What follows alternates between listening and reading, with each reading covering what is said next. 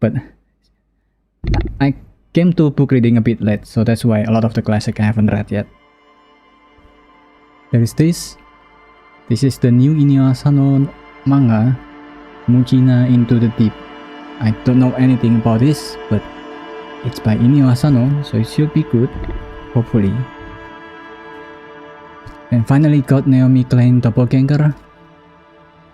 It's this concept of doppelganger because Naomi Klein is the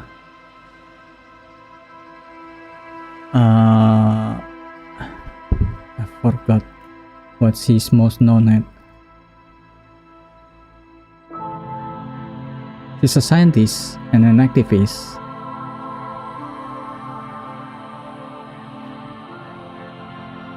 Also one of the most known pro-Palestine Jew, which also being targeted by the Zionist movement as the self-hating Jew. And she had another person that has the same name as her, Naomi Klein, which is this crazy conspirational conservative from America that believe things like, the cloud is attacking the citizen, that kind of crazy. And because she has the same name as her, she often got a lot of email from people that understandably doesn't like the other Naomi Klein. And she wrote a concept about this doppelganger, about seeing your worst version of yourself or the best version of yourself or the better version of yourself, and calling it the doppelganger effect. It should be fun. And then there's also the new John Green book, Everything is Tuberculosis. I don't know anything about this. I haven't really read much of John Green. I only know he's one of the Green brothers from the Saisio in YouTube. I think he's one of the most OG YouTuber, right? So I'm looking forward to reading those. But for now, game.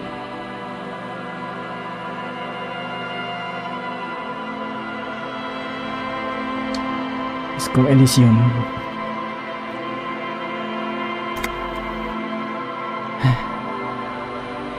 OBS is still acting crazy.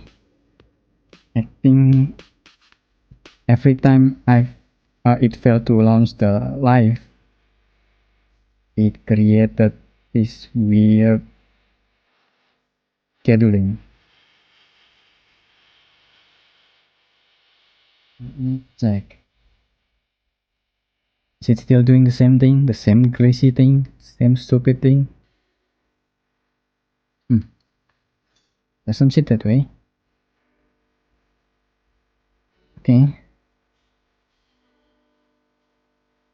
Also, thank you for everyone who's been subscribing, by the way. I am now part of the YouTube Partner Program.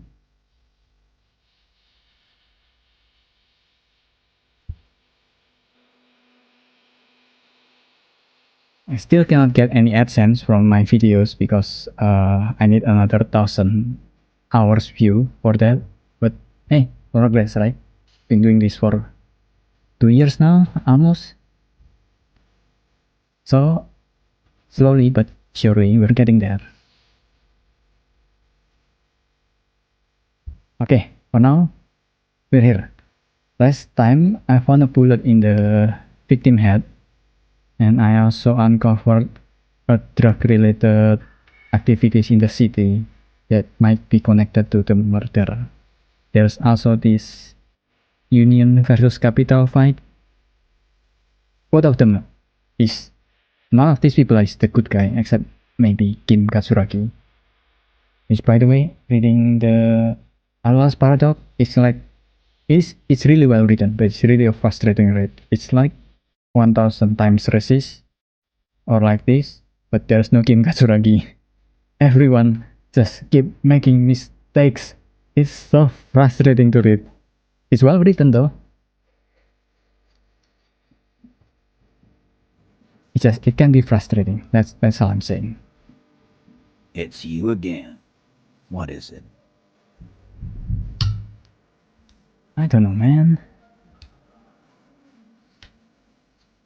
So I talked to Glacier or Glacier. And He tenses immediately. Chest tightens. Jaw sets. Ready for another blow. And nothing. She stand by what she said. that fucking fucker. You're the worst cops in Revachol. I gave you gold on that tape.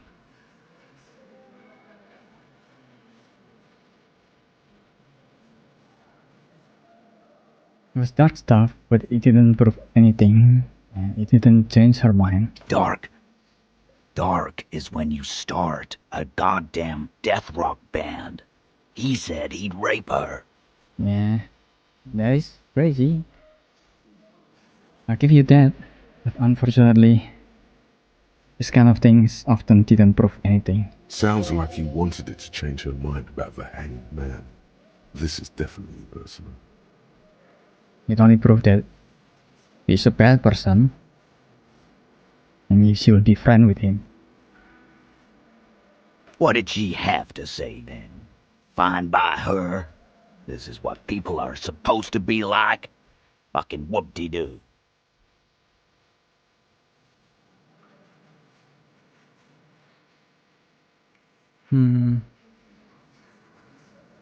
It did not come as a surprise to her, and she definitely wasn't scared. Yes.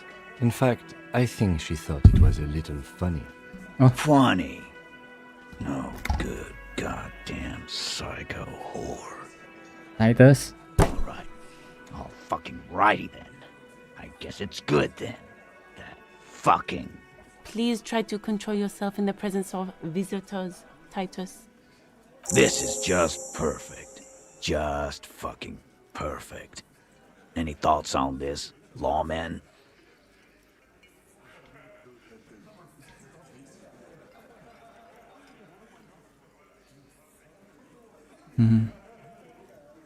maybe she's who you thought she was? Nah.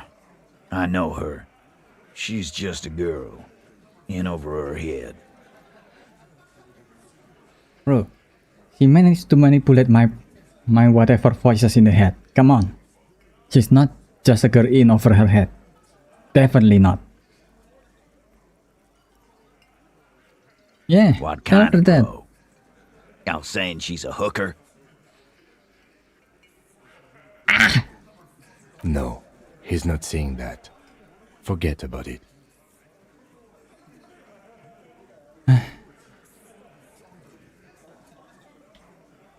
Maybe she is still in denial. Yeah, maybe.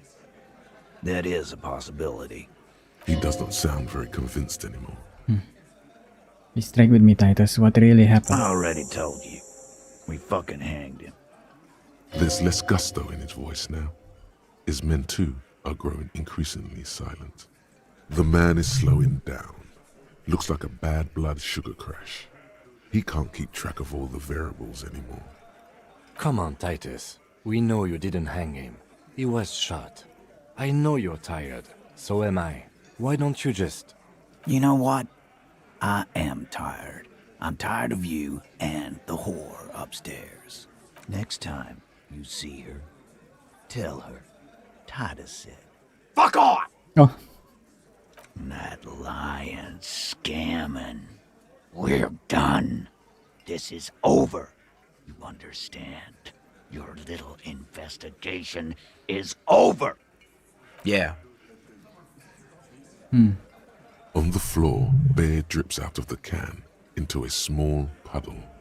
No one does anything about it. don't lick it. What is this quiet funeral shit? All we need is some beers in us. Bartender, 20 beers for the Dock Workers Union. Why do we make it 40, huh? Why do we make it 100 beers? You're not loud enough. 100 beers? Now we're talking. Hoppity hop over here, cafeteria manager.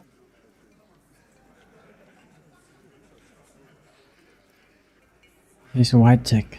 String reaction to bullet. And fast as to compress.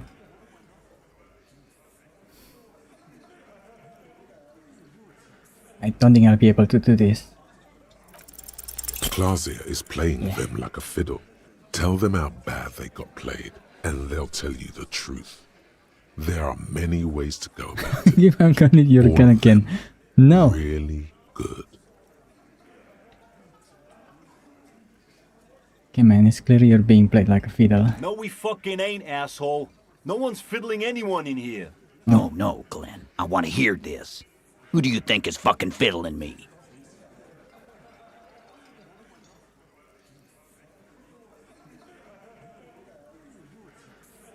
You promised there would be good option penalty.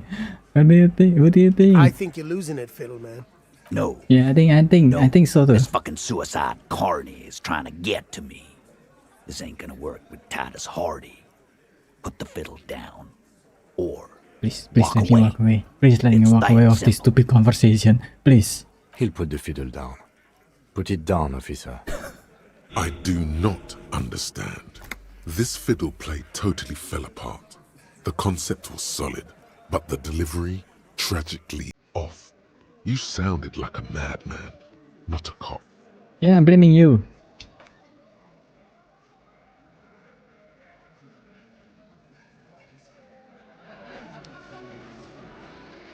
So I'm still don't know why I can Behind click the this dock workers, a window. ceiling height window. The hawthorn branches scrape the glass like bony fingers. You've been here for a long time. Mysterious door scene. What mysterious door? Nothing. Just black tangles like the hair of an old woman. Motionless. The wind in the yard doesn't reach the hawthorn, nor does the light come in from this window. There's a little slide panel up there to let some air in. No need to open it in spring.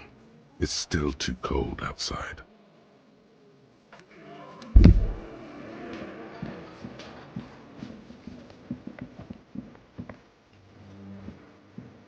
This is what I studied law for, yeah.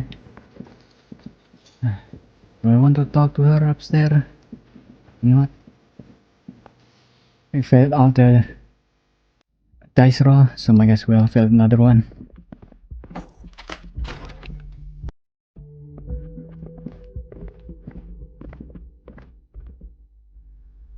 Oh.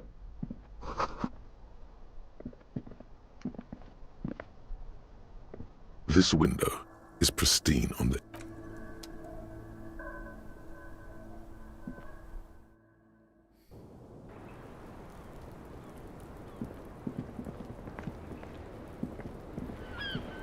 I was just thinking, what a nice day for questions pertaining to a murder investigation. Can you tell me more about Lily? Lily? That was his name?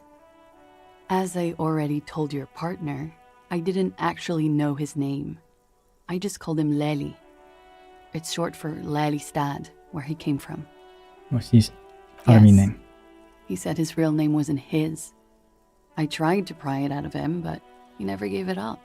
No matter how hard I tried. Lelystad. That's a good start. Lily is the hangman. The guy who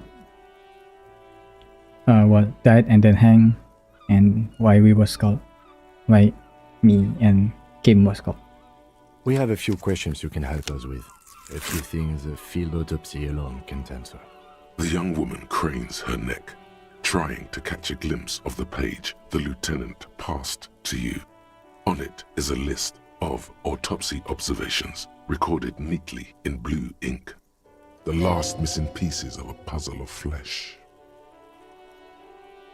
Where is Lelystad? In Oranje, officer. It's, I think municipality is the term. A nowhere town there. Oranje? Oranje's map of waterways? This fits with his tattoo. You were almost right, officer. That means his race was occidental, not mondial. I'll update the form. You are both from Oranje? Yes. We were compatriots. Did that bring you together? No. He was too old for that. and from another part of Oranjenrek. I didn't even understand his accent. What brought us together wasn't Oranje. It was bad habits. How old He was was he? 42. 42? Are you sure? I would have had him above 50. He had many scars that made him appear older. But no. We even celebrated his birthday like some weeks ago. It was a funny 2 days. He had little reason to lie to me. Looks like you were right, officer.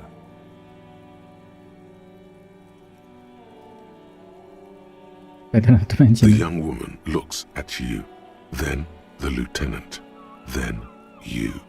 She's clearly sensing something. A spike in testosterone levels, perhaps.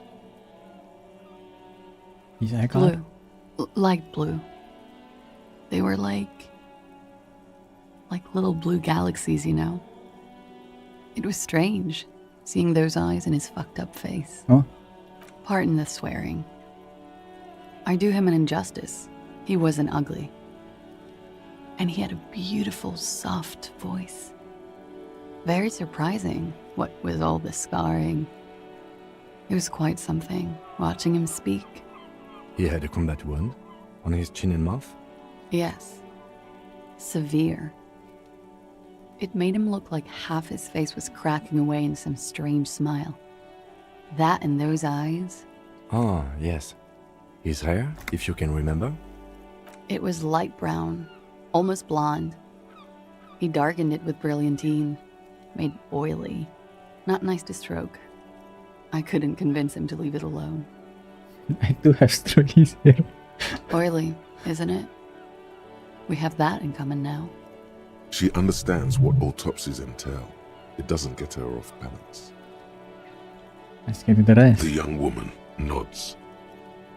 The tattoo. What did it Oh, mean? that. It's clear she liked it.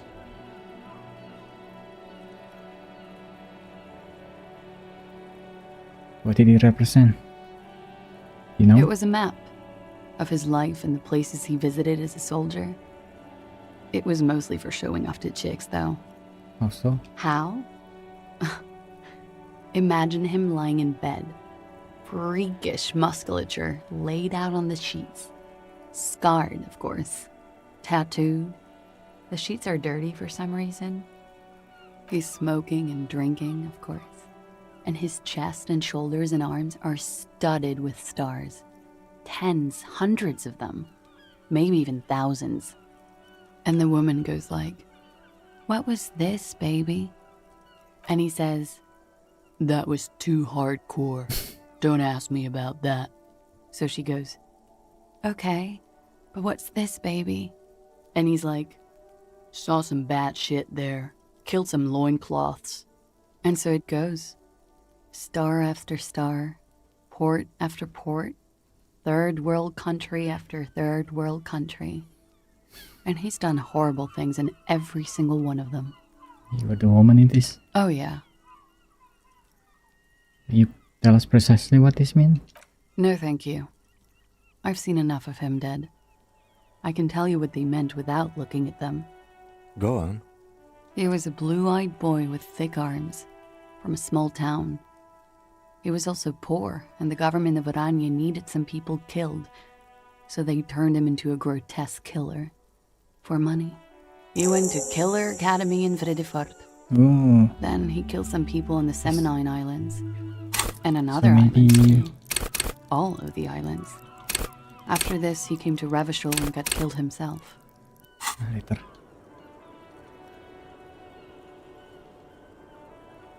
Thank you for clearing that up. Change of topic, perhaps? Did he enjoy his death? Why do you ask? Just feeling I have. Well, it's wrong. He had too many drinks to down and too many bad things to do. Couldn't tap out just yet. So far my feeling hasn't been wrong. So maybe he died during sex?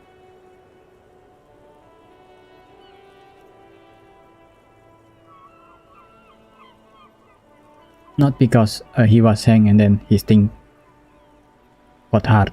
is the Goddard because he's already dead when he was hanged, so that's not possible. So there is the possibility that when he was shot, he was still having sex. Maybe it could be just the main character is crazy and that's it. Right, miss? It was communism that killed him. Is the Union communist? They're a couple of shades pinker than that. Now, Yeah, Social Democrats. Social Democrats. They're not hardcore in that way, is what I'm trying to say. What are we talking about anyway? This politics shit is a lot in the morning. Is it even morning? Yeah, You it could is. blame her a little. It was a pretty straightforward question that she refused to answer. We ordered a toxicology report. Any idea what that will show us? A real rainbow splattering of pharmaceuticals, I bet. Barbiturates, amphetamine, sildenafil. How much does the toxicology report cost the police of Revachol? I can do it for half of that. Save you some money, make some myself. It's quite expensive, miss. But we'll manage without your help for now. Think we'll finish All right. for now. Coolly, gracefully, she pours herself more coffee.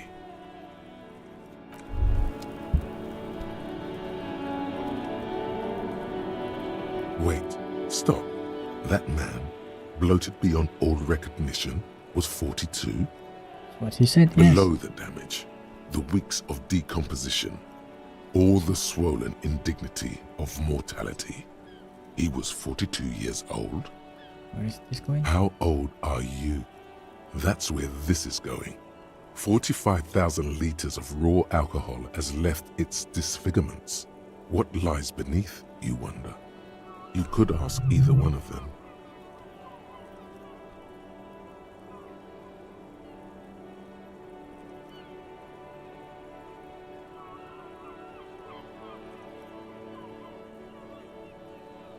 Miss, how old do you think I am? Huh. How old do I think you are? I don't know. 40? I was like 9 when OO peaked. That was what, 19 years ago? I liked them when I was 9. You couldn't have liked it when you were 40. Let's say you were 20-something. 25. A good disco age. 25 plus 19 is 44. I'm gonna say you're 44. 44? I'm young. Absolutely. Age is just a number, man.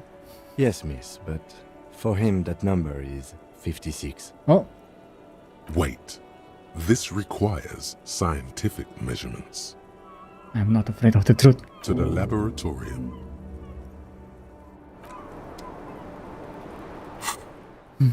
I also need more of these skills.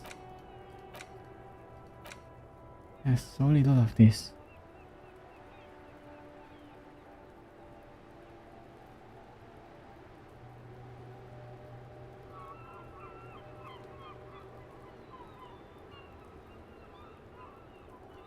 I woke up. Indirect modes of taxation. I also have the skill, the equipment for that.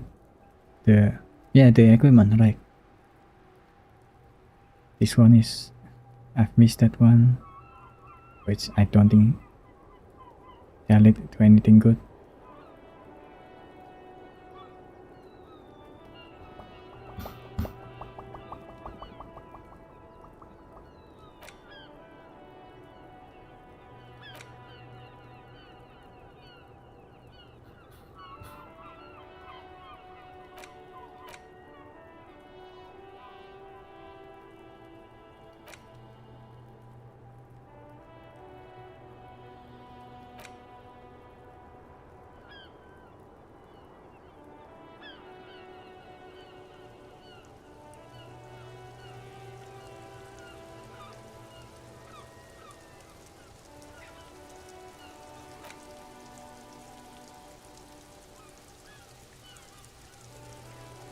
Did I also get the fifth something?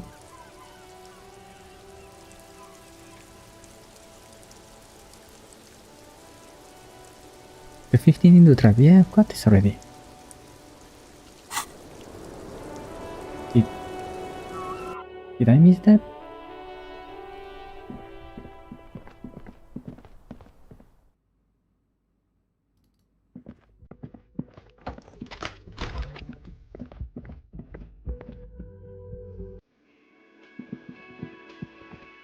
So who are you guys?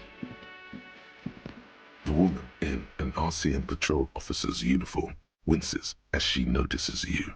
I would really prefer not to talk to you right now. A patrol officer is the lowest rank in the RCM, below lieutenant and sergeant.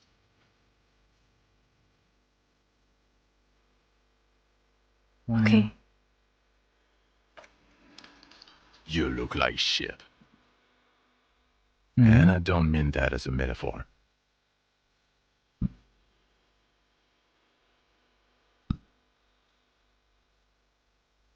Don't matter. Yeah, I know. That's what I'm going by here. Oh, come on, Jean. It looks like it's been a rough week on him. It's not just this week. What you want? There's something about this guy that matches with a face in your head. A similar but different face. The suit, the sunglasses, the haircut. He's famous. That's how you know his face. Who? You know what it is. It's like the two of you know each other. Just ask him. And the truth, you know me from somewhere? Oh, I definitely know you from somewhere. Another life. From where? Yes, from another life. A different life. Maybe the life of a police officer belonging to the ranks of the... To what station do you think you would belong in this alternate and totally fictional reality? 41st? Okay. That's plausible. That's entirely plausible. Now we're really getting somewhere. Somewhere good.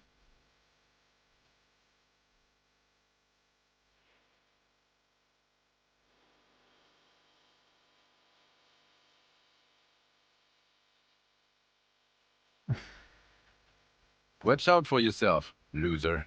That voice. So very familiar. With your Did voice? you hear it when calling to your station and reporting your badge missing? I recognize it. Oh, really? I wonder where.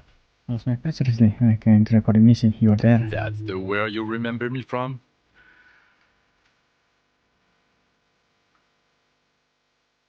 I have a bit of memory You trouble. don't say. Goodbye then.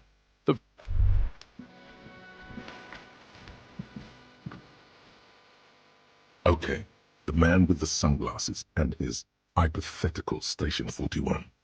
Weird, right?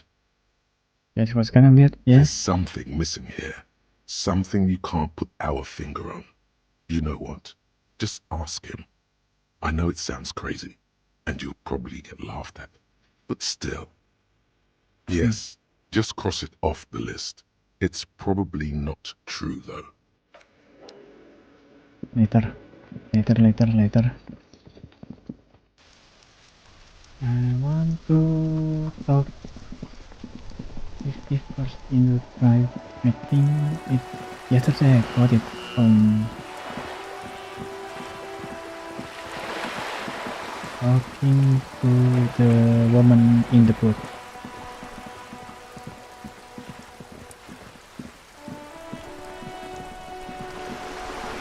Yeah, I'm not good with names.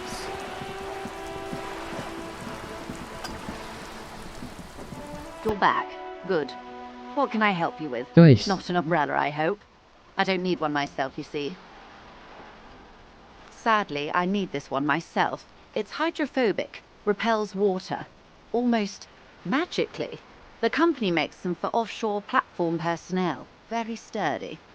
What I can do for you is answer some questions.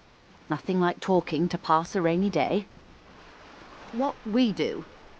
I'm afraid the Pines, and that is... She enjoys talking about the company. It would not... I'm not at lib... $1 billion? 20, a conglomerate the size of the wild Where pine. did we They get start them? centuries of care, deliberation, and madness have gone into this. You mean aside from being the terminal's legal... There are no minor cogs in the system. Each terminal must be accounted for, lest the entire system break. Every hiccup in such a system means thousands lose their jobs, the world over. I'm here to assure that doesn't happen.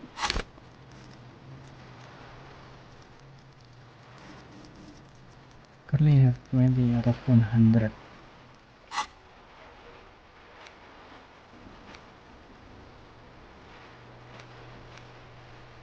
Only I know what this does. The bonus, I mean.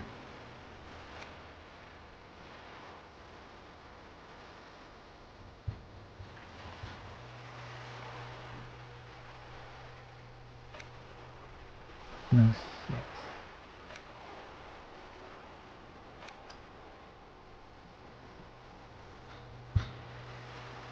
Jamaifu.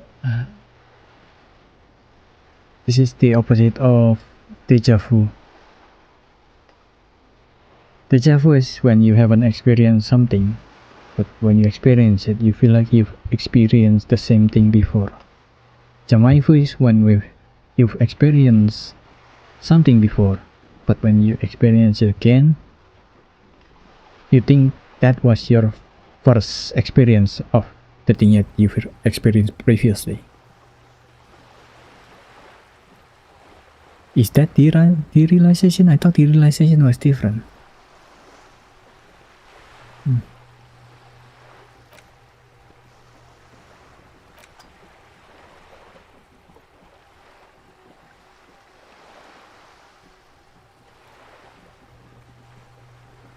Little guy gets further and further away.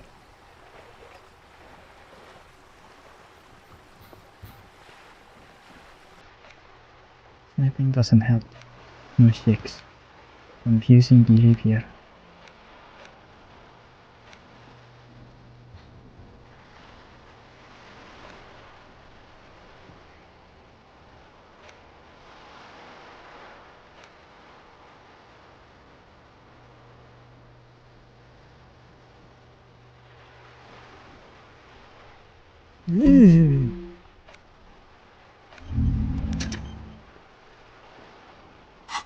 With your help, hopefully, says her Why, yes I am.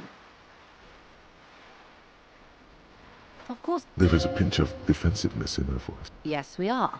We are. And this, I haven't... Actually, it's for Neither is... She's having a good time arguing against the law. Too good, perhaps. Good.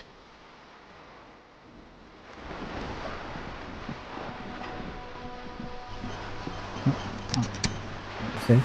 Okay. That's nice, that's nice.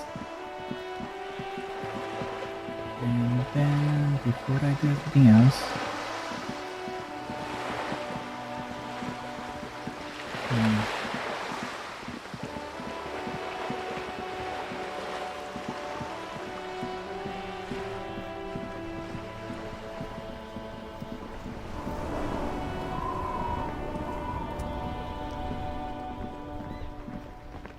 sometimes the character just doesn't want to walk where it looks like there are spaces to walk. See, like that. Oh, that's because of the chain, the stupid chain. Who put that chain there? Huh? Okay, that's done. I want to do this. A rusting control panel with loose wires dangling out from the hole where an Never again. You grab the handle and pull the lever up.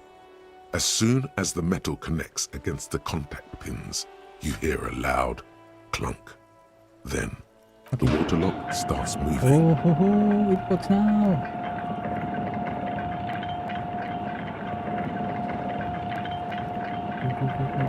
Can I press that way?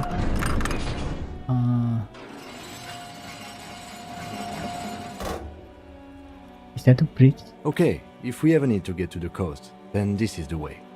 But please, contain your wanderlust for now. I don't want us to get sidetracked, not with everything that's going on. Focus on one thing, achieve it, then the next, he thinks. That's the task chain.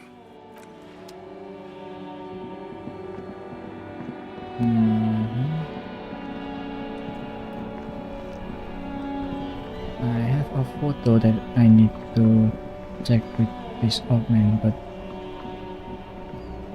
can I get the ball that I threw away? Here? This way?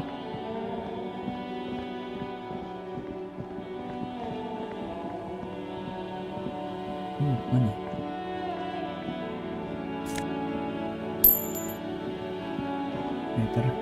Later.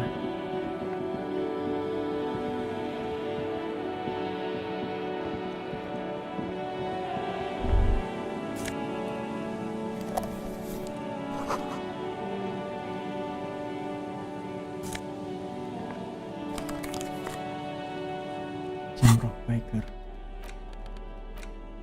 Empty.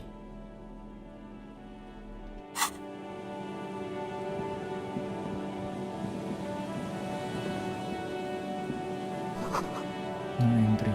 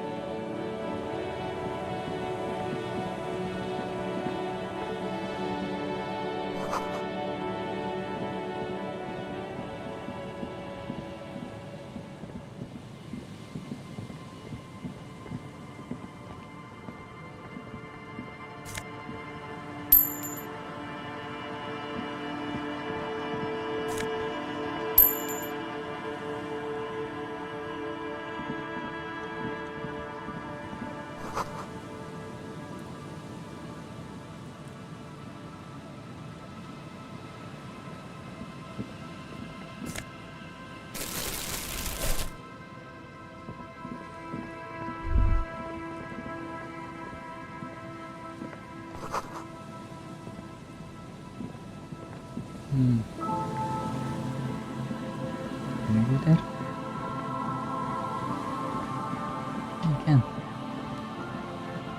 How about this house? No?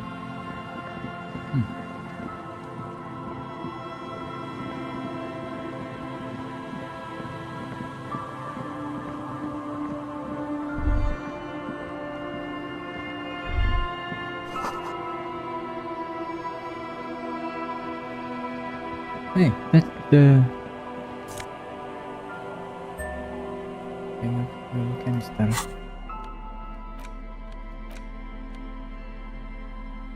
Government issues.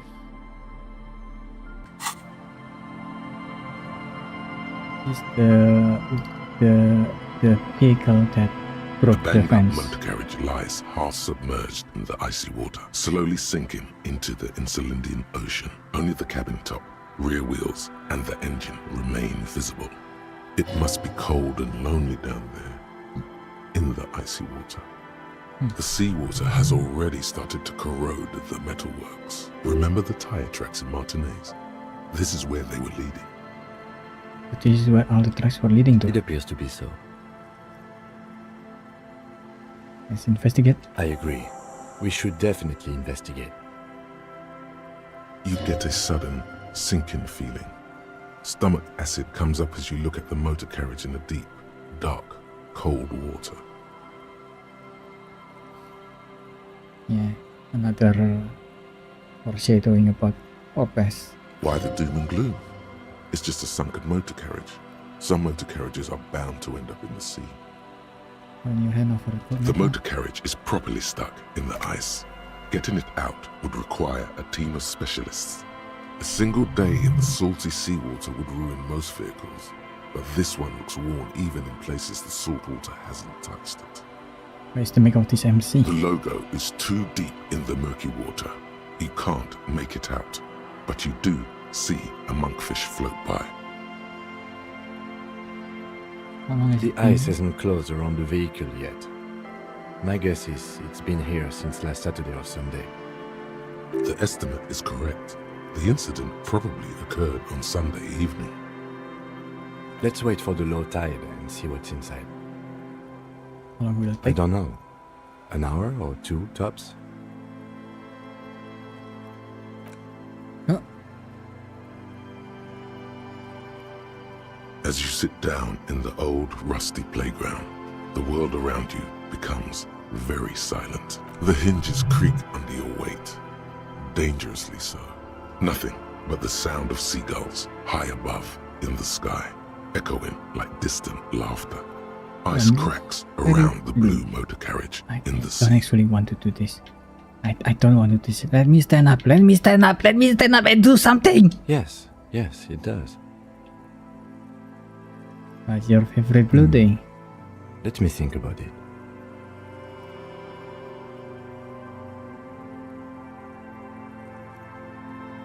Sure. Spit flies from your mouth to your moustache, your chest, the Unless I ground heal. before you. No Raining heavily here, Chief. Mind keeping it down a bit? Okay. The lieutenant must think it's rather funny. He smiles and quickly turns away. How about you try this bloody win? With his lips puckered, the lieutenant lets out a beautiful melodic trill Or Skim can do that it. puts even the insulindic thrush to shame. You hear the sound echo on the large body Damn it, of water. he's so good. Clouds race across the spring sky, and suddenly you just feel better about everything. The clouds pass in the sky, and the shadow of the swing moves like the hour hand on a timepiece. 30 minutes have passed. So is your dad also, you know? I'm pretty sure I told you already, didn't I? My dad and mom are both half Seolite. Oh, right. Clouds on the horizon grow darker, and the shadow of the swing set keeps climbing. You hear the distant rumble of the city. 30 minutes pass.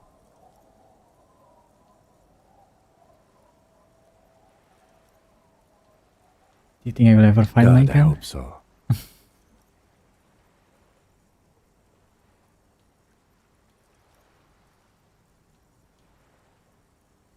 I won't even need a gun. Your voice echoes on the water, strange and out of place in the environment.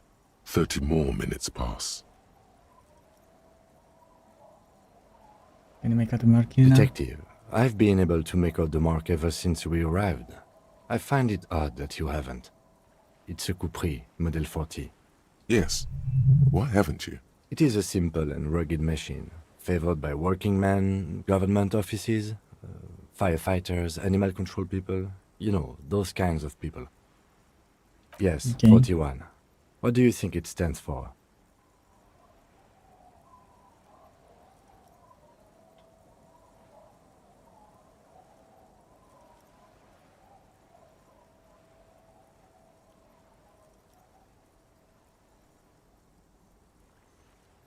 Is that my car? I'm sorry, Harry. I'm so sorry. 41. Precinct 41.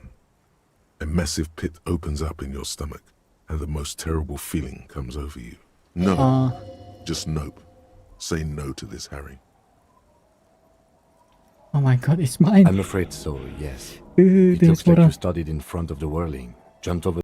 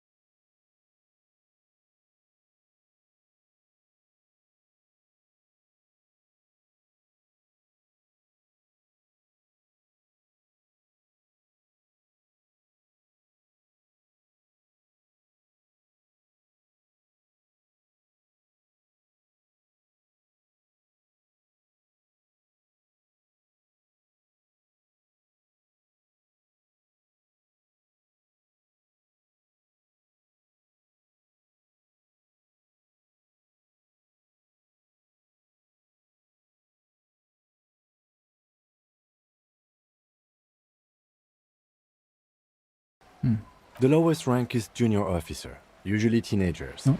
Then there are the patrol officers, then sergeants, lieutenants, and then a captain. That's basically it, except for a few kings. Kings like satellite officers and the additionally a freighter rank I already explained. The long and short of it is, you're his superior.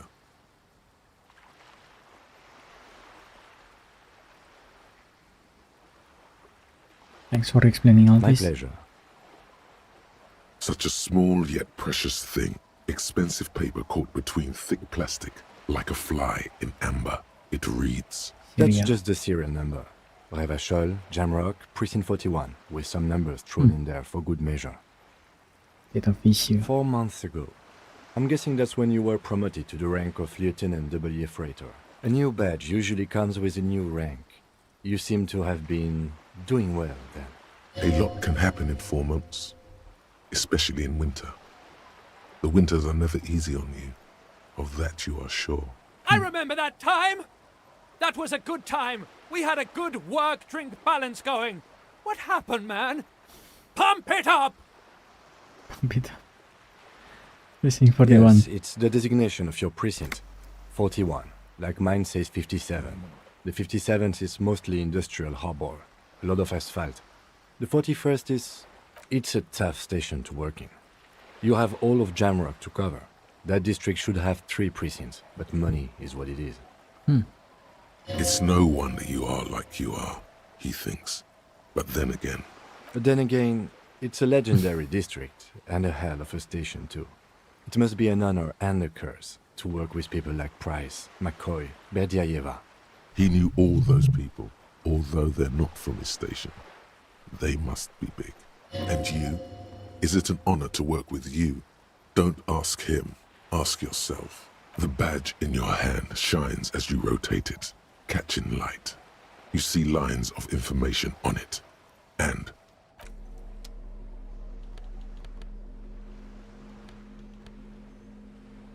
you take the legal documents out of the envelope. A 12 to 40 month construction period and the zoning plan in the addendum. The youth center cuts into the ocean like the bow of some great modern ship. Apparently, it's going to cover most, if not all, of the street and the square between the existing houses. It's 3 stories tall. It's going to be awfully close to the already existing buildings, almost wall to wall, practically integrating them into the youth center. This is either an ominous or cool architectural choice. Hard to say. What do you think of I'm this? no property lawyer, but it looks fine. I like the print size. They're not selling or leasing anything. It's not a perfect solution, but... Do I have any clothing for logic? Logic. -1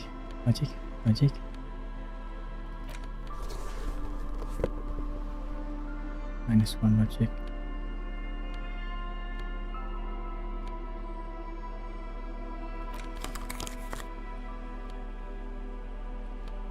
Anything that reduces logic.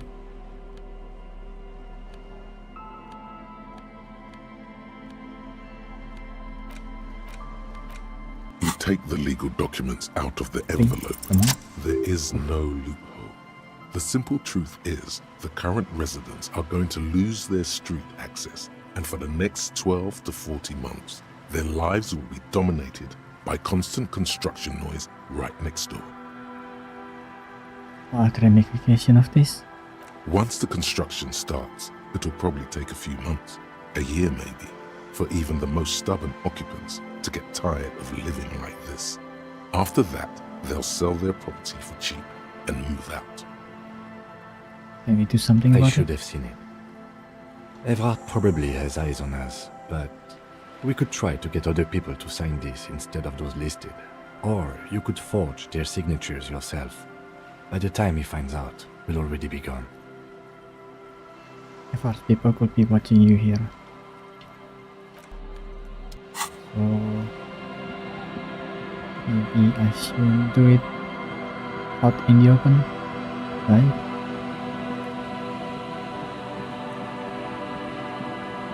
You know what? Might as well go back oriented.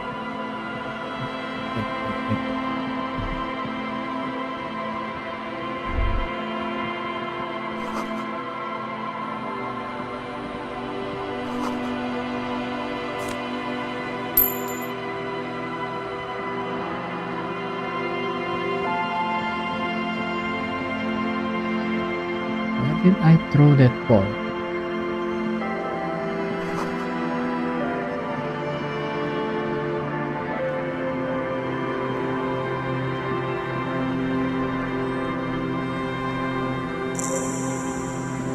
Fisherman's egg.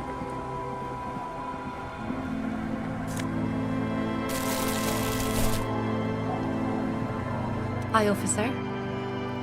Gillian. Factory balance. A sword in a scabbard Make hangs light from her in hip. What? stainless steel. Anything I can help you with? What exactly? A fishing village on the seashore. This place doesn't really have a name. It's sometimes called Elysium. Visible. The sign on the street leading here is illegible. Oh, Has been since they built this place. what's your The name? name is Lillian. People call me Netpicker. I think I have time for questions.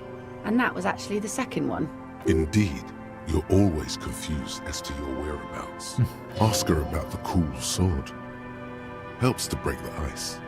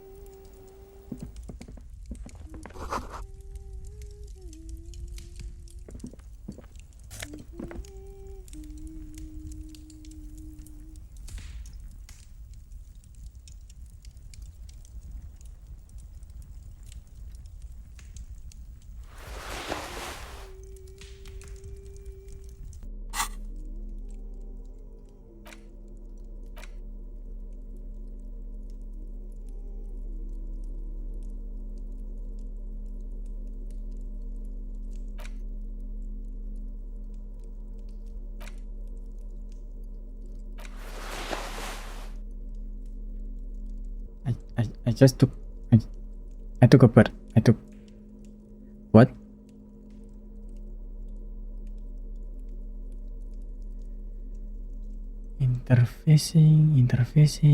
Interfacing. No minus, no minus.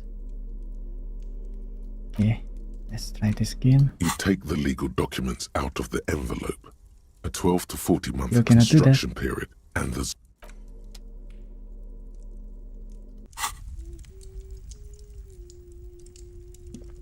Hello, mister. She clutches a small stuffed animal. Occasionally, she twirls it around. Are you Lillian's daughter? Yes, I am. Little Lily. Do you know my mom? Yes, earlier. That's nice. My mom is great. She's never angry or anything. That thing you're holding. It's Lammy. He's my friend. Sort of. Like, Lambie is a stuffed lamb that, admittedly, has seen better days. One of the eye buttons is missing, and the fur is tattered in several parts. Maybe looks soft. Yes. Very soft. Is your check against Lamby? Isn't he soft? What's this? It's a grouse. You might be able to get on Gart's good side if you replace the broken skewer you almost certainly broke. Can I have it? Sure. I mean, you already took it. Oh, I don't like it anyway. Bye! true. Bye.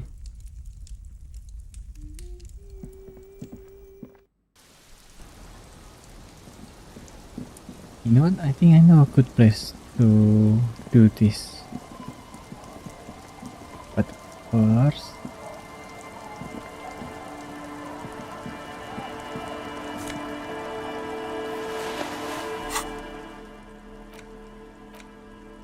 Kingdom of Conscience.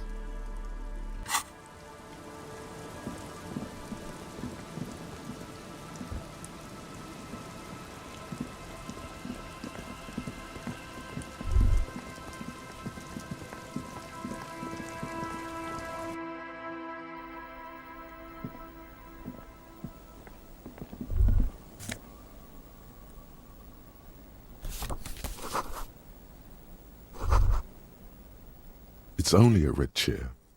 Just a red chair in an empty shack, with what looked like a dusty bow tie on the shelf. Nothing to see here, right? Hey Kim, where are we? In someone's abandoned shack. On the coast. In Martinez. In Ravachol. What's with the red Nothing. chair? It's just a piece of furniture. Red paint is peeling off it. Looks like blood, no?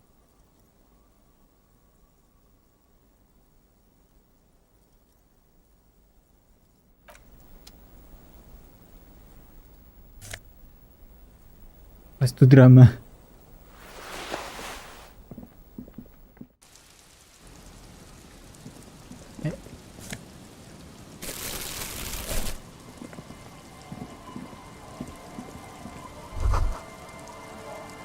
Great news. The boat is big enough for a grown man like you to fit underneath it in a supine position. I don't know. Sleeping? What do people do under boats? This is merely a measurement from your visual cortex. Do with it what you want. Huh? Under this boat you'll be free. Sarcastic self-pity is not what we need at this moment, officer. I understand the situation looks grim, but we must continue with our investigation. Think of it as a salvation. You have a home somewhere. All cops do. When this is done, you can return. Oh, good, good, good.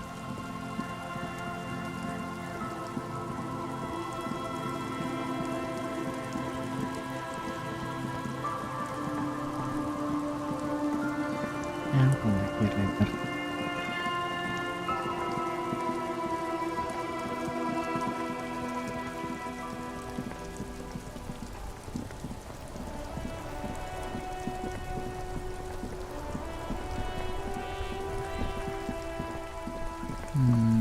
The library is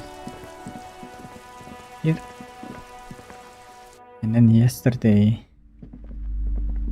after the stream, I kinda opened this door. Still don't know how. But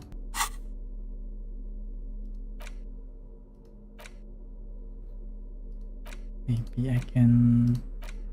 You take the legal documents out of the envelope. A 12 to 40 month construction period and the zoning plan in the addendum. Still not able, huh?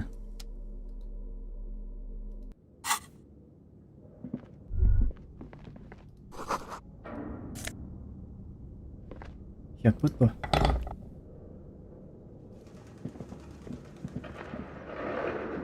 A barbell lies on the floor. The color has worn off its weight plates. It's 60 kilograms. Your triceps hum at the sight of these weights. Show the world what kind of beast it's dealing with. Lift them. There are no collars on the barbell. This is a safety hazard. Why does it feel so familiar? Head hurts. No, it's not that. It's the stale smell of rubber, the squeaky sound of sneakers, your bruised knee against the mat, and a whistle. Then the feeling is gone. It's just a memory. And the colors You're look right. like The weight may fall off. Better not touch it then. what kind of quest? I would just remove the colors. It would be a violation of EPIS safety regulations if the gym was still operating, but it isn't. No one's supposed to come here anymore. The barbell waits patiently on the floor.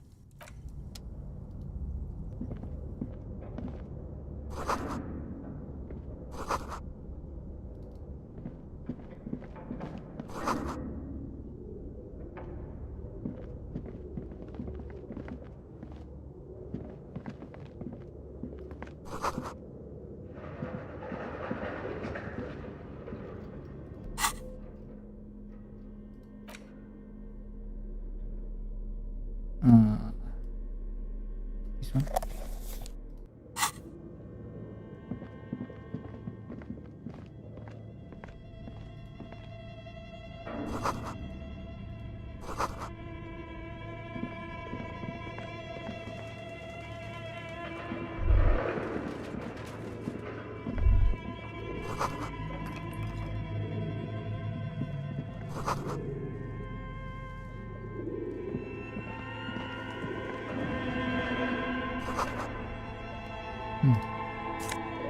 Oh.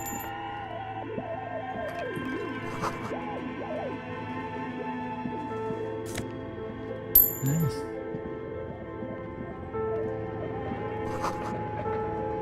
Slipstream logo. Production schedule film memory.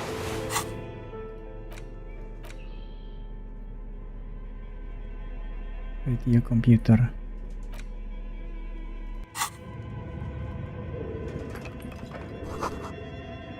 Can sell those.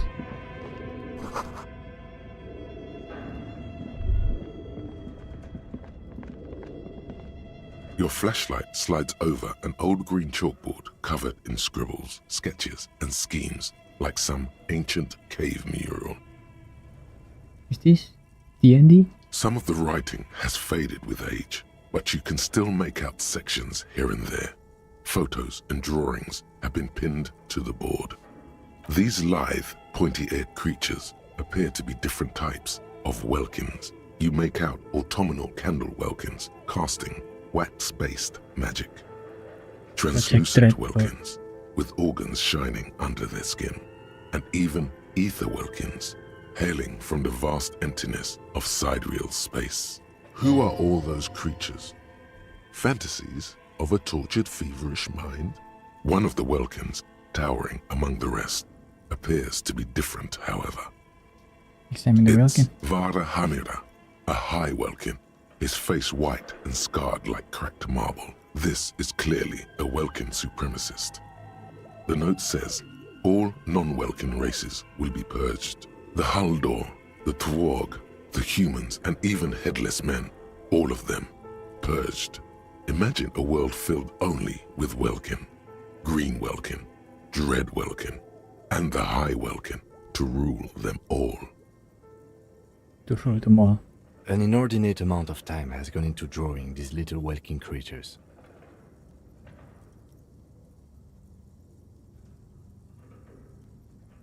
How would anyone spend so much time on this? Some people really like building a world, I think, even if it's just for a game. Say the guy in a game. This looks like concept art for a project. It's not really real. One of those welkin supremacists. Mm-hmm. Political commentary. Hmm. That one has a great beard too. Yes, we need to settle. Let's move on from Just the look at welkins. those details. So much effort. And for what? All gone. Inspect the The photos. photo collage depicts barren, icy landscapes wrapped in perpetual night. You see permafrost and glacial landforms, dead trees grown in under the snow. Entire oceans have been frozen from shore to shore. There are pictures of settlements on dried-up riverbeds, abandoned in a storm. Animal corpses in the dark, carcasses and bones. A pinned postcard reads, "The heat death scenario. A desperate fight for geothermal energy engulfs the world as Wirral becomes untethered from its sun, drifting through the universe." This is a monthly calendar from the year 50. Cryptic words like sprint, daily minimi, and GPI span the marker-drawn grid, the grand scheme of production and money. It looks a bit like an academic calendar, only much more brutal. Everyone is constantly teetering on the edge of the abyss, an abyss of production. These squares look orderly, but beneath them is chaos, worry, pain. Keep reading. As time goes on, the numbers in the boxes grow rarer and rarer. The board becomes an empty snowfield in the final days. Only failure and regret dwell in this region. Looks like they didn't make it. Yeah.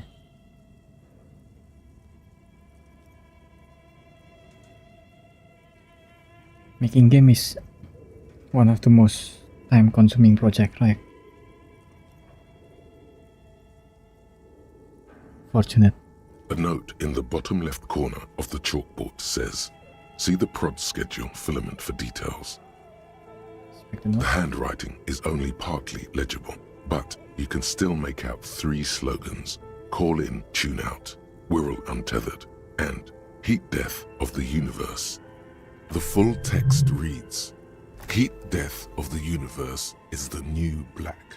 Another note says, "The biggest advancement in role-playing systems since the 30s.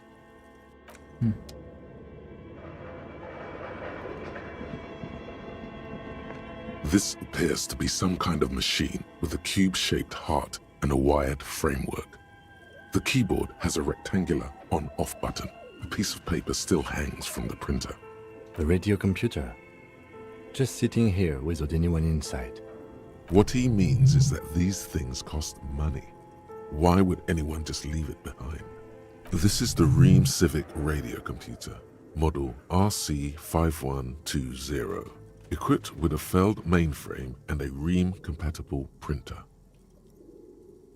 We had one of these down at the station, but I never really learned how to use it. The machine lights up like some prehistoric animal stirring from its slumber, revealing fluorescent play and print keys on the keyboard. The hatch on the machine's central compartment is wide open. It's empty like a beehive without its brood. Some cables have been left dangling, disconnected. The filament you have would fit perfectly inside the compartment. It's 50 though. You know what? Like a smooth draw, the filament slides into place. On the keyboard, the play key starts blinking. A bar of fabric right above the keyboard starts producing a soft hum. The sound of static seeps through the machine's planar magnetic driver. The static gets louder, slowly filling up the abandoned hall, until a voice speaks out, crackling and old, cutting into the air. Good morning. Fortress accident en rue de Saint-Ghislaine. This is East Insulindian Repeater Station 1. Please repeat. Is this the production schedule?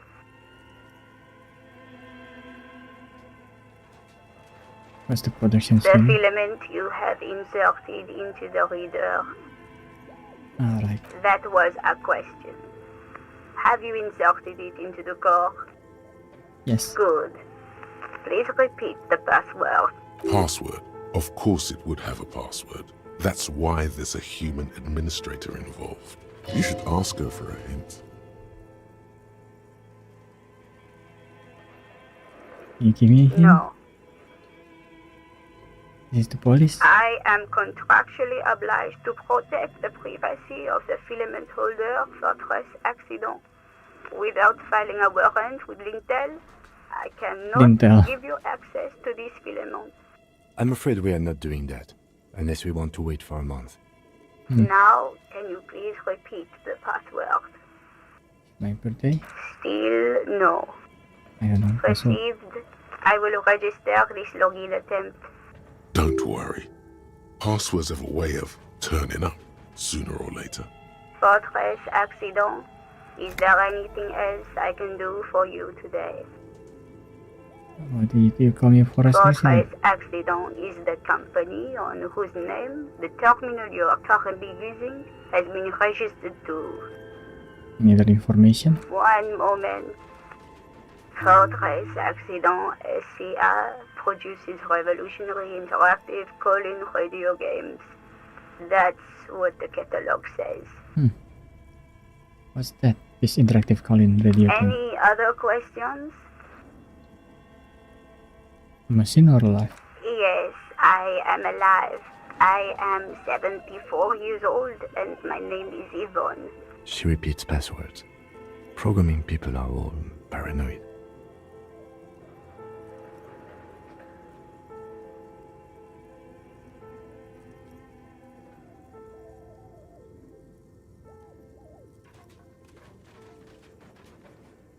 Where are you? I work as a repeater at the East Insulindian repeater station. It's my job to know where you are, Fortress Accident. As for me, well, I am sitting in my cubicle, surrounded by a wall of radios. Doesn't it get lonely, sitting there all by herself? Does it get lonely? Lonely? Why would it get lonely? I get to talk to people all day. That's why she does this. Now, please tell me if there's anything else I can do, Fortress Accident. She repeats passwords. They are merely cautious. It's my job to protect their filaments. I work as... Doesn't it get lonely? Now, please tell me if thank you and... Tiles on the cube are still smoldering, casting the framework in a soft glow. Fluorescent play and print keys shine on the keyboard. Nothing happens.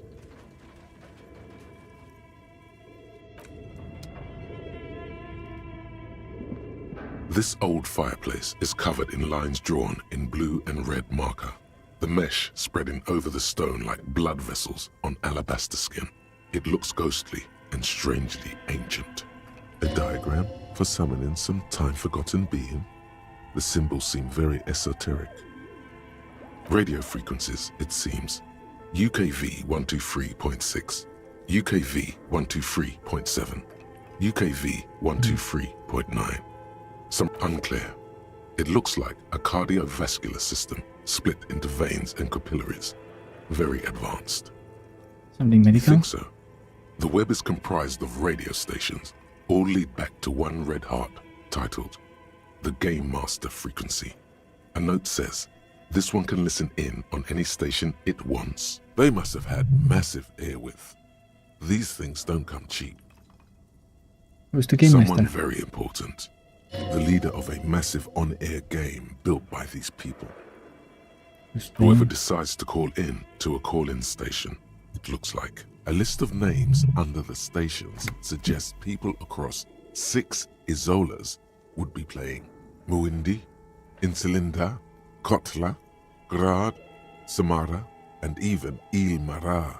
All of this is gone, left unrealized. There's no way a little basement studio working here could pull anything like this off. My God. It's as if the less money they had, the more ambitious their project became. The cost of airwidth alone must have been huge. Exactly. This schedule, I know doom when I see it. The company was running out of funding. Nothing. It's just lines on marble. An echo from times long gone. No one has used the fireplace in ages.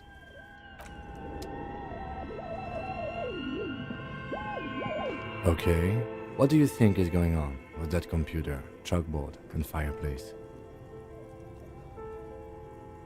Looks like an undercover counterintelligence program. No, that's not it. I think... Like he's ready to lay out a fine theory, crafted together like a puzzle box. It looks like one of those popular pen and paper role-playing games. Only these people were trying to automate it, make it work on radio computers. Utter madness, he thinks, as a compliment.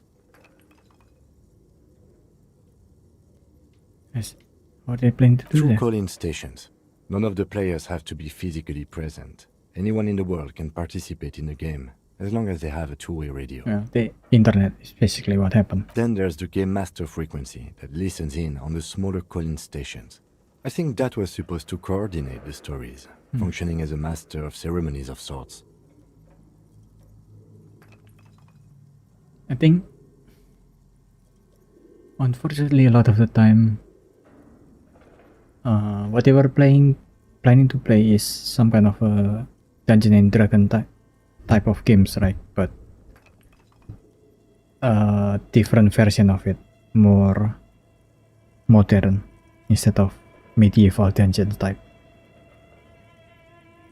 A lot of the time, those kind of games doesn't work even using the internet, because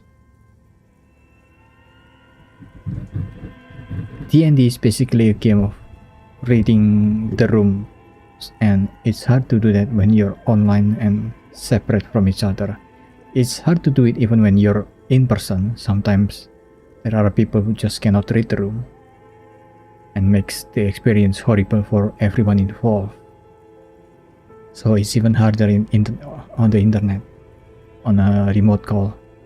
Coordinating so many games would take a whole switchboard of people, possibly divided into sub-frequencies.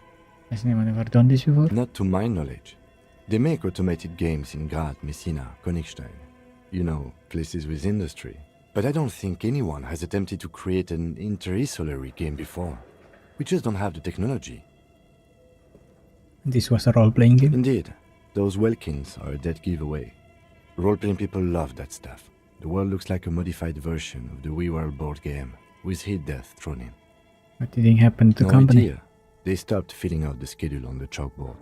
Indeed, it's ambitious and untethered from reality, but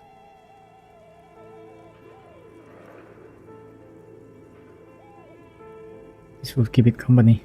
it's too late for that, I'm afraid. Okay, let's keep moving.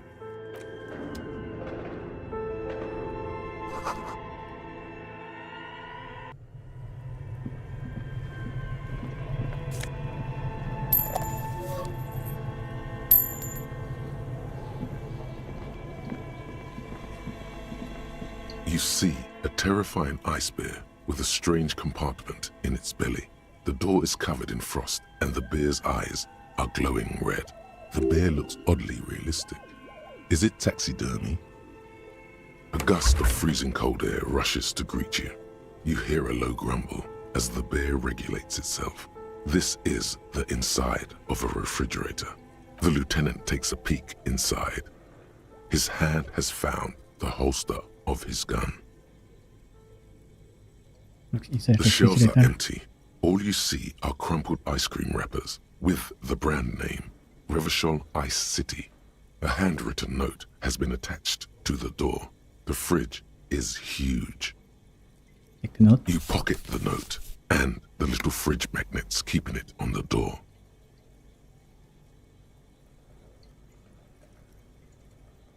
The ice A cream friendly wrapper. cartoon bear smiles back at you from a glossy cellophane wrapper. It looks nothing like the fridge. The paper still smells of vanilla and chocolate.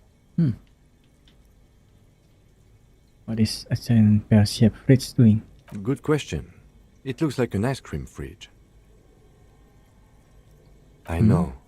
What an unfortunate marketing choice. What is even worse, the bear is still costing them money to this day. The fridge buzzes with energy. The electricity bill on this thing must be catastrophic. Oh, this is where I save the body if I still have him. The note is written with a blue pencil on a piece of lined office paper. The kitchen magnets have left spots on its surface. Does it say anything interesting? This is tangential at best, but the lieutenant's detective instinct is still active. Someone has scribbled, S. I can't believe the off-site copy is still here. The illiterate ginger kid keeps stealing stuff from the studio, so I had to hide it somewhere safe. You'll find the filament memory with the offsite copy in the frozen ice cream maker. Please take it home, ASAP. It's important. I'd do it myself if I lived in a civilized place with a freezer. Take care, Sully Swaff. Looks like someone from that radio game company upstairs. I'm a little surprised they just left their property lying here. Maybe they had That's to a live in a plausible hurry. hypothesis. It belongs inside a radio computer, storing its memory. It's like a tape. You listen to disco tapes, right? It's like one of your disco tapes, only for a computer. Who wrote the illiterate ginger kid? Really? You don't have a single guess? Minky. Oh, I'm sure that child would love to get his hands on the filament memory. Even if he doesn't know what to do with it, he'd probably try to pawn it for speed, based on our encounter. Je hebt geen idee waar de frozen ice maker could be. I don't know. I assume it's somewhere close to the ice bear fridge.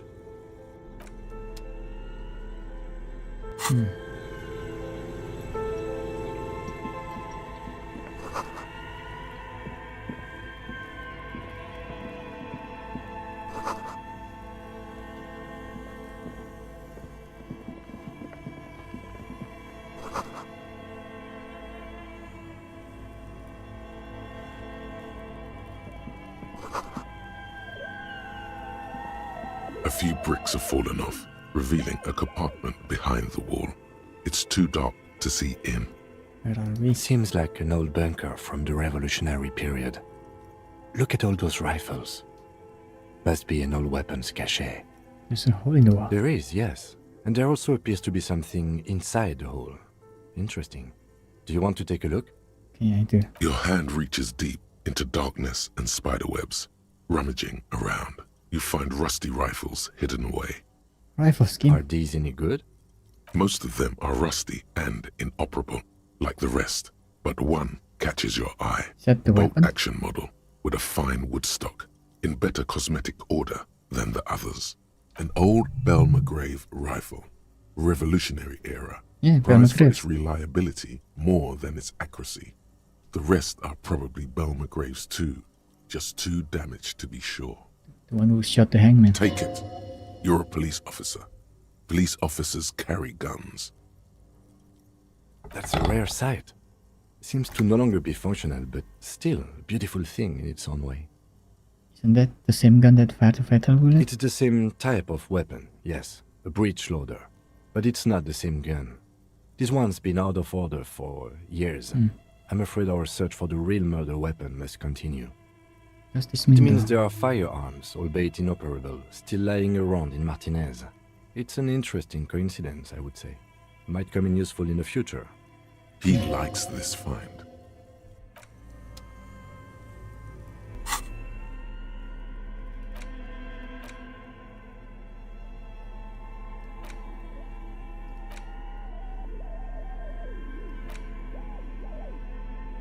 You take the legal documents out of the envelope.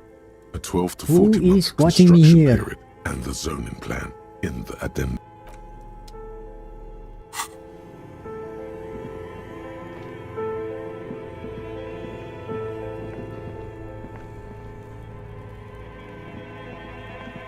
Is that still on? A few bricks have fallen off.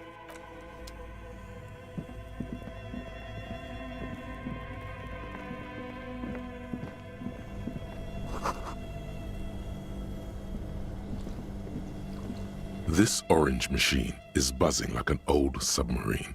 It has a hand-cranked ice cream churner on top and an electric freezer that appears to be frozen shut. Turning the crank feels oddly satisfying, like stirring your childhood dreams. In the distance, you hear water dripping. It's all gone now. You'll never become a poet or an entrepreneur. Try to click You it on. slip your fingers under the frozen lid, but the ice is too cold for you to get a good grip. A pry bar would come in handy here. No, this is going to need something else. Some kind of super pry bar. Don't even try to open it with a regular pry bar. You're just wasting your time. If you want to try again, Then you need to have the pry bar in your hand, detective. Equip the pry bar by going to the Tools tab in your inventory. From there,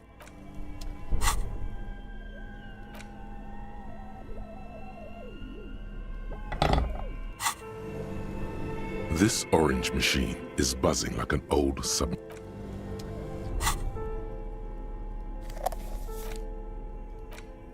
You take the legal documents out of the envelope. A 12.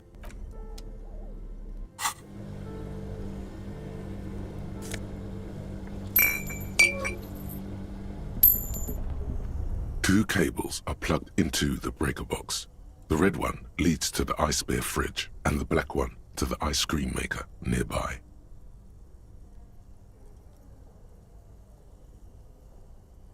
An electric sizzle. The room is slightly quieter now.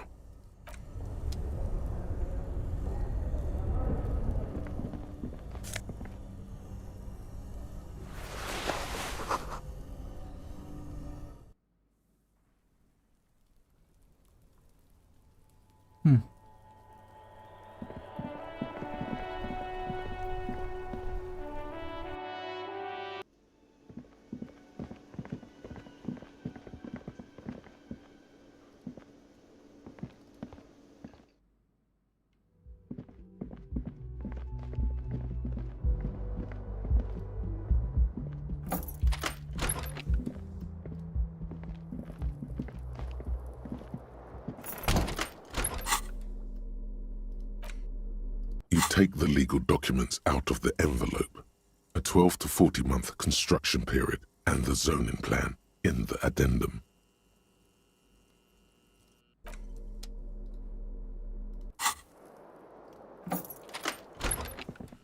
Okay, I can do it there, but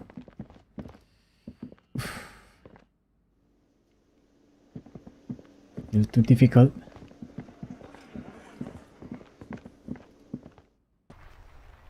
Let's talk to the old people. Here first. Officer! God damn it. Pull yourself together, René. What do you want?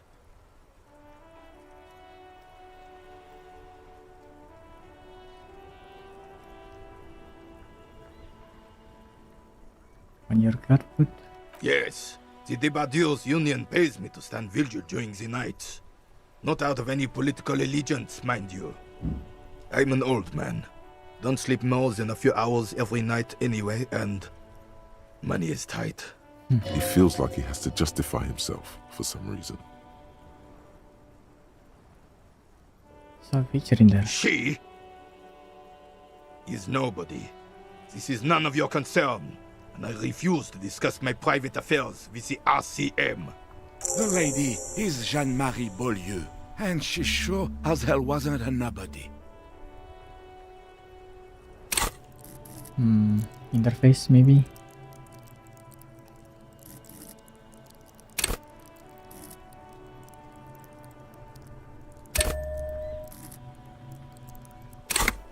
Not sure that's a good idea, but I'll do it anyway. Yes, it does. Unfortunately, I wasn't working that night. Been on a 2-week leave since last Monday. So was working No there? one. The boss has been unmanned since last Monday. There's no other guard. It's just me. That's nuts. No one has been guarding the container yard since last Monday. Yes. It's not actually an issue. I mean... Look, officer. The container yard doesn't actually need a guardsman.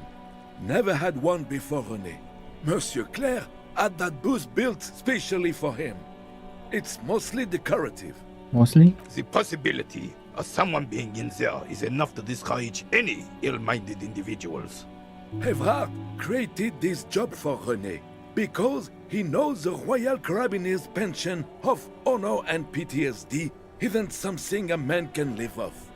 A decorated Kingsman collecting tear reflects bad on the whole neighborhood. His words. Nothing wrong with tarot collecting. Oh, I didn't mean to imply there's something wrong with that. I do it too. Everyone does it. It's an excellent side thing. Yes, yes, yes. Can we conclude the topic of my guard boost now? He is not going to become an entrepreneur. Yes, yes. Like I said, it would be up anyway, so might as well keep an eye out. It keeps my senses sharp. Hearing the flower. I prefer the old name, Insulindian Lily. Girls brought them to young cadets when they entered service. Wearing them on your cap was supposed to bring good luck.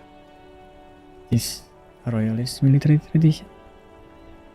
Did they bring you good luck? You know what? No. They brought me misery, false hope, and disappointment. The revolutionaries sullied them. You stirred up some bad memories there. But it wasn't the revolutionaries that sullied the idea for you, was it? She gave them to me too, and your jealous little heart just couldn't accept it. Enough! I can go over these matters in detail with you, Gaston, but not while we have company. So, officers. Maybells don't blossom yet, do they? Maybe on some remote parts of the city they do. But I think you have to wait for at least a month.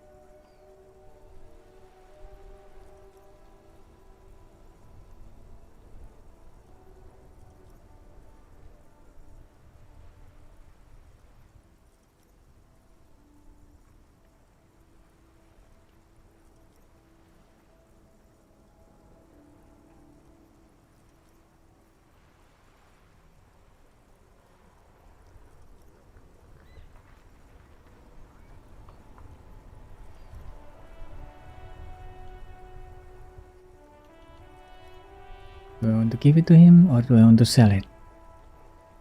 It is 13.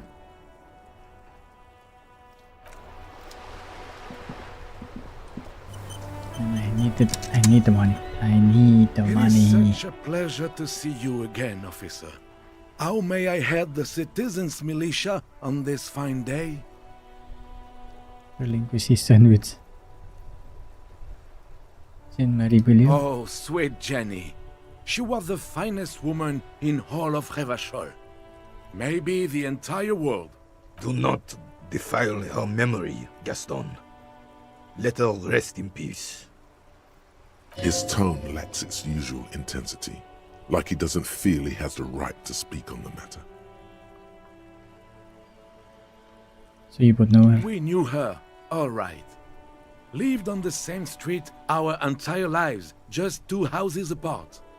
The 3 of us have been best friends since we were 4. She was René's first girl, back when the prick was 16. They were courting till he decided he'd rather die for some great ideal than just be happy. And then you stole her from me.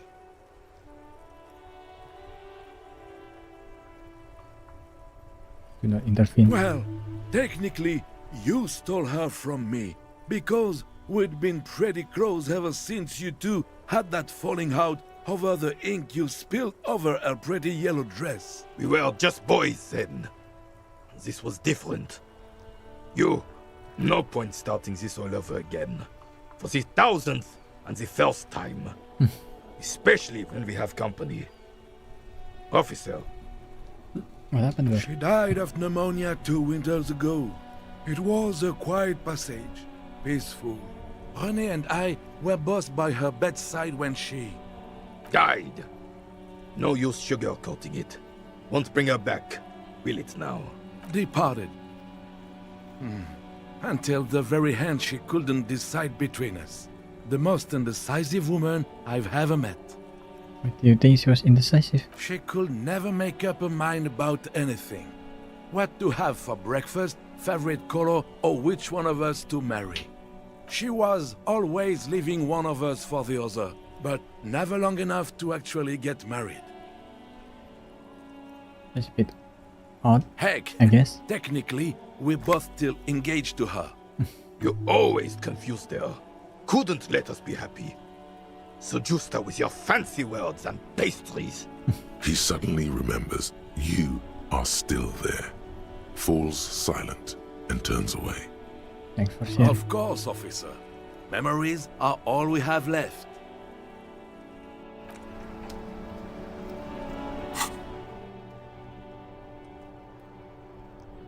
Wow, ran for a minute, huh?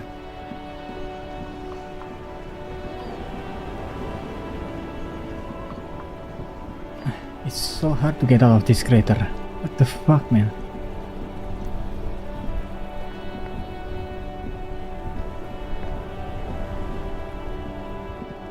You know what? I want to give his ball back to him, but You're still waiting for a replacement for the bull you sent sinking.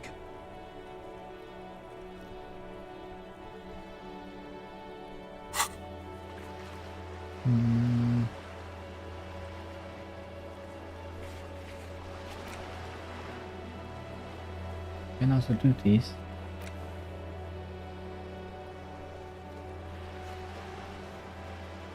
This is today, right? After 21. Okay.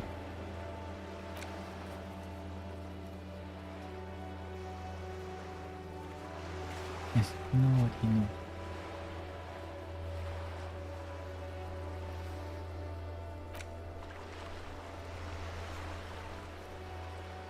I don't really want to do this.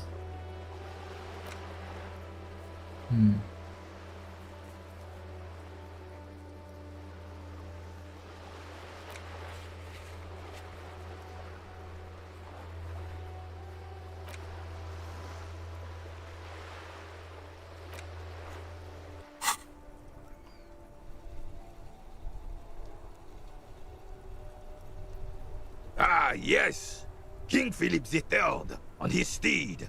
A reminder of what Revachol once was. Oh, absolutely. At the mercy of a cocaine-snorting tyrant who emptied the treasury so he could sleep on a bed of gold. A superpower, feared and respected. A testament to what this country can be under the leadership of a true king. Someone who knows how to rule. Oh, is that about cocaine? Oh, old Philip was a big fan of the purple nose candy the nobility loved so much. A cocaine connoisseur of sorts. His egocentricity is borderline legendary. You can't even take responsibility for yourself. How could you fathom the responsibility weighing on the shoulders of a ruler? Stop excusing people in power for their bad behavior. Fuck. That's why the Philippian kings use cocaine, for clarity of vision, to aid in their work. Regnum cocainum, Revachol's finest years. I'm not giving you your ball back. Fuck you. Of course. Clarity of vision. Awareness. Philip III was even brought into this world with the help of cocaine. The court made him administer the dose to his mother when she was in labor. I can Higher listen. realms. Of course, it all makes sense.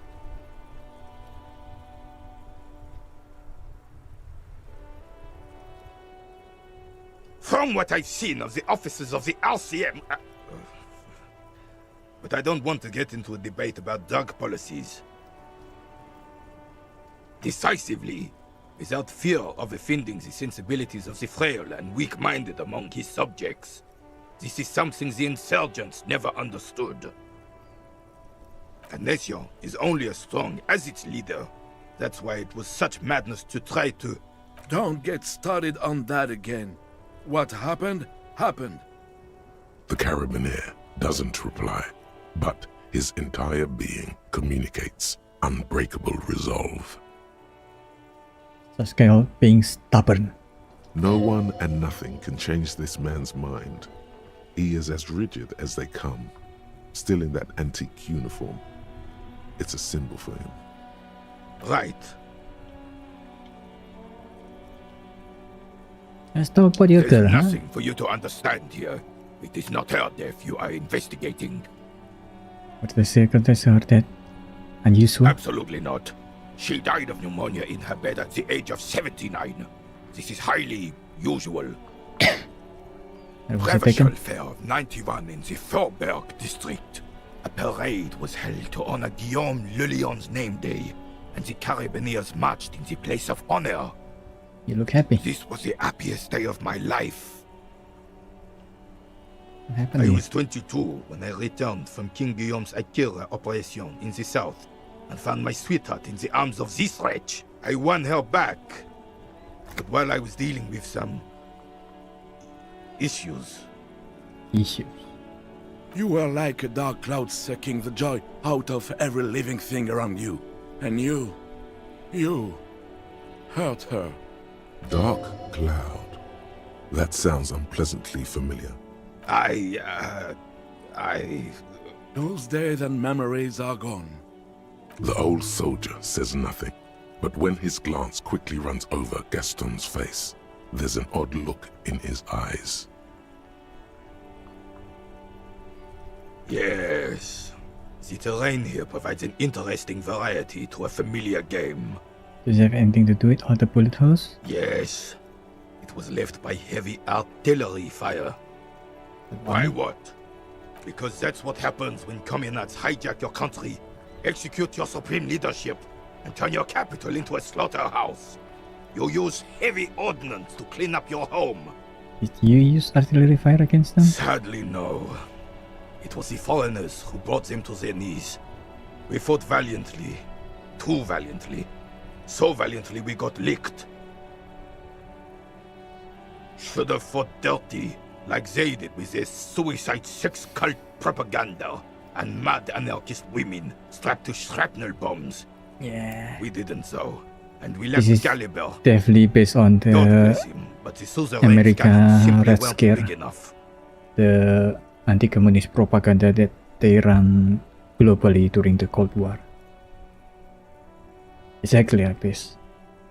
In Indonesia, there is the KPI, the Communist Party of Indonesia, and then they ran a lot of propaganda because part of the Communist Party was the Gerwani, the feminist movement of the Communist Party of Indonesia. And they basically paint them as the suicide sex cult. Ultimately, it ends in the genocide of 500 to 1.5 million people in the span of just 2 years. There's more because a lot of people was being disappeared. So they was not included into the official death number because of that. It was probably a bit more complicated than that. Yeah.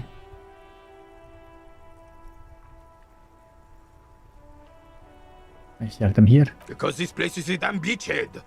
Had to soften the commies up first. Yes, the military coordinated amphibious landing to take back Revachol.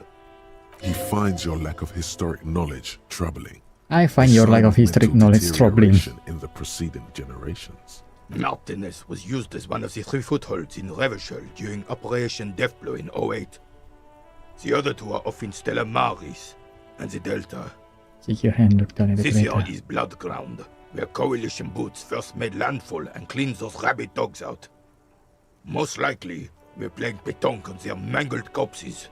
Blood ground. You got old René going there. Like he isn't hungry enough already.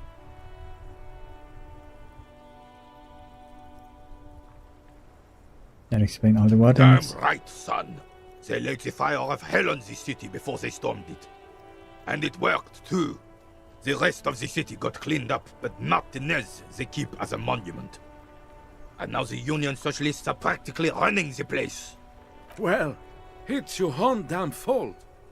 You, we, the coalition, Revachol, whoever you want to blame, never finished the job. Officially, the party never surrendered. Of course they still all influence.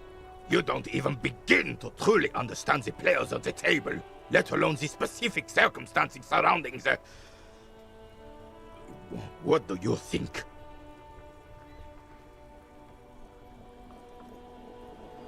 Foreign powers, clean up your mess.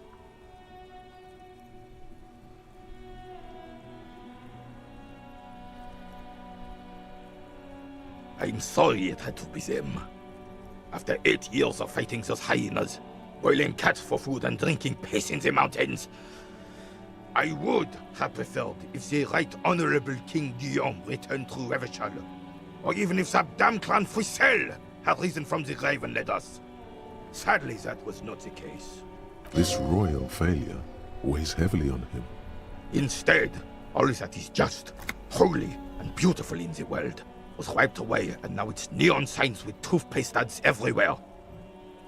Foreign influence peddling garbage and stupid music on the radio. This is just what the commies wanted. This was their plan all along. This is what they wanted to replace the role of the suzerain with.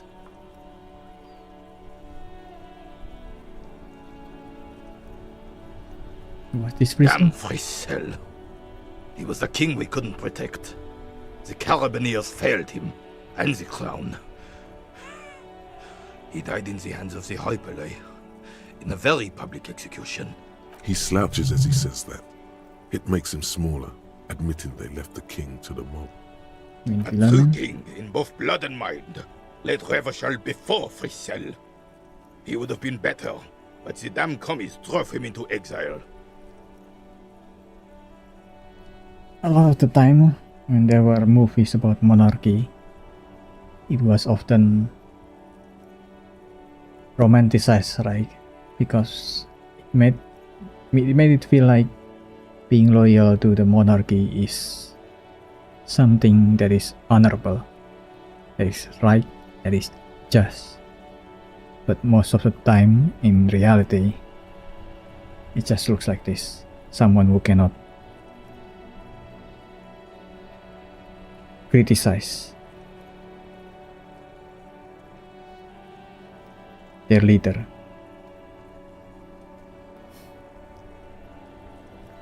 Wait, Joyce said William ran, and his nephew, Frizzle, was shot in his place. This is communard propaganda. Guillaume would never do something like that. He is Le Lion. There is not a shadow of doubt in his mind that this is the truth. The suzerain is the king. Has everyone forgotten already? They've forgotten already. Soon, they will forget everything. Him too. Then he chooses anger over melancholy. Yeah, because a lot of people consider melancholy, sadness as weakness, which is wrong. It's just one flavor of all your emotions. It's like happiness. There's nothing bad or wrong with that. There's nothing right or wrong with that. So it's as with happiness, so is sadness. It's just one of the emotions, that's all. But then people who see melancholy as weakness, often see anger as something more right, more righteous. It's no use Just talking done. to you. You were still in Daddy's balls when it happened. When we took our last stand against the filth and rode the cavalry straight into gunfire. Sure. An extremely inadvisable strategy against automatic weapons. Be sure not to make the same mistake.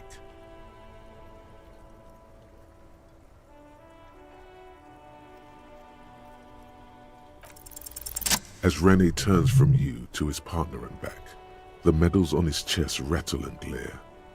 He keeps his spine straight and his ribcage lifted, displaying them proudly. How many medals are there? 2. The larger one is shaped like a cross, while the smaller medal resembles the sun. Look at the cross. A crowned head in front of 2 crossed rifles. The medal hangs from a blue striped triangle. Look at the sun. A small blue star inside an orange sun. It has the word Valiance written below. You get them for bravery. It's a conflicted topic for the old veteran. There must have been a number of controversial episodes in his service days. Hey Guru. What's up, man?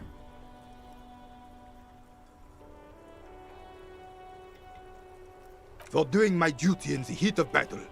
For looking my mortality I'm in the good. eye. How are you? When men like Gaston here hid in the bushes and shat themselves.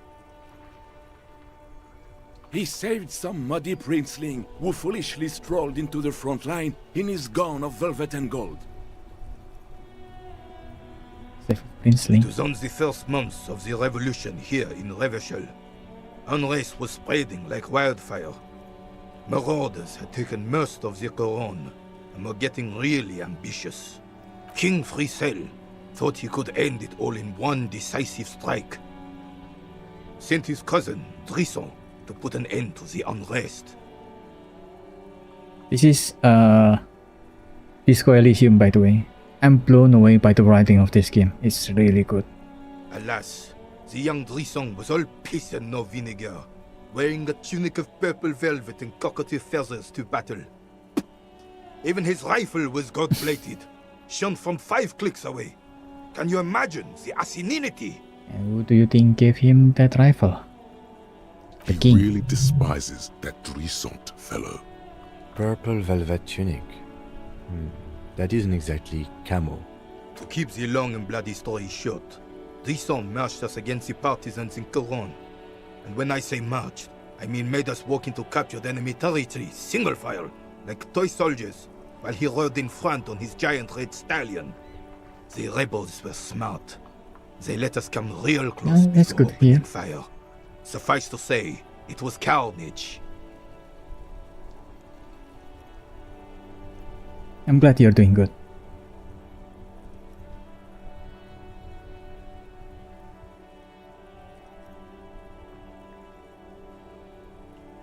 I got shot in the left shoulder and went down. Just a flesh wound. But just as I turned over, the prince fell into the mud next to me. He was missing his lower jaw. Then his horse, driven mad by the noise and smell of gunpowder, stepped on my leg and shattered my knee. It is, after all, it is technically a visual novel. It's a D&D type visual novel, but still a visual novel. So yeah. People who like to skip stories and just go into the gameplay wouldn't like this game at all. Hang on to the story. Veterans get sentimental after such retellings. This might yield something useful. Okay, then what did he I do? grabbed my sidearm and shot the beast in the head. Then everything went black. Capitaine Arnoux, le fléau des chevaux. When I came to, it was all over. It was just me and Jolas Tresson, gurgling in the blood-soaked mud right next to me. The dink had taken numerous flesh wounds and lost a lot of blood. But despite missing his jaw, he seemed hesitant to die. Tougher than he looked, that one.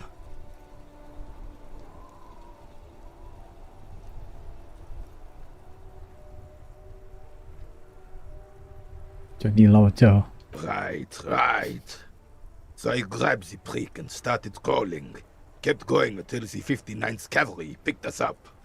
Through some miracle, we both survived. And the jealous freak convinced Frisel to give me a medal for not leaving him to die in his own blood. Piece and shit. He was the commanding officer and I was on duty. Just doing my job. Shouldn't hand out medals for that. 13 months later, I received the Sun for distinguished service. It's not worth mentioning. You sense he's downplaying it. He did a lot more than his duty. More than anyone's duty. It's in his spine, in his billowing breasts, and untarnished self-worth. Sounds like you're being modest, Rene. The old carabiner stands quietly like a statue, his features motionless.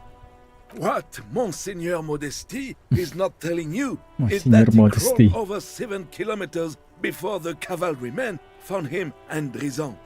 2 days later that was. And that even while crawling with a mangled half-dead prince on his back, he still managed to murder 3 rebels on his way. Partly it's because I also got bored really fast usually if it's just through the gameplay.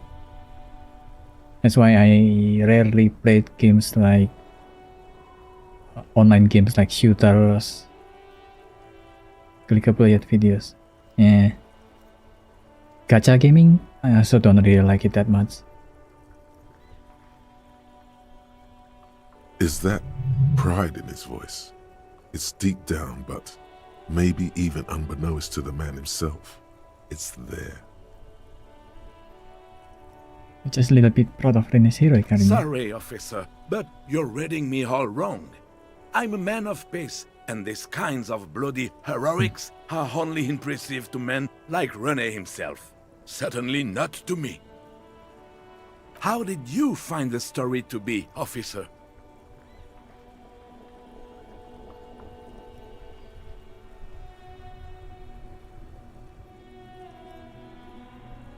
I don't want to reset. Bon Dieu. You and Gaston must be related.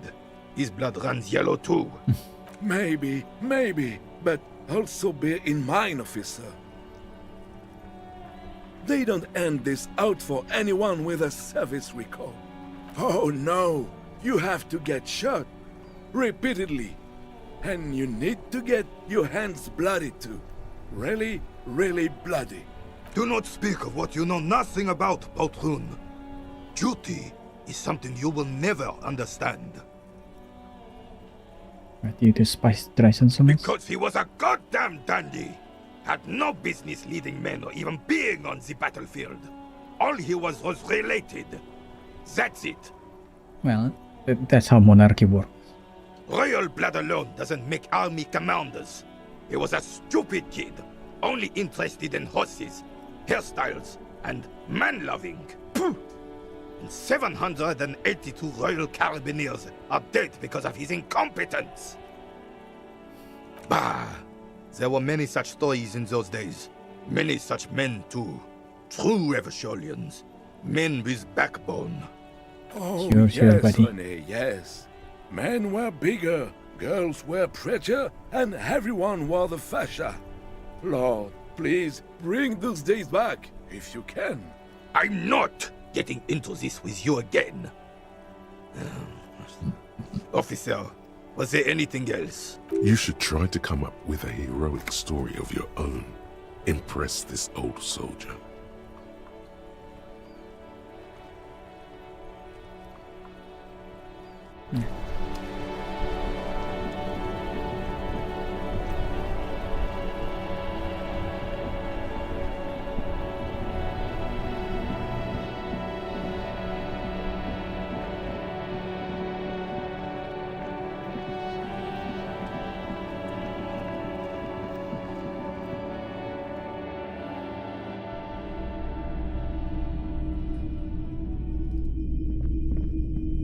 If you don't mind, please put the flashlight away. Photonic sensitivity is not generally acknowledged by the medical establishment.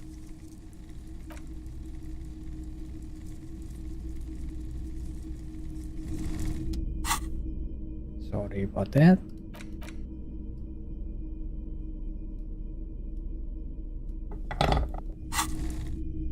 Hello, hello. Yeah, Sure, let me have a look.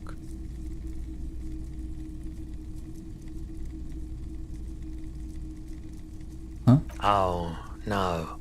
I don't like those kinds of objects. No sale. You know what that does mean? Photic paths, counter-radiance networks, anti-magnetism. It's darkness. That's all I know.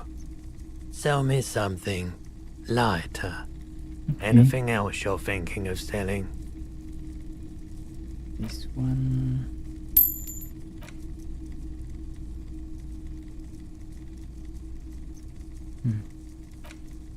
This one.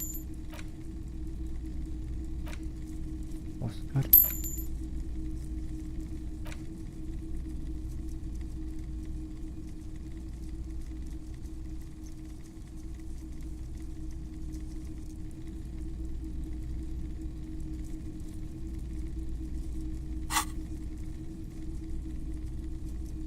$35. Another time, perhaps.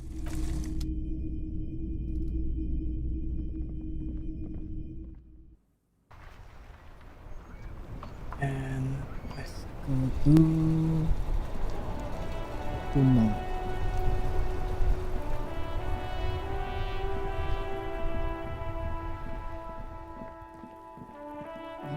Here.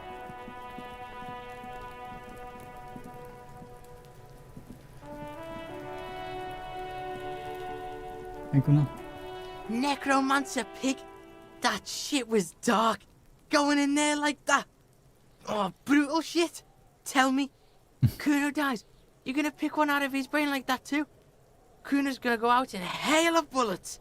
Gonna look like a fucking porcupine. Ooh. Didn't sell? Oh, I sell some things. The guy at the store, right? The pawn shop. I sell 3 items. But the rest of them I want to save because it looks important. And this game sometimes just let you sell anything that can be useful, which is dangerous. Porta Rosa, a side alley of the Boogie Street Spearhead. A young man in his early 20s approaches patrol officer Emile Mullins and asks for a cigarette. As Officer Mullins reaches in his coat pocket for the pack of Astra he just purchased this morning, the man shoots him point blank in his chest.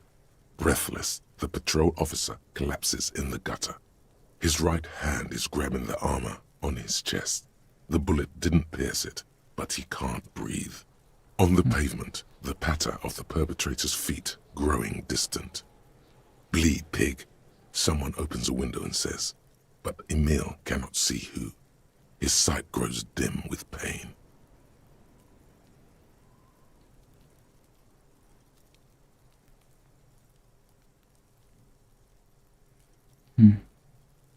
Yeah.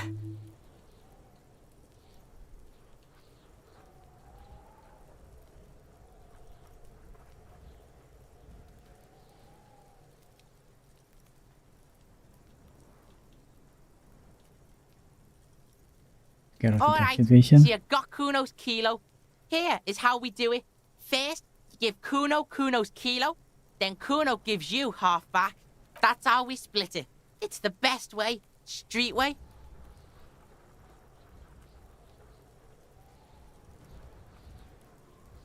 The fuck are you talking about? Getting Kuno all worked up for nothing? The fuck about it? Where's the rest of his Kuno doesn't armor? give a shit about the armor. Okay. That fucking had one thing majorly wrong with him. He's a fucking mutant. Mutant? Do you remember how he looked? Fucking growth hormone shit. He's a giant. The armor's too big for any man. Kuno doesn't give a shit about that freak armor.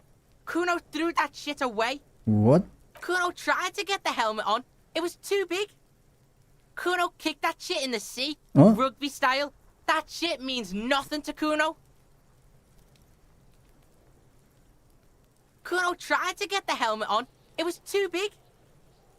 Kuno kicked that shit in the sea, rugby style. Yeah, that shit means nothing to Kuno. Kuno doesn't give a shit about material shit. Kuno's a fucking monk. You wanna fuck on someone about that armor? Go fuck the mustached union fuck. The jolly troubadour shit at the gate. Yeah, cock in boot. You know that jolly union cow fucker? Came around talking about cows or some shit? Came around pretending like he cares about cows?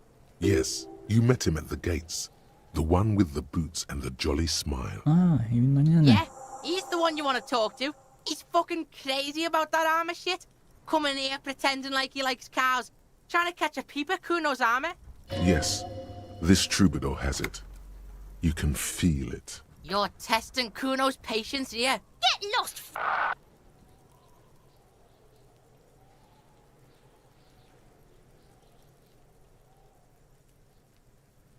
Hmm. 15 is a lot though. Alright, that's how we split it. It's the best. Alright, fair is fair. That's heavy. There you go. More than half Same with in the there. experience, yeah. Kuno's fucking honourable like that. There is no movement on the lieutenant's face as he stares intently at the trash container. Yeah. But he does not approve. Yeah. Now tell me, how the fuck are you still alive, pig? The fuck do you know about Kuno's life? Kuno's got plans. Get the fuck out of here. Yeah, we got plans. Yeah? How are you still standing, pig? You sneak past him. What? His posture changes. The swaying rooster motion stops for a second. Then he gets it going again, reorienting himself. Yeah, he's a menace. Fuck right. Kuno's dad was sleeping like a bum. Kuno told ya. Kuno's dad doesn't give a shit about anything. Fucking breaking and entering shit. That's nothing to Kuno's dad. You got lucky, pig. Kuno knew this. Kuno's fucking violent fiend dad's been drinking hard lately. Kuno knew you have a way in. Narrow window. Kuno window. Yeah, I was wrong. Stop trying to give Kuno your pity shit. Kuno knows what that shit is. Kuno's dad's gonna be a fucking vegetable. Stroke shit. Stomach fucked up and... Kuno's gonna go out like that too. Gonna be just like Kuno's violent dad. Fuck on speed. Do crime shit. Go out fast. Revachol West style. Stop saying all this sad shit, Kuno. There's a touch of grief in there. Fuck are you talking, sad? Kuno's got hard shit, death shit, nothing shit. You don't have to turn into that. Get your fucking nun-ass out of here before Kuno fucks it dead. You think 'cause you brought Kuno 1 gram of speed, you're friends now? Turn into... Kuno ain't turning into shit. Kuno is that shit. Kuno won! Oh, you won, Kuno! He did not win. There is a crack in there now, and it's spreading across the face of his certainty. Fuck right there were. Fucking 3 years or some shit. You have to find somewhere else. That's right. It's a shithole. Kuno's gonna move underground. Leroy shit. Ancient shit. Kuno's gonna live in a fucking catacomb. Yeah, in a tomb, Kuno. Yeah, pig. This shit is done. Now get the fuck out of Kuno's face. Kuno needs to drop the bomb. Kuno doesn't fucking care.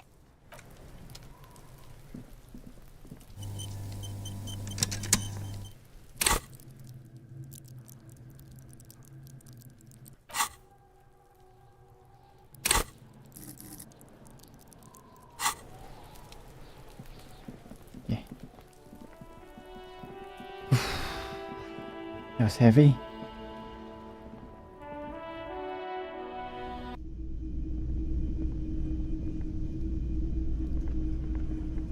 Behind the dockworkers, a ceiling height window. Perception.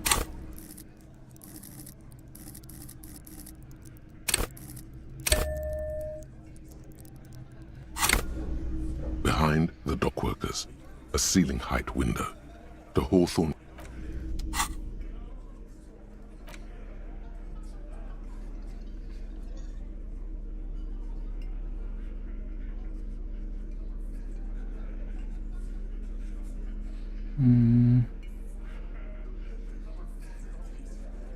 Damn it.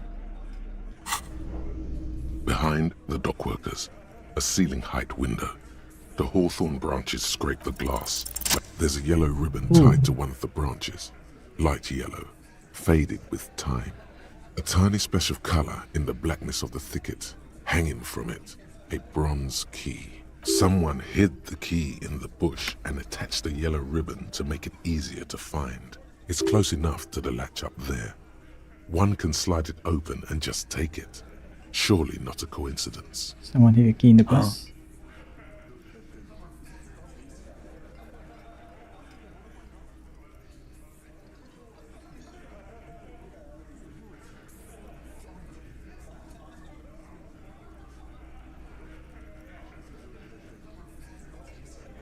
And I need the fatty to get his feet amputated because the smell is killing me. We can't always get what we want. God damn it, Dennis. You know I can't help it. Sorry, fucko. These guys won't help you. Looks like you're gonna have to go bush diving. The Hawthorne's got a bitch of a bite. I'm gonna enjoy the sight of you in the bushes out there. With a loud thud, the old man stands up, pushes the window open, grabs the key from the hawthorn branch and slides it across the table to you. The key is brass. Workshop spare is etched into its bow. The old man closes the window and sits back down in silence. Come on, man. We were just having some fun. Where's the harm in... I'm tired of listening to your shit. Thank Off you. yourself. Make it up to me, cop. I still got my money on that. There is a silence around this man's words. Unlike Titus, they're afraid of him. That's the type of respect he commands.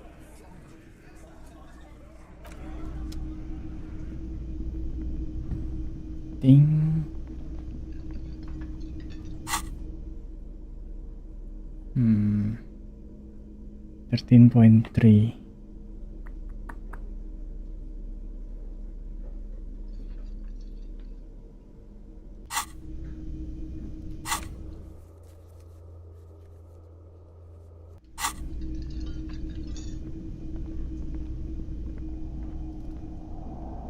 You see a heavy steel door with a prominent dimple lock. It's painted blue. The key fits the dimple lock. It takes a bit of effort to turn it after all these years. But then, the lock clicks. Dust rises before you like mist. A tomb? Haunted by regal spirits from distant ages. No. Smells like engine grease and cut wood. A workshop.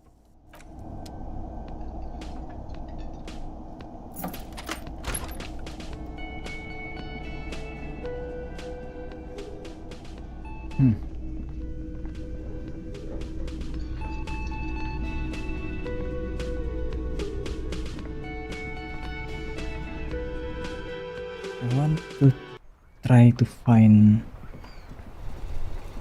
someone else first.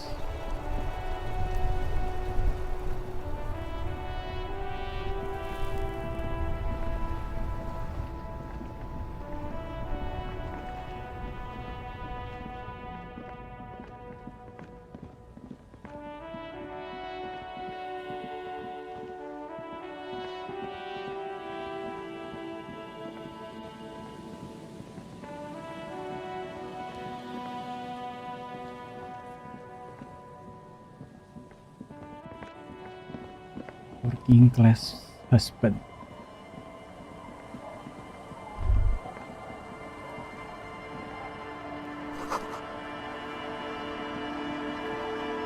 The water.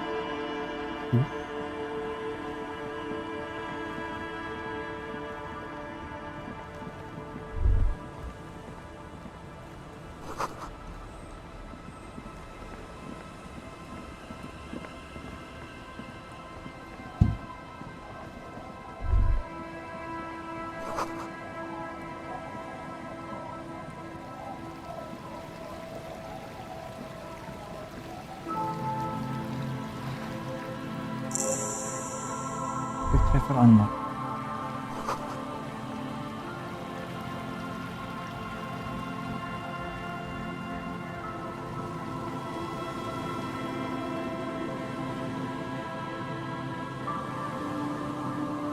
How big is this game actually? I didn't realize it was this big. God damn.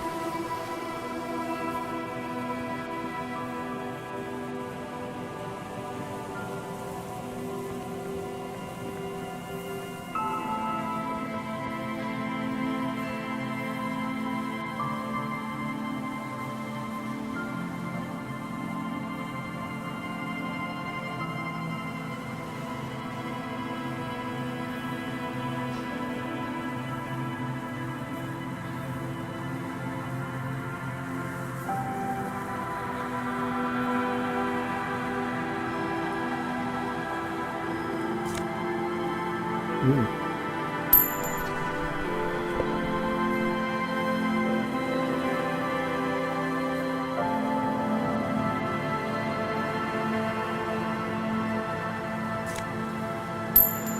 Nice.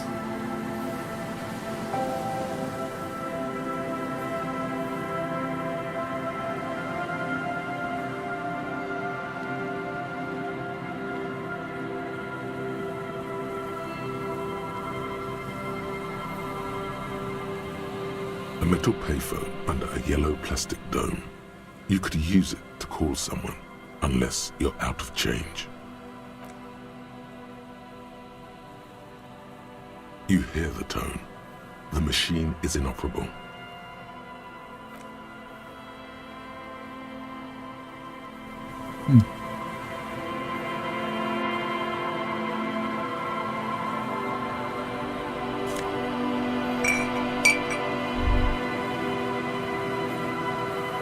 Someone has left an unidentifiable article of clothing on this railing. It smells really bad.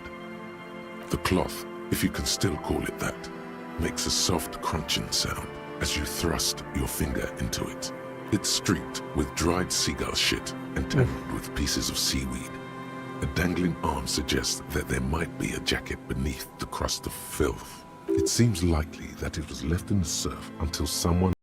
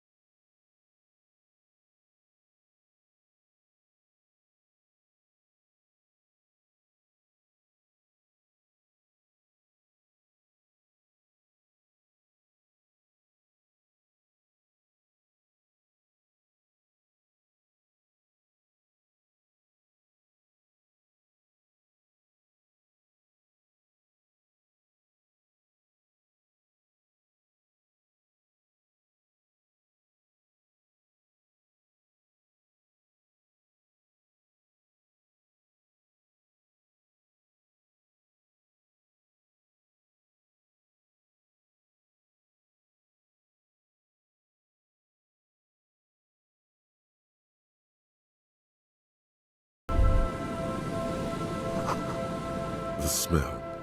It's awful and familiar. What is it? Don't you recognize it? That hideous pungency, that faintly cloying sweetness. Only death smells like that. Ah. Oh no. Oh no. It is death. It must be. The lieutenant has already brought a handkerchief to his nose.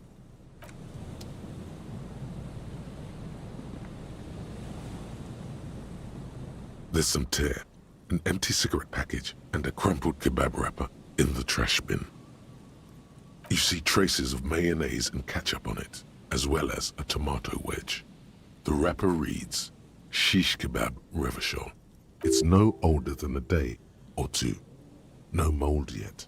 It's hard to concentrate in the smell. The sea air brings some relief. Whoever tossed it here was a heavy smoker. The brand name reads Red Astra. 2 empty bottles of Tallulah vodka and a can of black potent porter is all you find. No, there's more in there. Livis strawberry liquor, plus some Pilsner bottles too.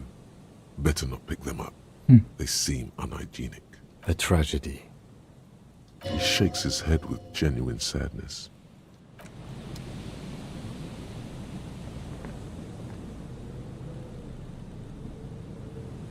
A man lies on the boardwalk, his limbs bent and neck turned at an unnatural angle. Right next to him is an empty bottle of spirits. In his cramped hand, a chewing gum wrapper. God damn it. The smell is not as bad as a 2-week-old corpse, but it's definitely heading there. Hold on. Lividity is faintly pronounced. Whoever this is has been dead for 2 days. No longer. We need to investigate. Another dead body. This is your job. Steel yourself. Calm now. Carefully. Just another day. Just another dead body. Breathe. See you He's next wearing class. mud-caked boots, beige trousers, and an old brown leather jacket with a bright blue lining. There are traces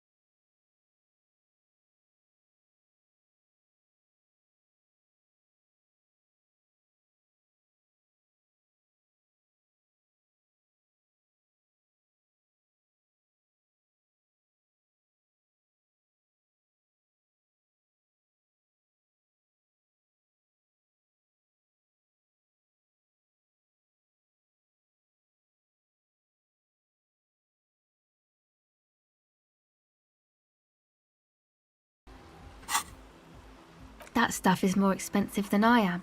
More expensive than any of us, really. Doesn't matter. I can take the cold. Go ahead. It's supposed to become like a club for anodic dance music, like that new style of except that, yeah. No, not really, no. It's Noids. Yeah, I guess you could say that. To keep more weirdos from getting in. Fucking Martinez. I'm sorry. It's got the worst weirdos. If you get around to it, ask Andre about them, he'll tell ya. Hmm. You know, anodic, cathodic, music that's made with electronic instruments. Synthesizers and tape consoles.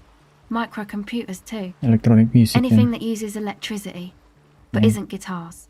Also found sounds, stuff like that. Hmm. You see clear, beautiful, violent flashes of light. Light cutting through a smoke-filled darkness. That is what the future will look like, if it ever comes. I know. It's not my idea. Andre and the boys found the place. It was supposed to be deserted, but now they can't even take it. Hey, don't get me wrong, but you're cops, right? Yes, right, yes. Okay, well, maybe you could talk to Andre and the guys, because there are some strange things going on in that church. If you're police, you should look into it, right? I'll talk to They're them. inside that thing there. Would be cool if you did. Was there something else? Go ahead.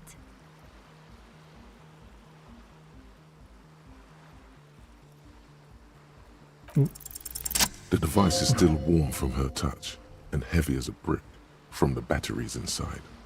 The company logo, Omicron, adorns its yellow plastic cover. Inside, the tape is rolling. The girl looks at the device in your hands.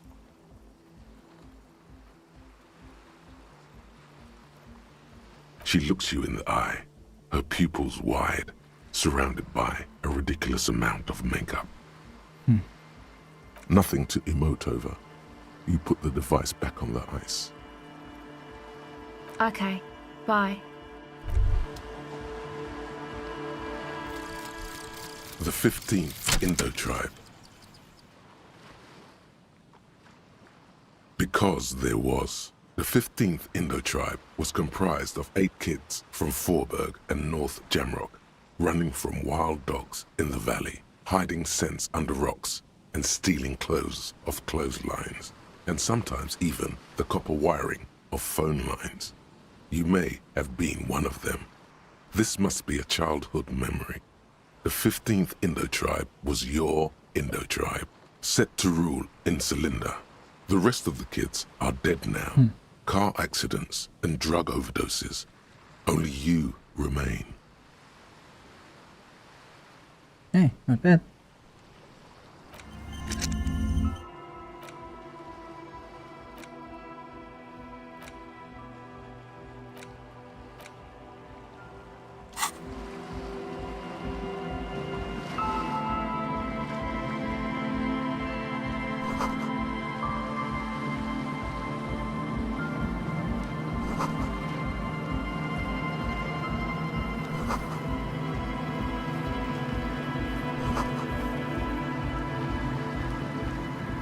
A pane of Eternite has been planted into the snow. 2 poles are holding it up. Barely holding it up. It could fall over any minute. A stronger gust of wind might be enough. It What's looks this? like a makeshift bridge. Could be convenient. The pane falls into the icy snow with a soft thunk. Ooh.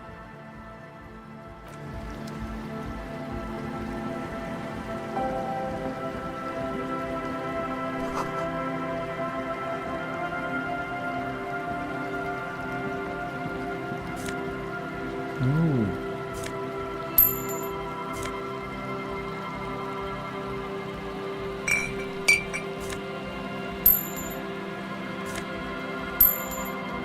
Nice.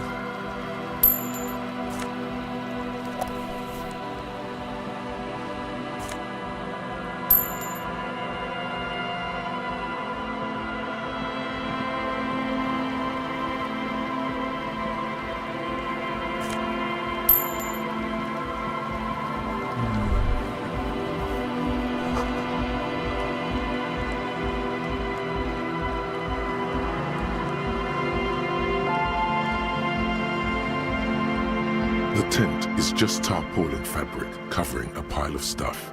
The flap is open. Inside, 3 young men are listening to some new form of music. It's like nothing you've ever heard. One of them looks at you. Come on, get in and close the flap behind you. The warm stuff's getting out. Huh? What the? Is that fair? It's safe to assume this is their leader, or at least he thinks he is. Sorry, we barely have room for one. You go ahead. I'm too old for this. Am I not too old for this? I'm actually not, he thinks. I just dislike delinquents. I'm sure you will feel right at home. I'll keep watch. Damn it, Kim.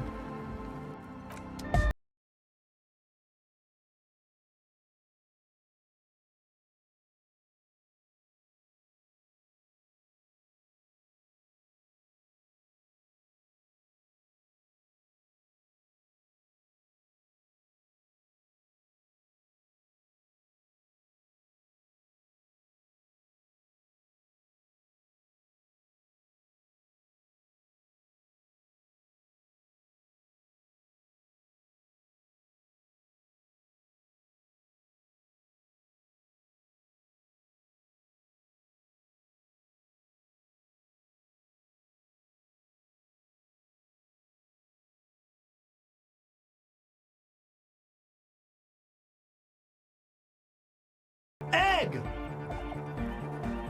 No. Egg. Yeah. Together with a Cell Burger, who's out there right now, doing some seriously progressive sonic experimentation, we like to think of ourselves as music venue organisers. How many music venues have you We have organized? many in the pipeline, officer. Oh, in the pipeline, okay. You see, we've been all over Jamrock North, prospecting for real estate to establish a new venue in. Also for talent. Yeah, thank you, Egghead. And while there is no shortage of raw, unfettered talent spinning tapes in Jamrock, we've had rotten luck with the real estate part. Place is a shithole. I apologise for my friend Noid's potty mouth. I realise this is not how you speak to a police officer. He has authority issues. There was a problem with the church. Ah, so you've met her? Good, good.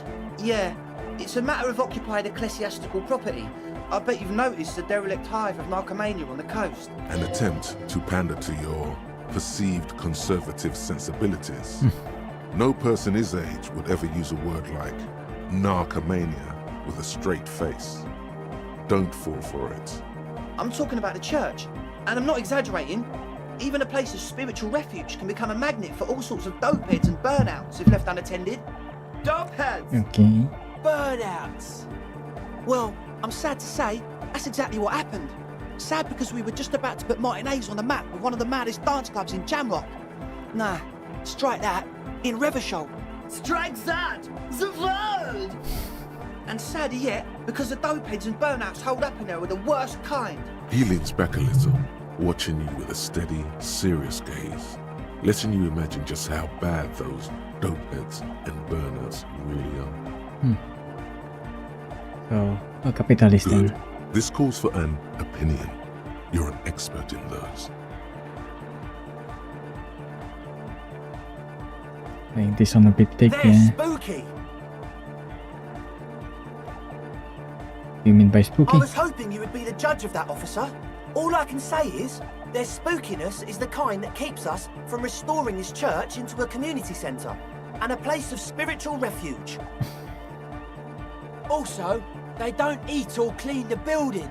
Shit's gonna collapse. People just want to spin tapes without them spooking it up. Place has bad signs. No one can dance like that. Thank you, Egghead. So you're gonna look into it, right? It should be a police matter. Getting them out. Whatever spooky stuff they're doing, I'm sure it's not what the Ecclesiastes meant their property for. Okay. All right, man. Andre's obviously very happy you took him seriously. The whole tent is. The boys exchanged giddy looks. I Can did you ask give me the Noid key? to install a measure against more drifters wandering in. It's a temporary fix, just something to contain the situation. I had to do it in an hurry. Not my best work, but it should hold for a while. You need the Of key. course. Noid, give the officer the key. All right. Okay. You sense the trajectory of the little piece of metal and plastic. The object makes a small ringing sound as it approaches, just the tiniest chime to your left. Ka-ching! The key hits your palm. The speed freaks nod to you approvingly. Thanks, the man. speed freak nods to you. A respectful nod. You proved something here. How long have those people been locked in there? Not long. Like a week, maybe? What the fuck? I'm super sure they're alive. I mean, come on. I'm at least 90%, maybe 85% sure they're still alive. Not good Okay, enough. I'm sorry. I'm sorry too. I guess it wasn't very hardcore of us to just lock them in like that. Me too. I shouldn't have that kind of power over another person. I'm not the one with the violence monopoly here. You are. I'm glad that key is out of my hands now. Sure, man. Tell us what you want to know. Let's do it. Yes. What?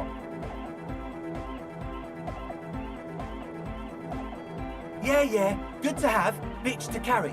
When I first scouted the place, I did some reconnaissance. I'm not sure the church even has running water. Is this still too? Oh, it's the one they sell at the fuel station. The what now? That's a bit ultra. Oh, the old Ultra. I have a major sinus infection, stuffy nose. We all do. Shit's all blasted up. Winter, can't even breathe. Sure. Yes, that's all Nosafed's doing. Without the Noser, I'd be drowning in shit right now. I have an answer for everything, huh? The shit. You have some? Sure. Here you go, officer. The Noser. Blast away. It does, doesn't it? Told you we have a smell problem. Smell ether too. Ether? I don't smell ether. Do you, Noid? No. He sniffs the air, then shrugs.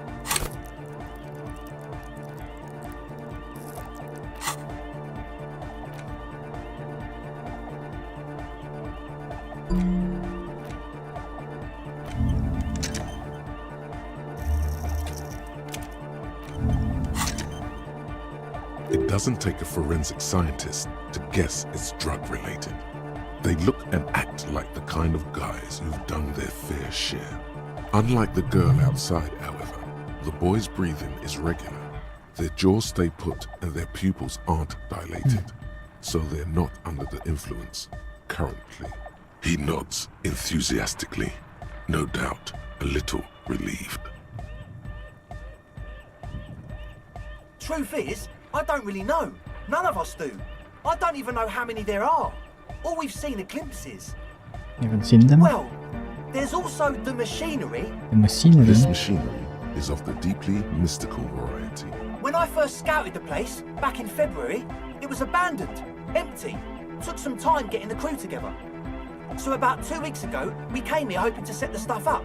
Suddenly, there are all these strange machines lying around in there.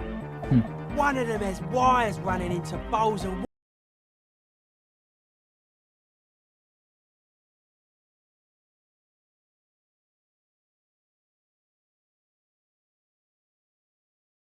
thing in there with us, watching us from the dark. No, the other one. Which other one? I'm not as in tune with my emotions as you are, Egg. Felt like silence. Awful silence. For this man, even regular silence is awful enough. But that was something greater. I haven't physically seen anyone. Not exactly. We've just seen someone who we think is a woman go in and out of the church. A couple of times. And we felt someone or something eyeing us inside. But that's kinda it. Something Like watching you you? aren't alone, you know? It wasn't quite human, if you know what I mean. It was this dark shape climbing upside down along the ceiling, like some kind of crab man. Yeah, you know, the way it was climbing up and around the ceiling, like a crab. It was stalking a cell, exhibiting ambush behaviour. Crab man! Yeah, totally. I mean, I didn't personally see it. Estelle was alone that time, but I believe her. If she comes out running and says there's a crab in there, there's a crab in there. So he hasn't even been in there lately. Is he afraid? You should ask her about it, but be nice.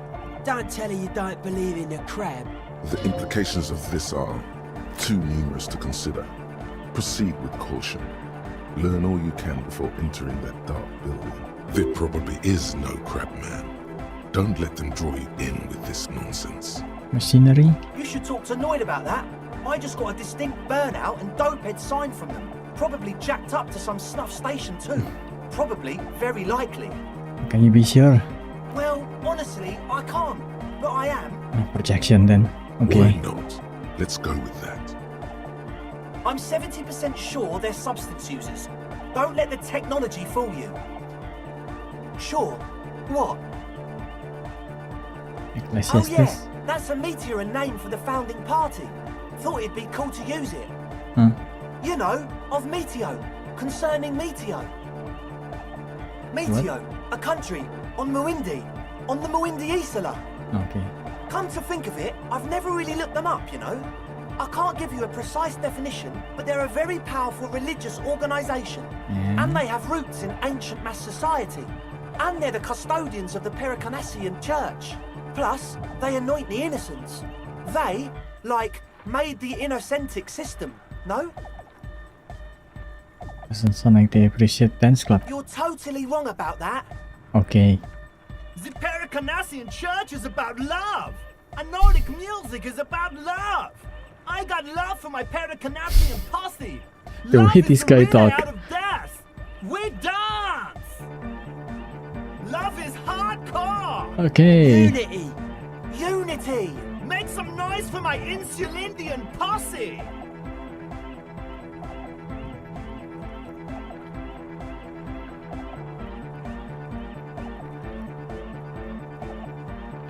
I guess love can be pretty hardcore. Oh yeah, it can.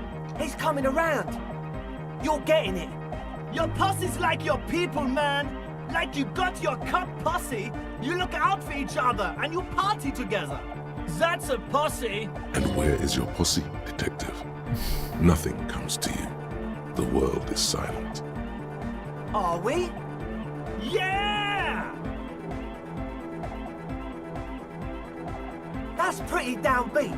I think I speak for all of us when I say we expected the law to be more open to the idea of love, unity, and the Pericarnassian posse.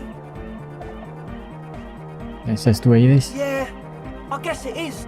So, you got more questions? The one with the large head is still looking at you, nodding his head, waiting for your body to start moving. His expectation is fierce.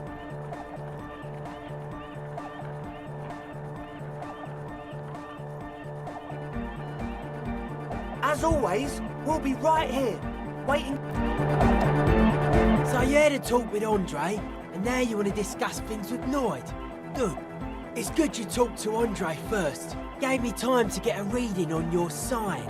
Can't really talk to people before you get a reading. Yeah, gotta compare. See if we can align. Interesting. I suck at socialising, man. Even now, our sign synchronisation is way off. But I'll see what I can do. A sticker? You mean the yellow one? Can you describe it to me? It's this one. Seems like my creation has found its way into the legal bureaucracy. What did you want to ask about it? It's supposed to be. Dead guy smiling. He defeated history. We are living in the age of history, and in the eyes of history, we are always already dead. How can we ever smile then? Because history is a lie, and so are its deaths.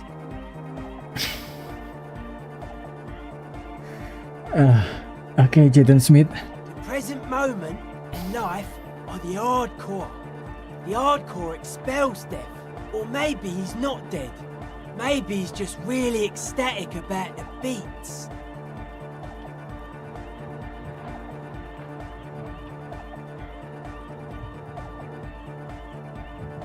He's also dead, but doesn't care. Yeah, that interpretation holds. I guess one could write an entire treatise on the thing. But what for? What about now? Nah. Still strongly out of sync. Stage gamma disalignment. You heard me. Okay. Weird stuff. Specialised. There was a data processor and some sort of long-wave machinery. Wires going into water. Gives off a spy sign. Or some fucked up Samaran science sign. You know, the kind that goes head first into the supernatural. Nothing's wrong with it. You should definitely be researched. You can still do sick shit with it though. The sickest. That's perhaps why it should be researched. Most of it doesn't exist. But there's also stuff that isn't allowed to exist. Because the moralists think it's too dangerous for the plebs. Psionic powers, pale-related diseases, pretenders pretending to be human, folk rights, that kind of stuff. Very The common. hardcore aesthetic is esoteric. It's not meant to be discussed with the law at this moment. It's not easy to reach a harmonic resonance of signs without some adjustment. Does this mean we need sign matching? Further sign matching would do good for us. One way to achieve this would be by getting us into the church. A young man with peroxide blonde hair holds up a Harman Welshi tape player, nodding along to the music. He looks at you with He had a hair, knowing what? smile and says, I thought he was bald. And had elf ear. as though you're supposed to be sharing some tremendous evangelical secrets. Hardcore! Say nothing. Hardcore! Still say nothing. Hardcore to the mega! Say nothing. Internally coherent! Still say nothing. Hardcore! Alright! Yeah! Say He nothing. furrows his brow as his very large head traces the sublime invisible movement of the music in the very real air of the stuffy tent. Hardcore! Ah! So hardcore. I was just thinking that a moment ago. One mind, one spirit. There's no other world. There's no other life. Could there have been a right way out of this garden of forking paths, you think? Hi again. So, how are things going? Not hazy science, but what's the deal with Egghead He's a there? quiet man. Mostly communicates through music. And by being a master of ceremonies. How do you communicate with him? Well, he's just kind of here. I don't really know how to communicate with him. What? Yeah, sometimes. When I stumble and find my way into his center, you have to hear a lot of hardcore to the mega first though. The man smiles mysteriously, choosing to let the beat speak for itself. I get it. He's a puzzle.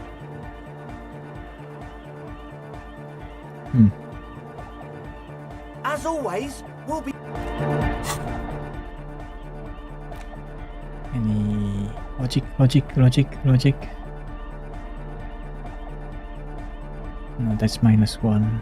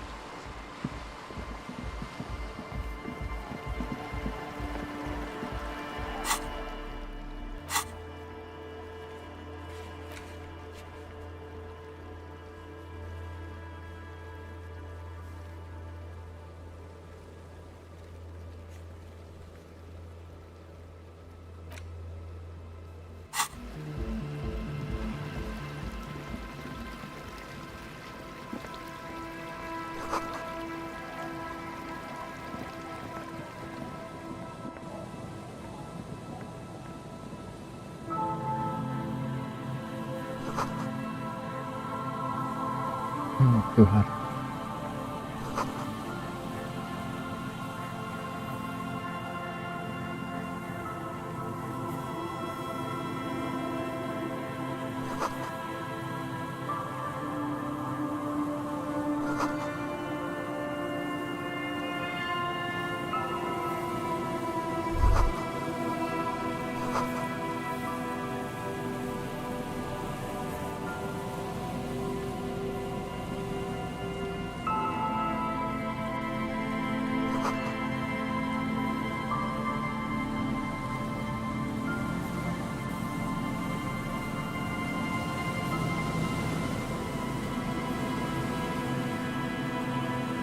Ini.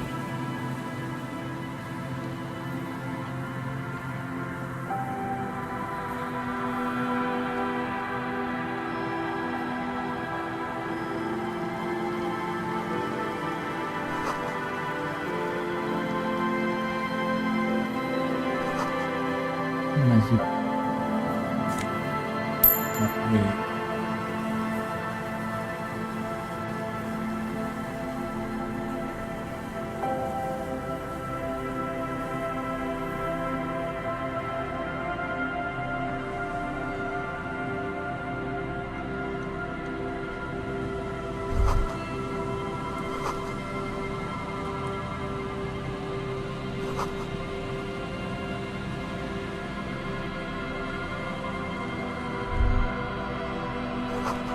That patch of reeds over there, it's a great place to hide something. Kind of out of the way, being so close to the water. Nothing. Just a hunch. The hunch passes, leaving you there, by the old boy bobbing in the water. Time to go.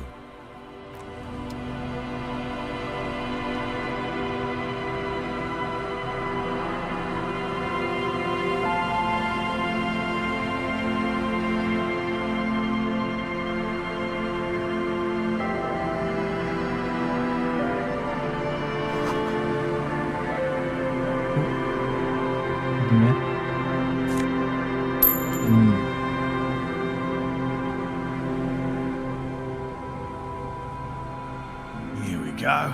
Nice and easy. No way out, little guys. Not out of this Hey, jam. Moral. I think that's the husband of the old lady in the wheelchair at There's the a hotel. cylinder on the ground in which the man is arranging some netting. It looks like some kind of trap. He notices you. Who's there? Oh, the police. Hello, officers. His self-conscious enthusiasm renders his movements ungainly. He looks like your understanding of a scientist. Is that the police? Why are the police here? Gary the crypto fascist. Don't worry, Gary. I'll handle it. Ya masih Moral. To what do I owe the pleasure? Lina sends me. Of course. Thank you for passing along the message. That damn water lock is broken, and we can't go all the way around the 881. Yeah, it was me. I broke the water lock in my motor carriage. It's fixed now. You can go back. You broke the water lock with a motor carriage? But there was a billboard in the canal. Not a vehicle. It said Samaran Butter. Masih aja over the canal. Why?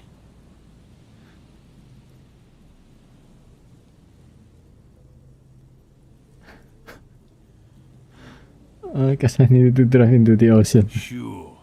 But you said the water lock is fixed now. So we can go back. Yeah, yeah, Did he yeah. say we can go back now? Yeah, Yes, Gary. We can go soon. If you see Lena, tell her I won't be long. Okay. Sir, your wife is waiting for you. I just have to do one more round. See if the phasmid has taken the bait. Then we're going. His hands are large and weather-worn, but also used to delicate, precise work. For all his passion, this man is diligent and patient. You could learn things from him. Any more body straps? Well, they may not look impressive, but Lena designed them quite cleverly, so I'm sure they'll do the trick. Lina designed them. Yes. More than some, he admires this about her. How do they work? Simple. Attracted by the locusts, the phasmid crawls down the funnel and, having eaten its fill, can get back out. At least, that's the intention. The net isn't a perfect solution, but we didn't want to use anything that might damage the specimen's delicate exoskeleton. Why are you using a spade? Locusts. Nearly all known phasmids are herbivores, of course. But we've hypothesized that the Insulindian phasmid might occasionally prey on other insects. Inside the traps, a number of locusts crawl and tumble over one another in a tiny, chittering swarm. A meat-eating stick insect, Does it pretend to be the reeds as part of its ambush behavior? This seems unlikely.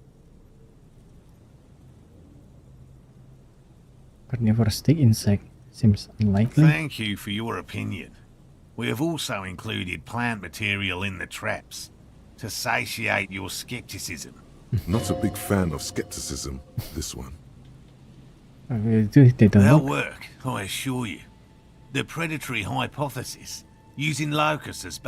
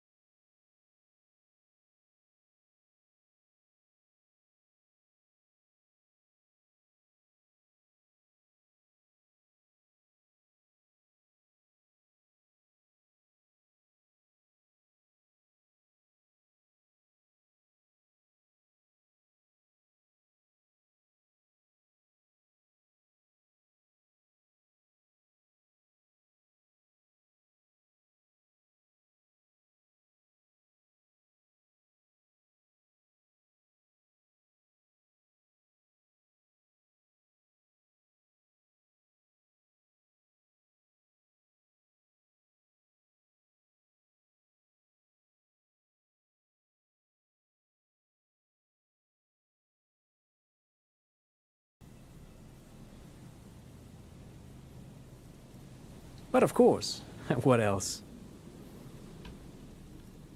No, thanks to you.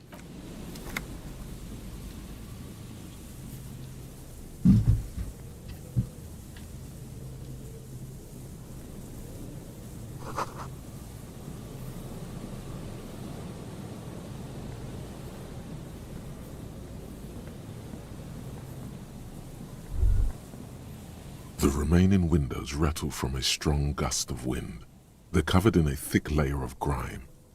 Dripping water falls from a high place. There's rust and corrosion on the bars. No. I won't even try. I had a partner once. They called him Eyes, because he had... This partner of his, Eyes, things didn't end well. It saddens him to... Well enough, actually. It's odd. His hands lead the way when it comes to that. And his...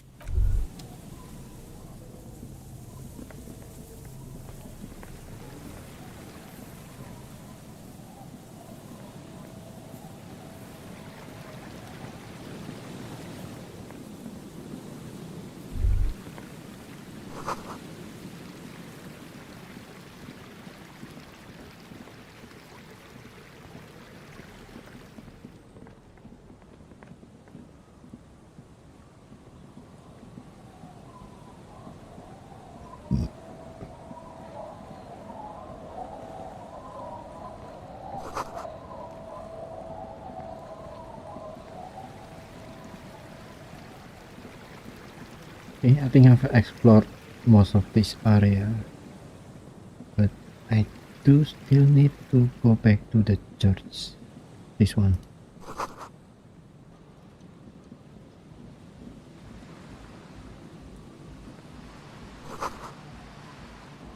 Kuda.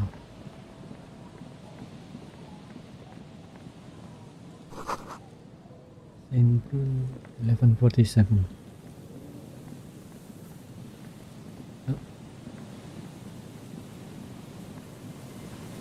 Near Chinese.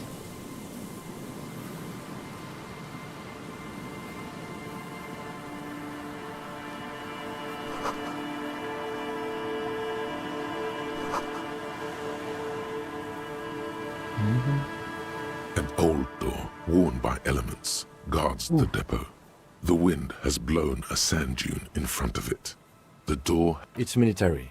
A service depot of some sort. Service depot. Probably something that is no longer there.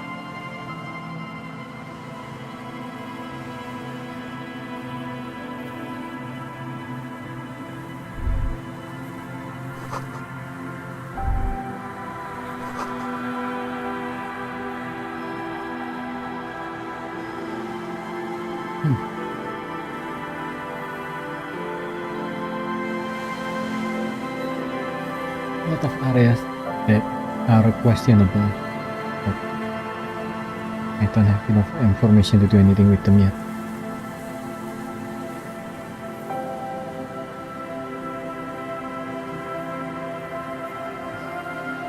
We'll find the supposed right now. Redman!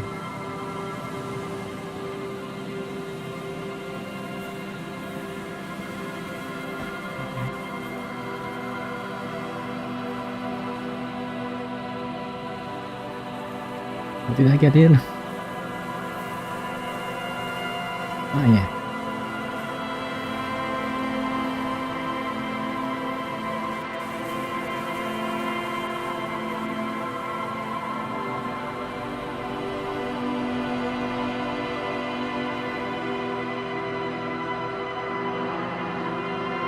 wooden door, more than twice your height, stands shut in front of you.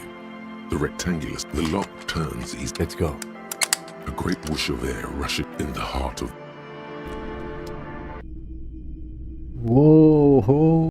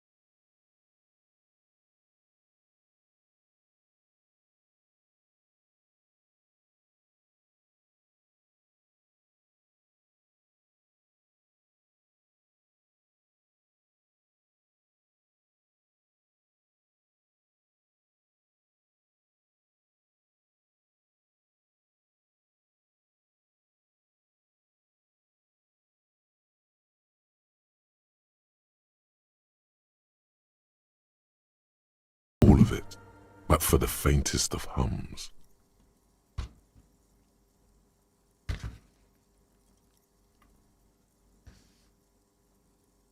You can hardly hear your own breathing. Your voice is barely audible, not a howl, but the softest of whimpers. You produce a few muffled thumps, after which the silence feels even more total, somehow. The lieutenant points to his ears and shakes his head. Then he leans closer. Can you hear anything?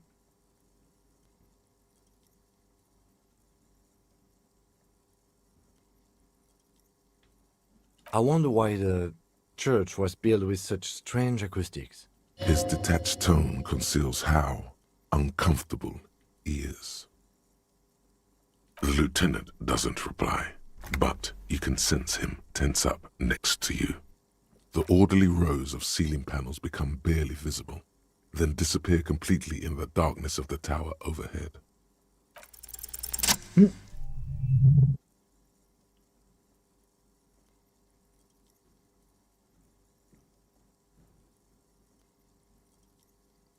Whoa. It's like there's something moving up there. A shadow has emerged from the tower and it's making its way toward you through all the other shadows. Yes, the darkness makes the ceiling feel infinitely far away. It's not a shadow anymore, becoming more substantial as it gets closer. The shape of an animal descends. Officer, is there something up there? Oh no, you've lost sight of it. Where did it go? And You see something hanging from the rafters, looking straight at you with dark eyes. What? Maybe it's possible to talk to it. What the hell?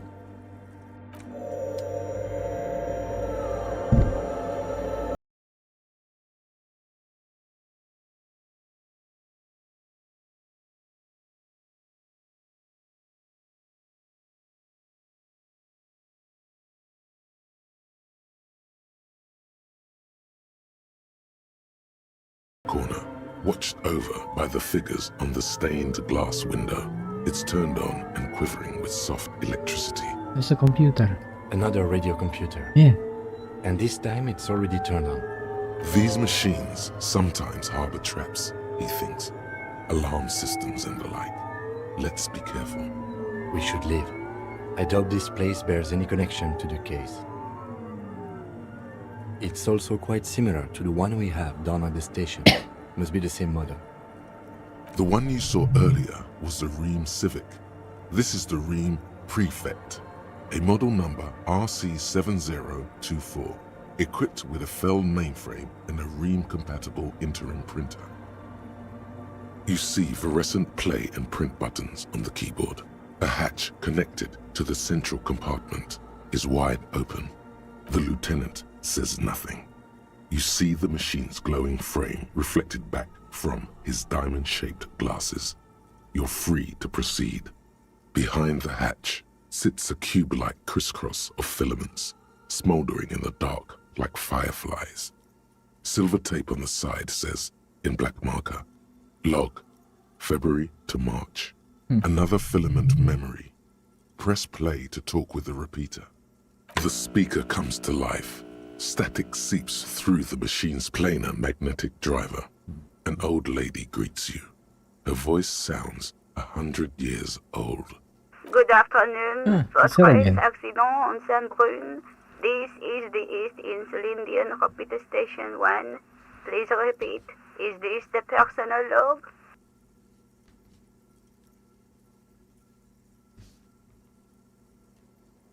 It's the same old woman you spoke with through the radio computer in the doomed commercial area.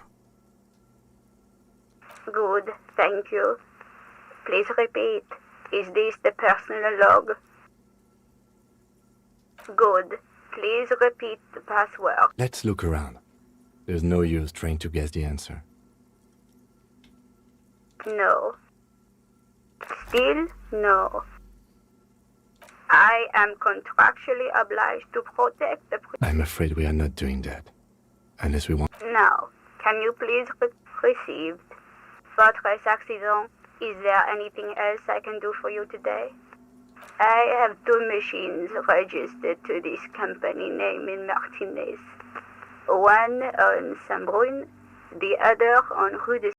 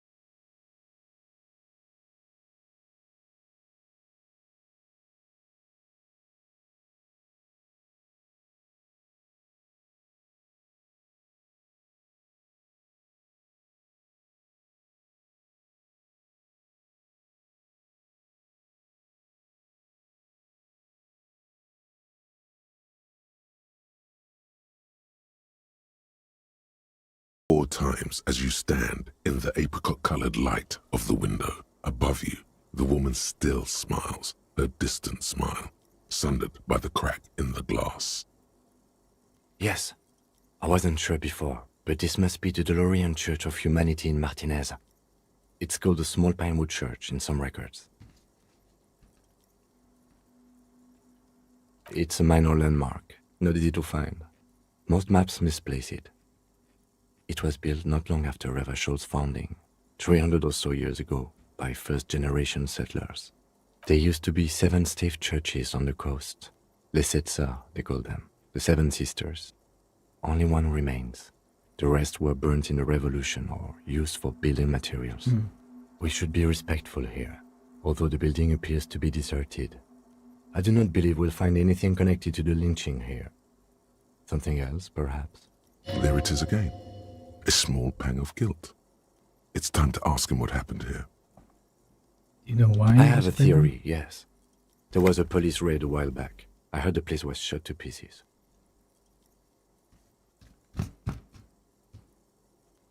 Well, your station was involved, I hear. Although I can...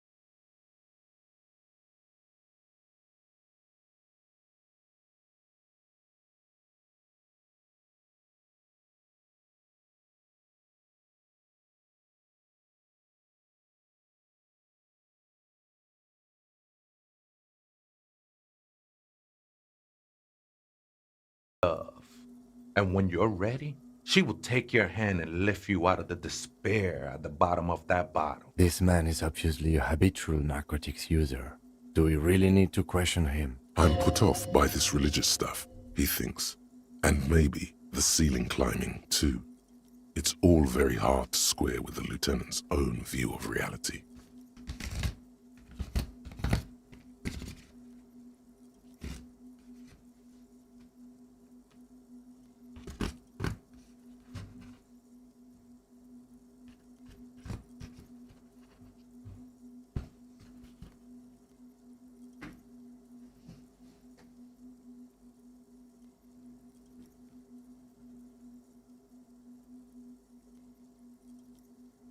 Está crudo, way. I see deep inside you. Your body and your spirit are suffering greatly from overindulgence, and you don't even know it. Not all of it. I was like you once. You don't know all the havoc El Vino is wrecking on your mind and your spirit. Necesita parar, homie. You know, actually, since we're here, You may want to pay attention to what the ceiling climber.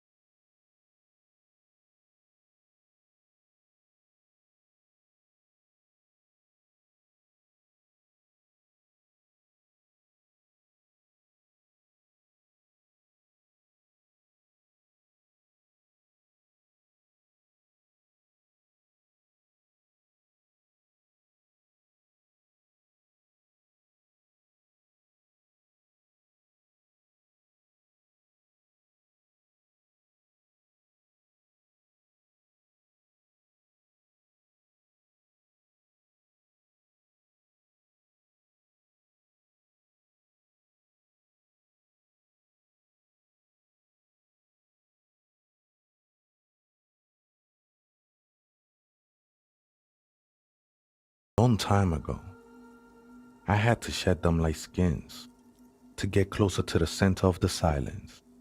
You could have them. I don't need them anymore.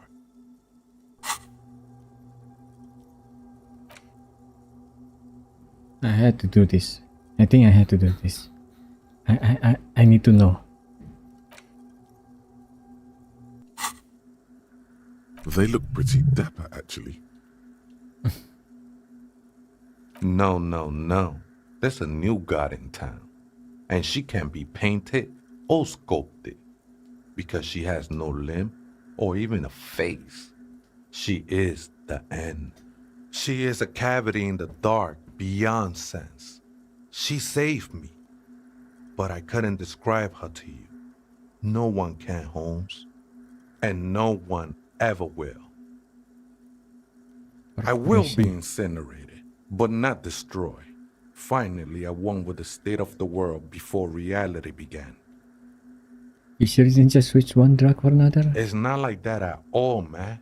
It's just faith and joyful service. No worries, man. I know this shit takes time. What you're doing I'm here? a seraph, Holmes. I sing the mother's glory.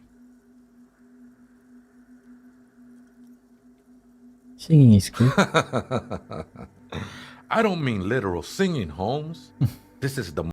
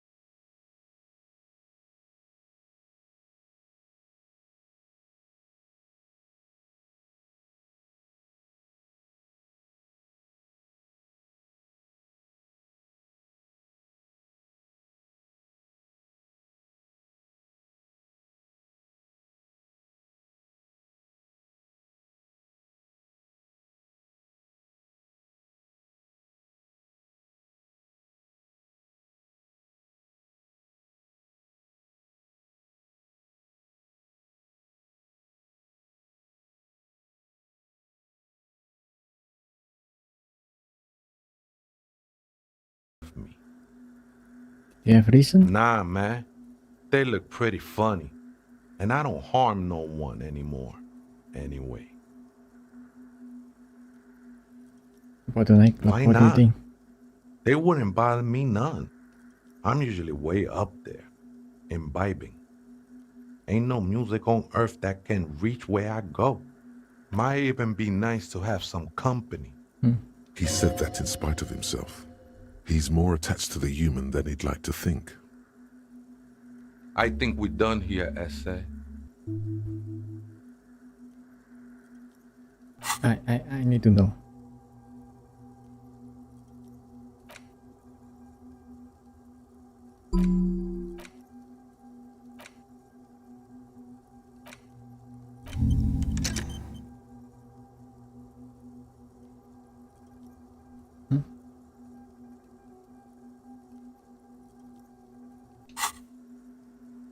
That was an interesting conversation. However, I'm still not sure how it's relevant to our investigation.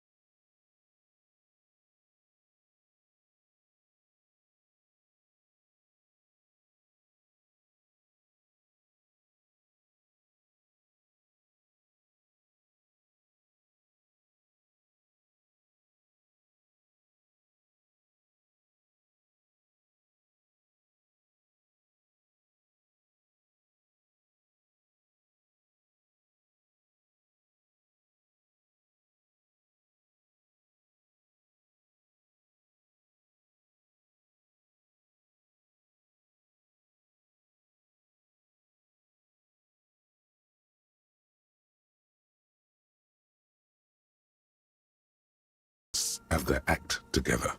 They're qualified labor. They can get work anywhere. Graphic design, ads.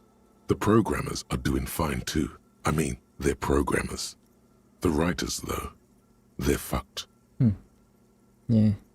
I just have to find out what caused that data loss and be done with it. Still don't understand how it managed to wipe out the backup, when the backup wasn't even connected to the front. I know. Everyone thinks it's impossible. They say I must be lying. I'm here to set it right.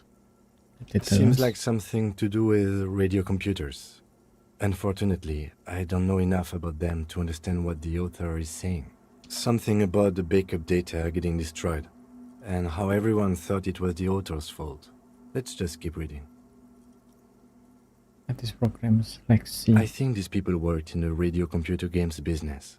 The one we saw in the Doom commercial area. They must be our former co-workers. 12th of February, 51. Brought some food from the grocery store. Apparently, there's a strike going on in the harbor. Definitely not happy to see the Martinez people again. Everything's now set up in the church. Going to start working tomorrow, 8 a.m. The strike. We are nearing the date of the murder. Keep reading. I'm interested now. I want to know what's that radio anomaly.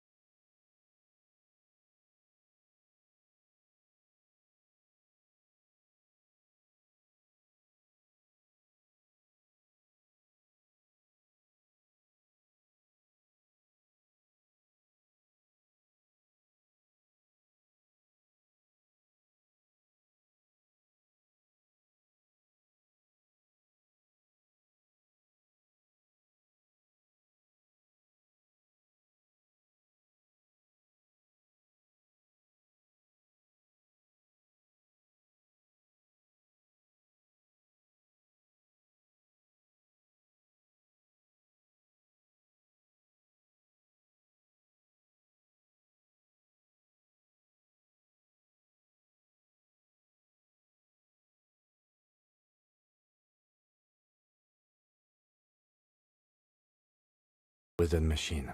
No. It was a great idea. You're learning things. This is how you learn things about machines.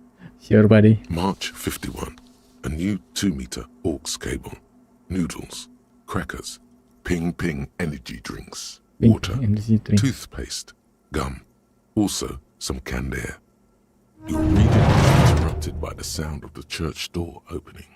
A strange woman makes straight for the radio computer. So now the programmer. Oh. Hello? Oh. Breaking into my radio computer, I see. Yes, you are breaking in, but not into her radio computer. You're a master circuit bender. I do apologize for the intrusion, madame. We are with the RCM, you see.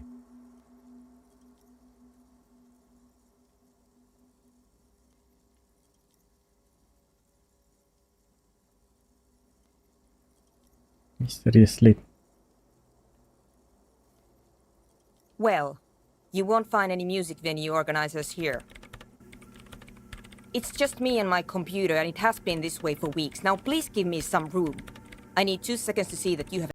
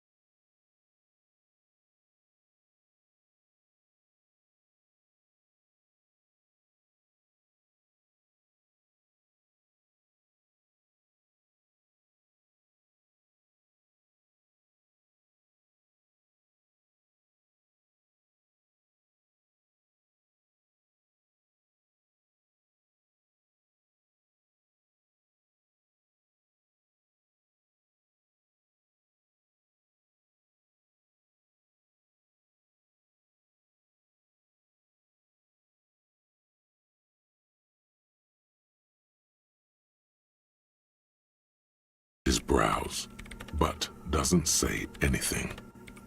Connected data loss? Yes, that's what led me here. But I suspect it might be something a bit more complicated than that. Exactly. What does it mean? Up to now, it has been impossible to say what it is because it's impossible to measure nothing. Kind of like the original problem with measuring black hole, right? But until we finally figure out that if there's nothing there, that means there's a black hole there when we look through the lens. And then after that, we made another progress because of that guy in the wheelchair, Stephen Hawking, because he figured out that black hole also is not just nothing, it is something. It had a slight energy around it that we call it the Hawking radiation, because black hole also emit some radiation. What do you think it is? What qualities does nothing have? How do you measure something that does not exist? That's a little above your pay grade at the moment.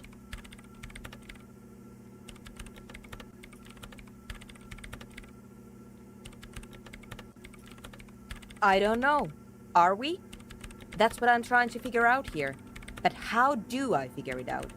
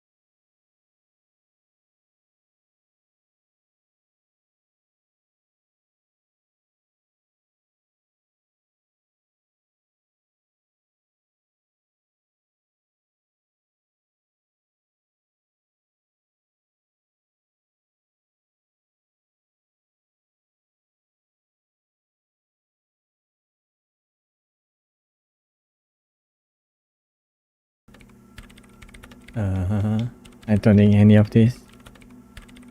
Are you center? I can't believe they got you so easily. Go have another talk with those up-and-coming entrepreneurs, will you? Thanks. Good luck. I'm not coming in there. Okay. Oh.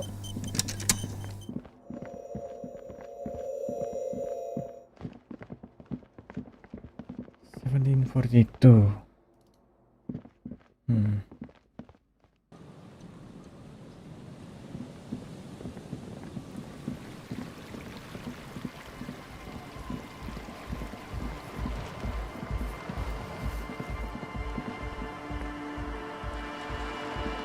The shaggy-haired girl kneels on the sea ice. She looks up as you approach. So you talked to my associates, right? Are you going to help us? With the church, I mean. Great. Let us know if there's any progress, will ya? We've been waiting for weeks here. Oh, that. You're not going to believe me. There's no point in me telling you. Well, go ahead. Okay. I went in and I saw a woman next to one of those machines there. Noid calls it a mainframe. She was dressed like someone who's been raised by their grandmother, you know, strange old clothes. Had this absent expression, didn't say anything, just stood still. Go on. And then, you know, right behind her, a man crawled down the wall. Upside down like a crab, down the church wall. I think the woman didn't even know he was there. He was completely silent.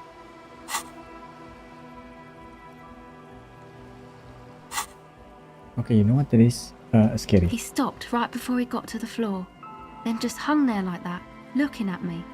Right at me. I fucking turned around and walked out. End of story. Like a crab, you say? I saw him. You saw him? Does it mean that you went in there? Did you see the other spooker, the one in Grandma's clothes? Yeah. Good, so you believe me. You should go tell this to Andre. He'll know what to do next. My associates? I haven't got much to say about them. What do you mean? Of course I do. I just don't tell people about my friends and who they are and so on. I don't provide information on them.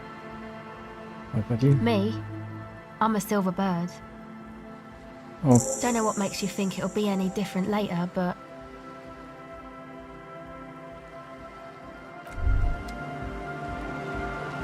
Okay. Aces high. For the rest of the world, the Aces High is just a cool Revachol thing, politically neutral. In Revachol, it still holds revolutionary connotations. Also, have you looked at Lieutenant Kitsuragi's clothes? He wears a bomber jacket, just like the ones worn by aerostatic brigades, and those cargo pants could store tools for hotfixing your aerostatic. Maybe you should ask him about this. Ooh, +1 is the corpse. Nice. Wumpty Dumpty Dum Center. You're at home, stupid cop. Not with the art crowd. You hate them. Everyone hates them. Even they hate themselves. It's nauseating. An industry built on sprezzatura and sparkling wine. And, let's be honest, tax evasion schemes. The Wumpty Dumpty Dum Center is the heart of this unholy symbiosis of aesthetics and tax optimization. And now that you've internalized it, you can have a piece too. Encyclopedia Pacific plus 10 XP and plus 2 real.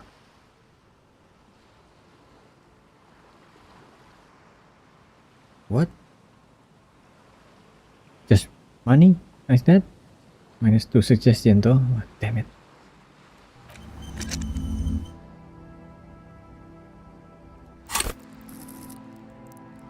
Yeah, suggestion become only 6. But every time I had encyclopedia, I got 2 real. That's really good.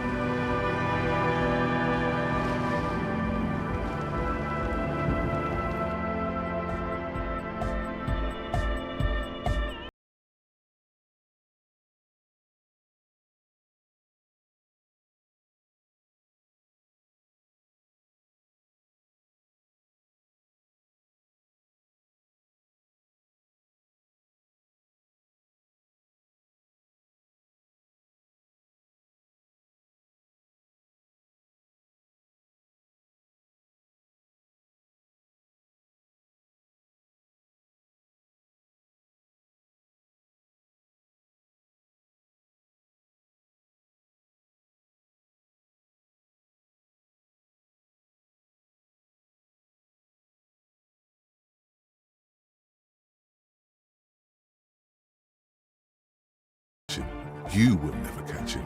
There's nothing to do.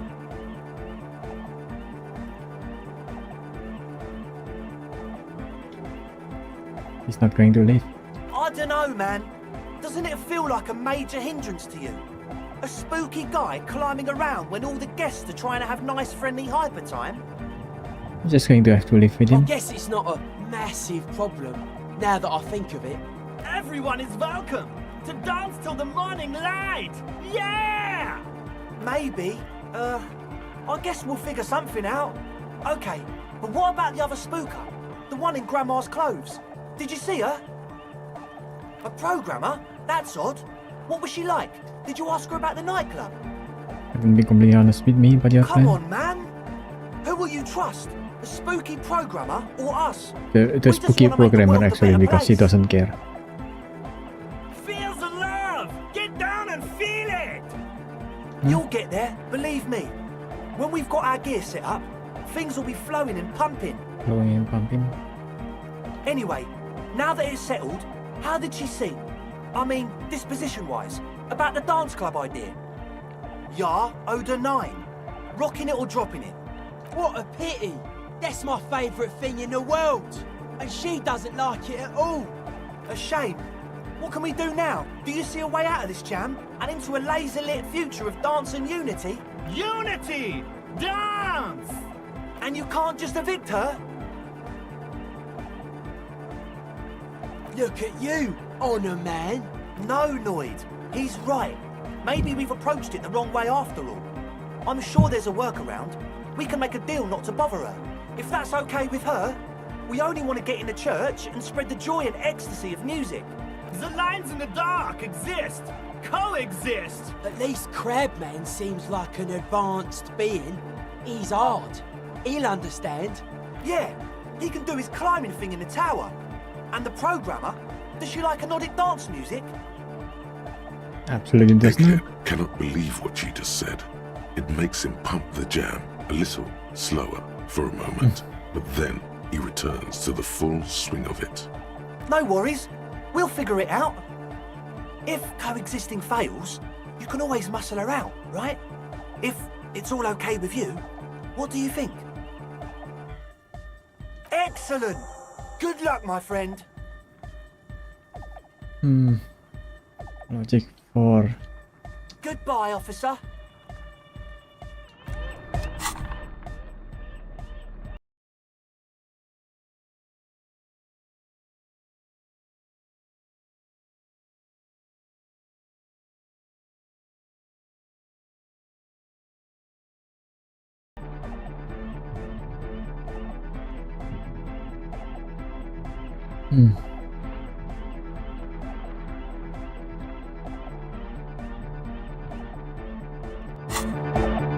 Hi again. So, how are things going? A number of things don't add up. Oh, thank Let's God. take a look. What things? He senses something is wrong.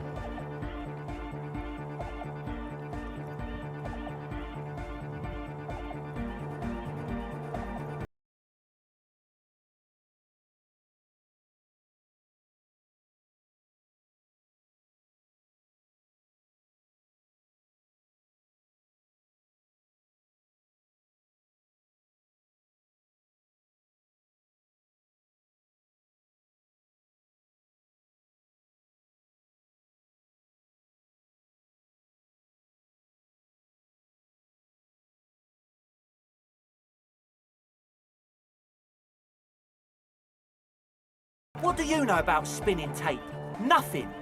Where is his What friend? do you mean, friend? The other speaker. It's a one-speaker system. It's monodynamic. You wouldn't know the first thing about sound reproduction in anodic music. Other speaker. No se fit He said here. it was for his nose. What more do you want? Distilled water. And of all cellular-based life, what's your point, Lawbringer? Either in the air. Make up your mind. First it's the sweat, then it's the ether. There's no need for me to pile on anymore, is there? No shit.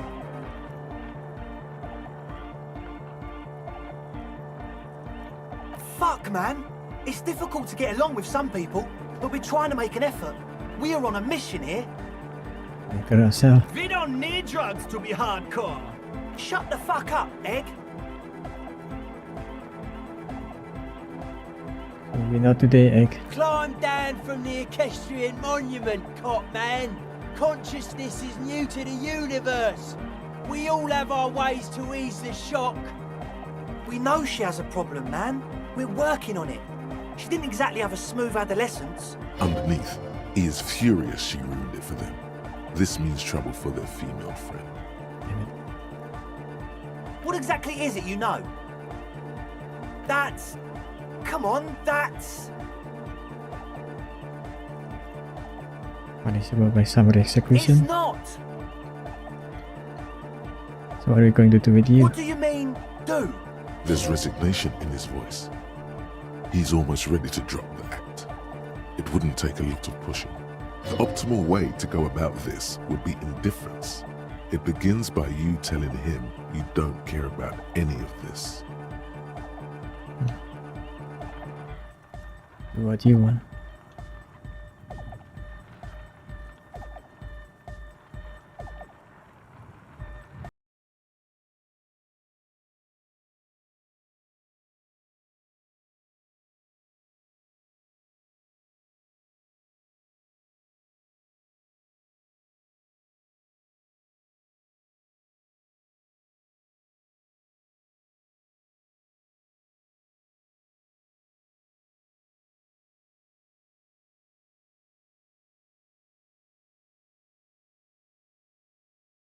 We'll see. He thinks for a moment, then opens his mouth, but closes it again.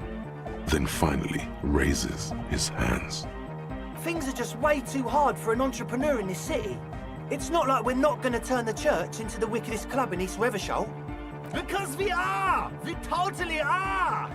We just got to turn it into a speed lab first. You know, Okay. to get our foot in the door. Why did you need me? Like I told you, spooky arseholes moved in while I was getting all this stuff together. A month ago, the place was empty, and now it's all spooked up. Not really spooky, are they? No, man. They're spooky, all right. It's just that they would also probably call the police if we started cooking speed in there.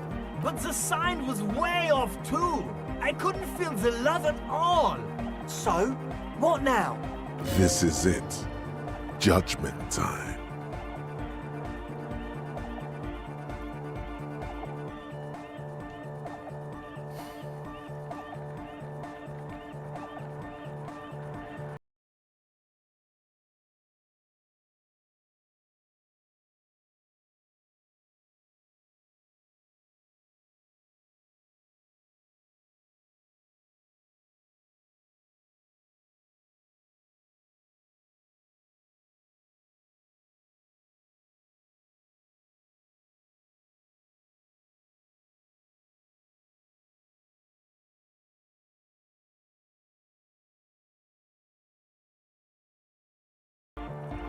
There needs to be a club for Nordic music in there. Everyone hates each other. Everybody hates it here. It's all just drugs and we're slaves and I can't. We are running out of time. He looks almost as old as you. We need a win. I promise this will be a win. We won't cook speed in there. We'll do it clean. We'll do it true. We'll do it sober and real and beautiful. This will be a victory for the light.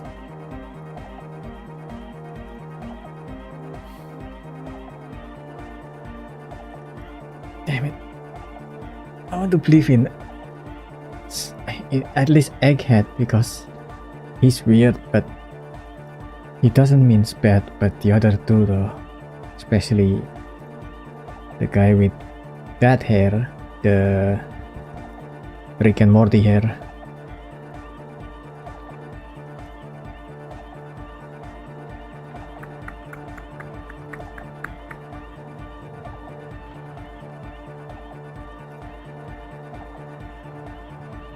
Fuck it. Fuck, man. I thought we were cool. Pack it up, Egg.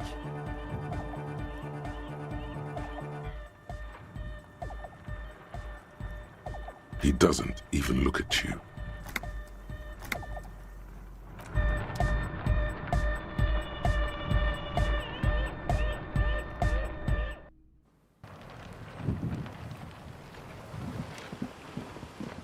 gone. They're all gone. Just like that. God damn.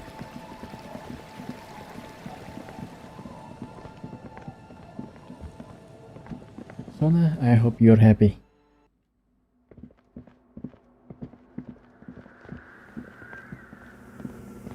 Yes, what is it? You told them to leave? Didn't think the cops in this place had it in them.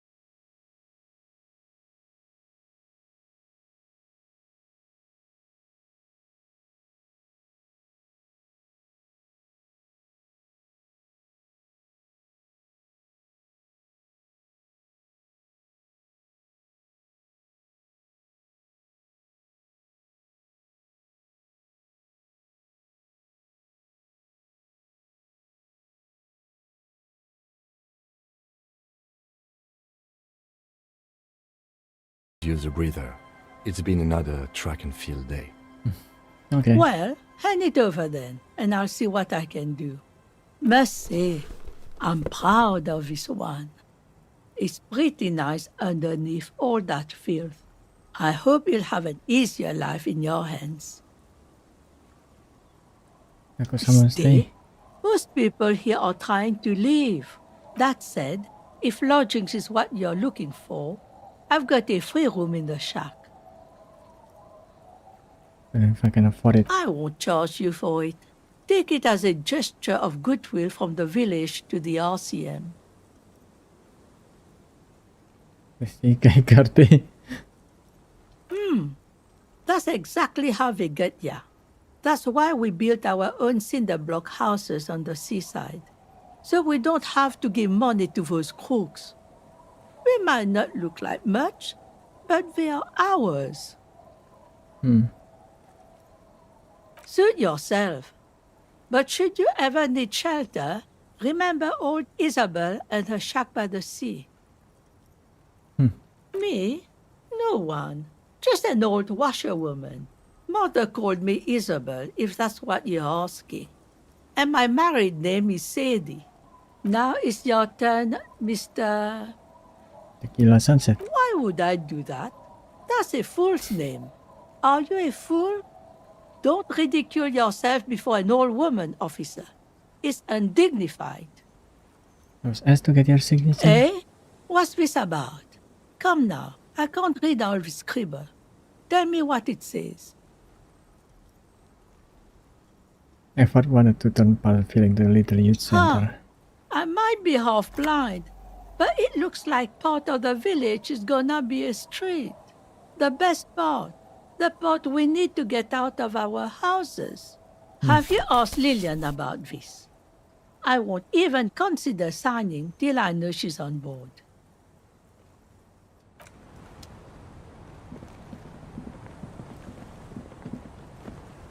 So I got a new jacket. Pain threshold, half light. Spirit decor. Visual calculus.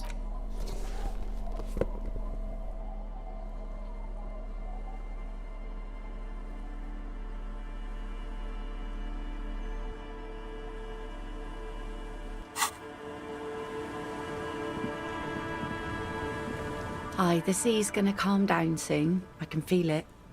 The wind is turning southeast. What's on your mind, officer?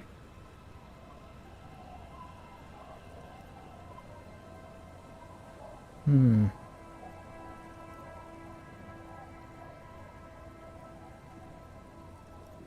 are you? This says by signing, I agree to living with construction noise. What exactly is the Union building? If I plan to turn some of the village into a youth center. What a nice idea. Wouldn't have thought that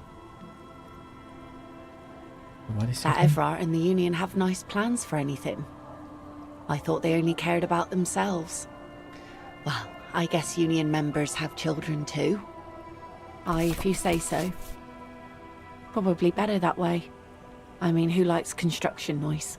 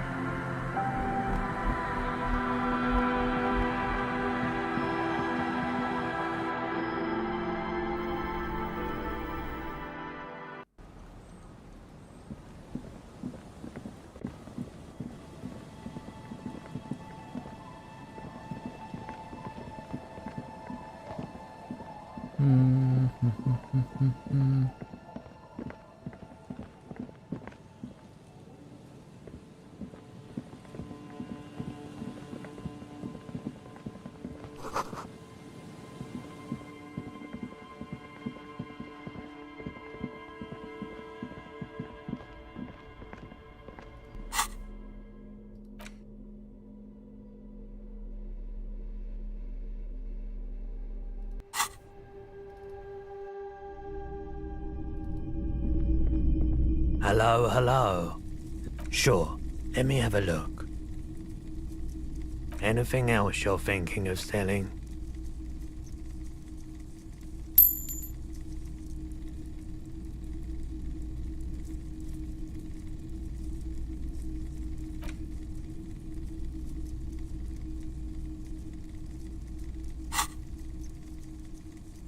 Another time, perhaps.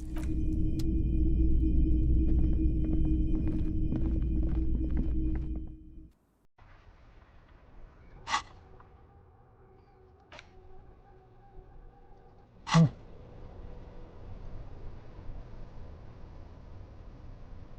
Yes?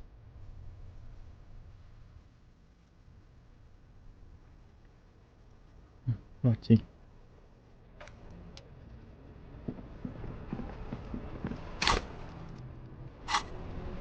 30 out of 100 experience.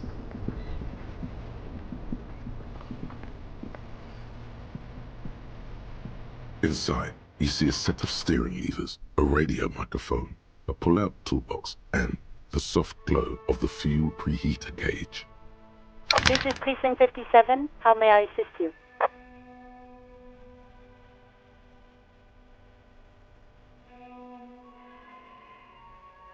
Just a second. Sylvie Malaika on the line for you, officer. Yes. Hello? Oh, great. What else do you need, detective? You hear? Anything else I can help you with, officer?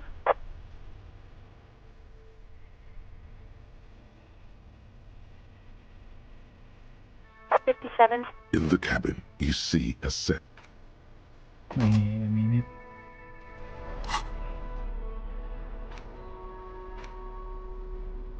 Did I not get the armor? The shoe, I mean. Yeah, I think I didn't get it. So how exactly do I?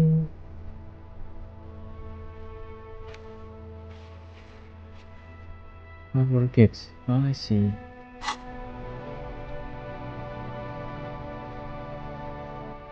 Hmm.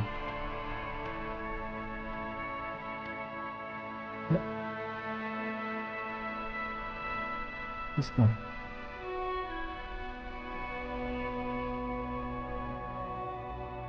I'll be able to talk to the guy the working lady.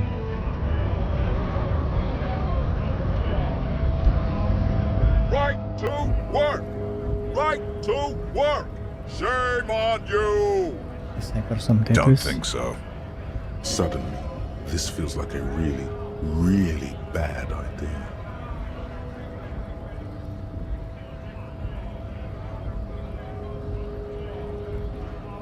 Actually, I think we should maybe even get going now.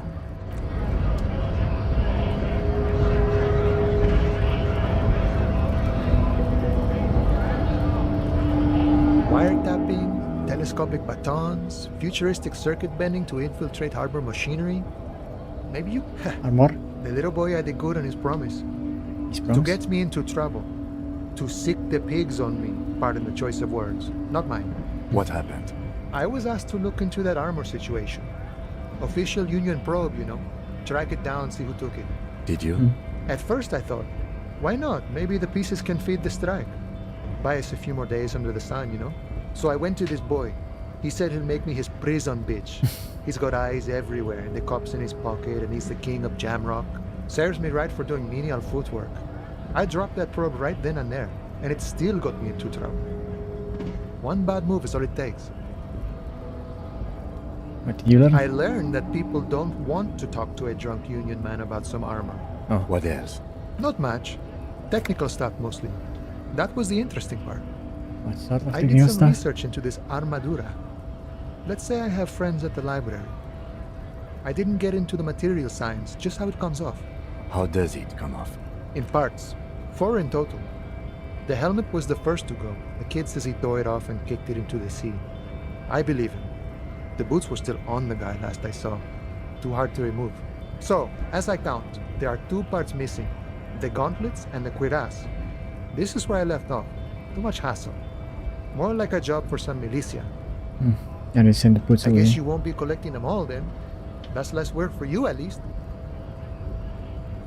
What about the Oh, leggings? they're just gone. They don't exist anymore, if they ever did at all. Forget about them. I did. Nice and balanced. Some junior officers can take care of the rest. Smart choice. It's only that one spot you need armored too. The one the bullet hits. Good luck if you go for those boots though. You'd have an easier time wresting the spurs off a boyadero than getting them off him. No problem. If you see that kid, thank him from Call Me Mañana. Thank him for showing me the way. He is sincerely grateful he is not tracking down pieces of armor right now.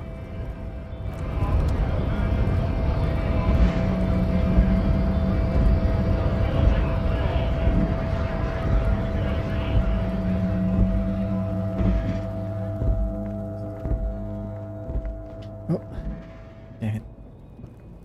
Forgot to sell the bottles.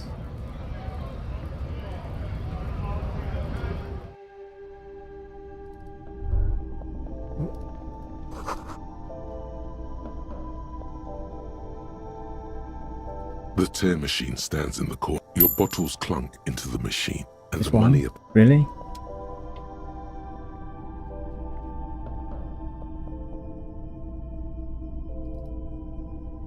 You see several packaged raincoats fill a low shelf beneath a display of croissants and juice bottles.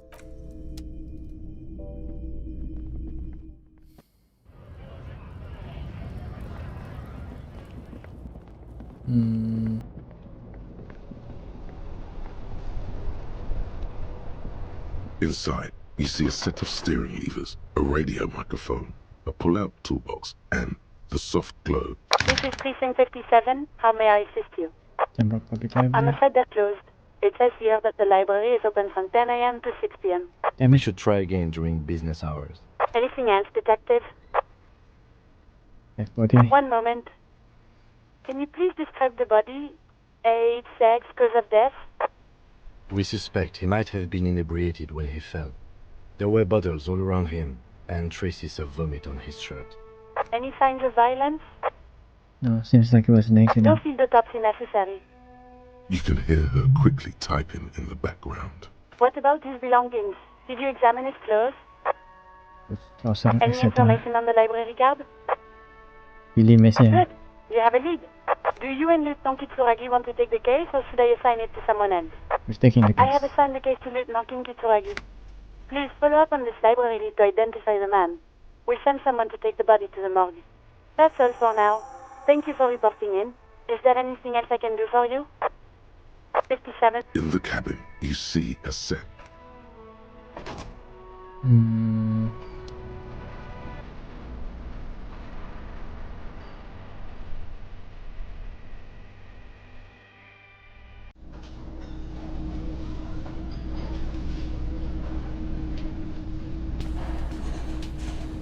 Again? I can't believe this shit.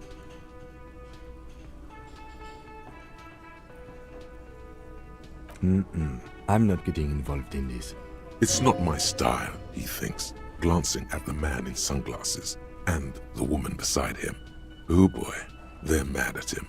No wonder. He just doesn't recognize them. I'm going to say no, just to see what you'll say to that. What you say?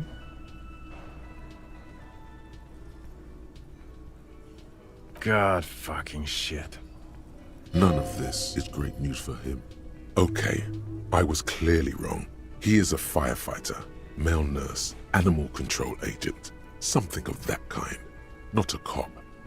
Go on with your cop work. Don't let me stop you again. Okay.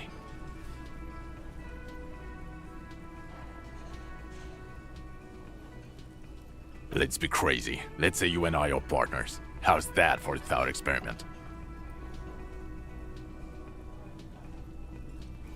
Kim is cooler I'm than sure me. he's fucking flattered, but Kim is not part of his thought experiment. In this one, we're partners. The lieutenant is silent.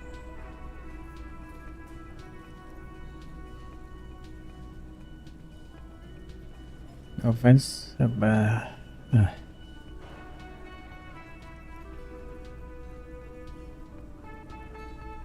You know, you a bit of a trap. None taken, my friend. None taken. Let's be honest, there's been some purely fictional talk in our imaginary station in regards of who'd even be worthy of your partnership. And the conclusion is that a man with your caliber should form his own one-man policing unit. Anyone else would just slow you down. Oh no. You see, I enjoy watching other better cops solve crimes. And let me tell you, it's been quite a privilege seeing you work. This isn't helping. You're not going to believe this, but police officers. Yes, sir. Solving crimes, locking up bad guys, and get this, and not getting that drink on at 2 o'clock. Just some regular boring motherfuckers in suits and uniforms. Nothing spectacularly extravagant like you, the far-out son of Lang. Who is? Oh, it's you eccentric genius. I mean, with your unorthodox approach to police work, it has to be you. Not even a little bit. It's an urban myth about an officer who is so far undercover he can't remember who he is. As I said, just an urban myth. You are not the son of Lang. He's trying to protect you from further rough handling, dished out by the sunglassed man. Neither can I, partner. Neither can I. It's a mere second, but it feels like you saw something. A gram of compassion in that sadness. Not as famous as you, superstar. I am famous? Oh yes, big time. Who hasn't heard of the far-out son of liver failure?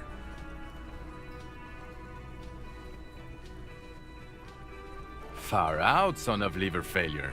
The super cop who voluntarily enters an alcohol-induced delirium to solve crimes. The woman has a slight smirk on her face. She's trying to keep a straight face. No, not entirely. Not as famous as you, superstar. I fear you're misinterpreting this situation. Talk to me, superstar. What do you want? About what? You don't look like a cop. You know what you look like? Oh, well, go solve your case then. That would count as trying hard. He didn't answer your question. No. 'Cause it's not my job. Why don't you go and fucking do yours and solve this damn hanging? Actually, I don't want to hear you say things. Come on, Jean. Okay, say things. I want to hear you say things. Hear that? He wants you to say things. Say one. Suddenly, out of nowhere, case-related things start popping up in your head.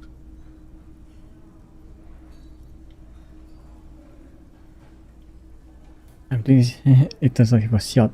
You think he was hanged as a cover-up? To hide the shooting?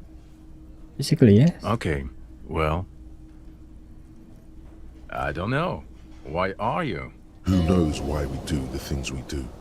Somehow, bouncing those ideas off the man with sunglasses felt calming. Like you've done it before. Oh my god, there's more. You want something more? What is it?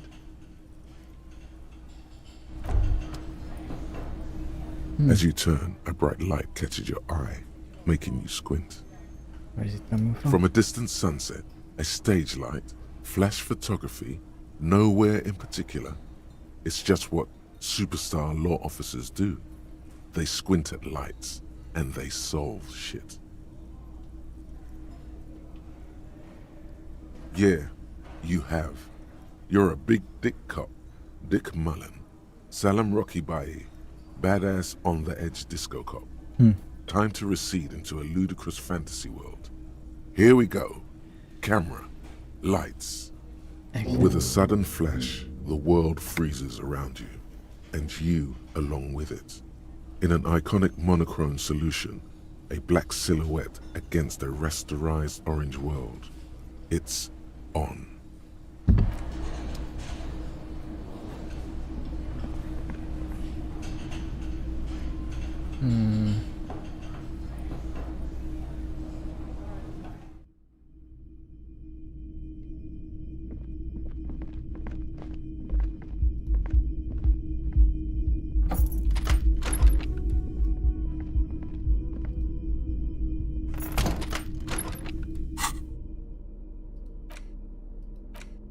You take the legal documents out of the envelope, a 12 to 40 month construction period, and the zoning plan in the addendum. With a confident flourish, you complete your forgery. What do you see on the signature line? Two names, Isabella Sedi and Lillian Carter. Indeed, they look distinctly different and very convincing. These might as well be their actual signatures. Good. Everard will have to start over with his scheming. When Isabel and Lillian dispute the signatures, the document will be rendered null and void. Any halfway competent notary should be able to handle this. Not getting their actual signatures was probably the best thing to do. Now all we have to do is mail these. I think I saw a mailbox on the plaza. Okay.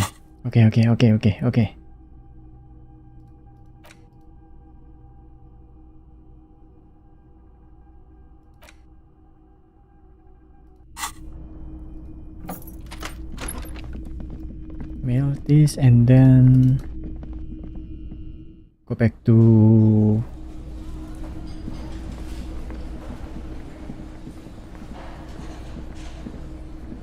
Efrat. Again, I'm bad with names. To the union headmaster.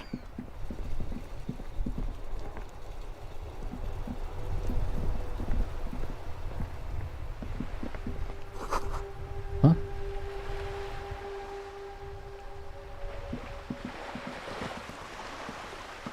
Is that an It reference?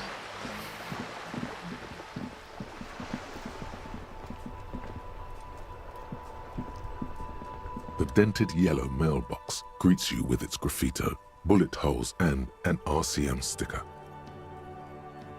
Yes, for sending mail. You drop the white envelope in the darkness. It lands with a soft thud on what sounds like a couple of letters. About a week's worth of mail as collected in there.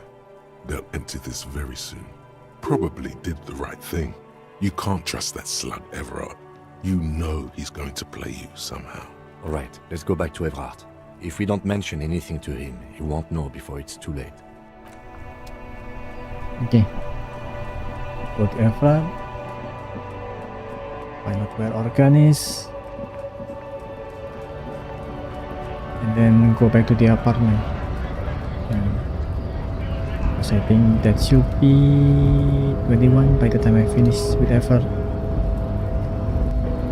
Maybe.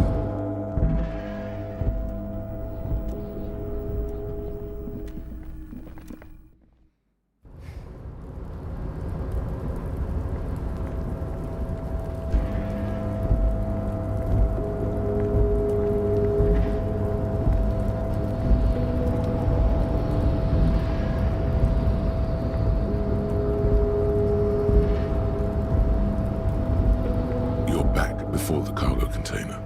Its drawer has not lessened since you were last.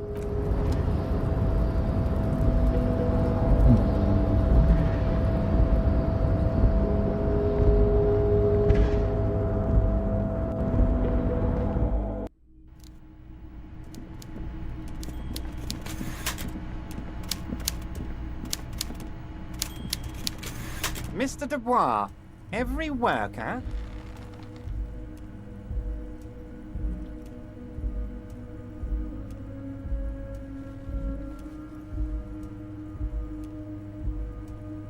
Is a living god? Ha ha ha! Mr. Dubois, so be it. How can I help you today? The Golden Boy returns once more. Wonderful. Simply wonderful, Harry. Of course. I already knew this. My friend, the mailman, confirms the letter is on its way. You've done a great thing today. You've given the children of Martinez a future and proven to be a true man of the left. I can finally trust you now. You're in my inner circle. You too, Mr. Kitsuragi. We can talk about anything. The strike, the murder, your lost gun, nothing is off the table. Oh, Bratan, you play the old man like a three-string banjo. He has no idea.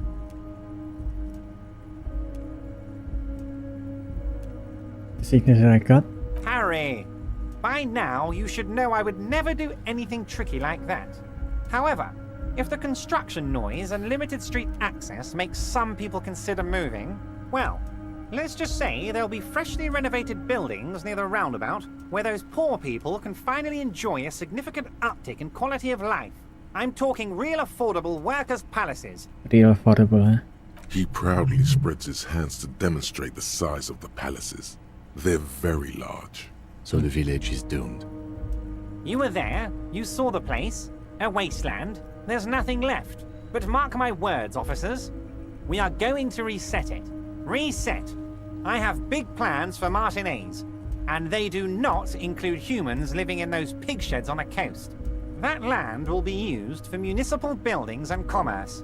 You mean? Harry, imagine a youth centre supermarket church complex.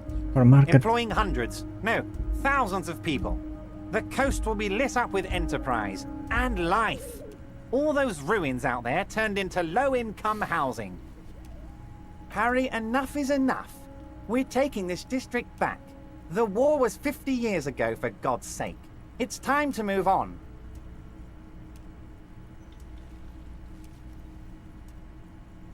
It's supermarket church complex. Yes, I do. I got the centre, I got room for a retail complex, and in 4 years, I'll get the church too. The wheels are already turning, Harry. The wheels of progress. This post-war limbo, I won't stand for it. There are kids practically playing with their own feces out there. It cannot go on. Feces? Huh? It's the Street Podcast? There is true indignation in his voice when he speaks about the state of things, and even a touch of pain. And you are up to something? Damn right I'm up to something, Harry. I'm gonna make the working man as rich as Joyce Messier. That's my job. Just like yours is to keep the peace. You're that hanging I kid? did not, Harry. Although I am very, very glad he's dead. What you gain from you? Why, a war, of course.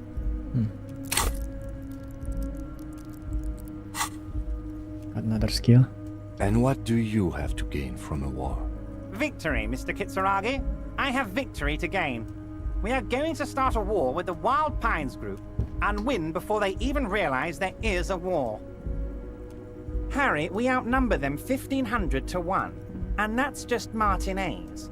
With all the unions in Revachol, and with public opinion on our side, we can hold off 2 men, or 15 men, or even 50 men. The more they send, the worse it's going to look for them. They made a huge mistake hiring those guys. No one likes foreign mercenaries. The leftists hate them, the fascists hate them, even the moralists think they're in bad taste. Or is this connected to the strike? Harry, there is no strike, only war. Class war. Or, in business terms, a dawn raid. Or wait. Is that when you still pay them something? Because we won't do that. We're not going to give nothing.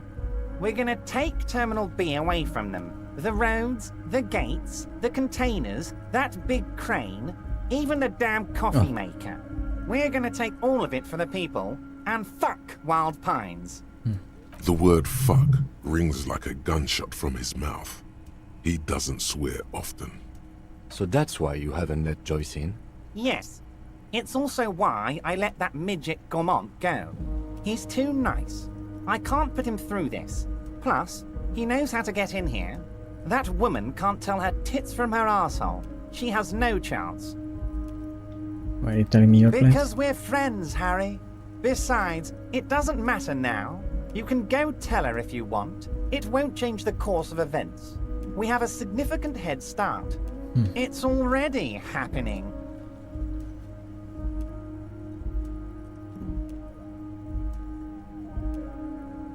$2,372. Plus yours truly, of course. 2,373 is a sizable contingent for a labor organization in Revachol. Yeah. And they're all well motivated. At least the ones you've seen. Are you going to fund this? Oh, you mean what sort of goods are going to be flowing through? How am I going to replace all the contacts we'll lose once the poo-poo hits the fan? The clients will ditch us. Harry, we've thought of everything. Everything? We've been running back channel negotiations with all the major clients. I think the company will be unpleasantly surprised to see how many of them stay loyal to Martinez and to the new competitive contracts we can offer. With renewed zeal sparked by communal ownership, the men will be shipping those containers double time. You'll be surprised to see how fast things go without parasites latching on. We'll have our hands free to pursue bold, exotic new revenue streams. That's drugs. Yeah. Drug trafficking. Yeah. Drug trafficking? Don't be stupid, Mr. Kitsuragi. There are perfectly legal, 100% ethical chemical factories on the Samaran Isola. You don't need to be colonialist about it.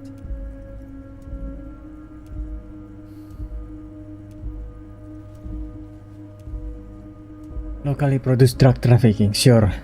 All they do is produce components to keep the pharmaceutical industry running. That's people's health we're talking about. Old grannies, little babes, people with disabilities. That's just top of the iceberg though, isn't it? The company thinks transporting these chemicals in bulk looks bad, has bad optics, may be illegal in some countries. The Debarders Union, however, we're all about the large volume column. We're gonna transport the living daylights out of those materials, Harry.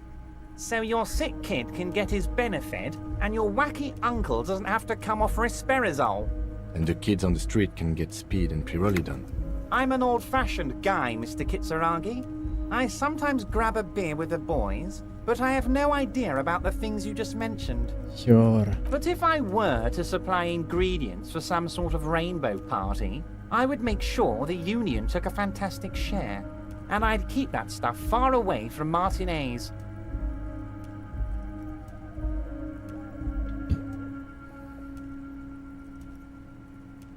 Removed from me. It's also far removed from my men and the people of Martinez who've put their trust in me. Anyway, let's not focus on the sensationalism of the drug trade. This hypothetical drug trade is all anyone ever seems to be interested in. It would only be a small part of the harbour's turnover, just like the harbour is, but a small part of Martinez. So is there a threat or isn't there? Let's look at the big picture. Martinez as a whole. There are little girls out there with dreams of making music. Young mothers who want to start businesses. Models who want to walk catwalks and steel welders who want to weld steel. I'm gonna unite them all into one economic body. We're gonna incorporate this place to Kingdom Come. Everyone's gonna be in on the wealth, and everyone's gonna pull their weight.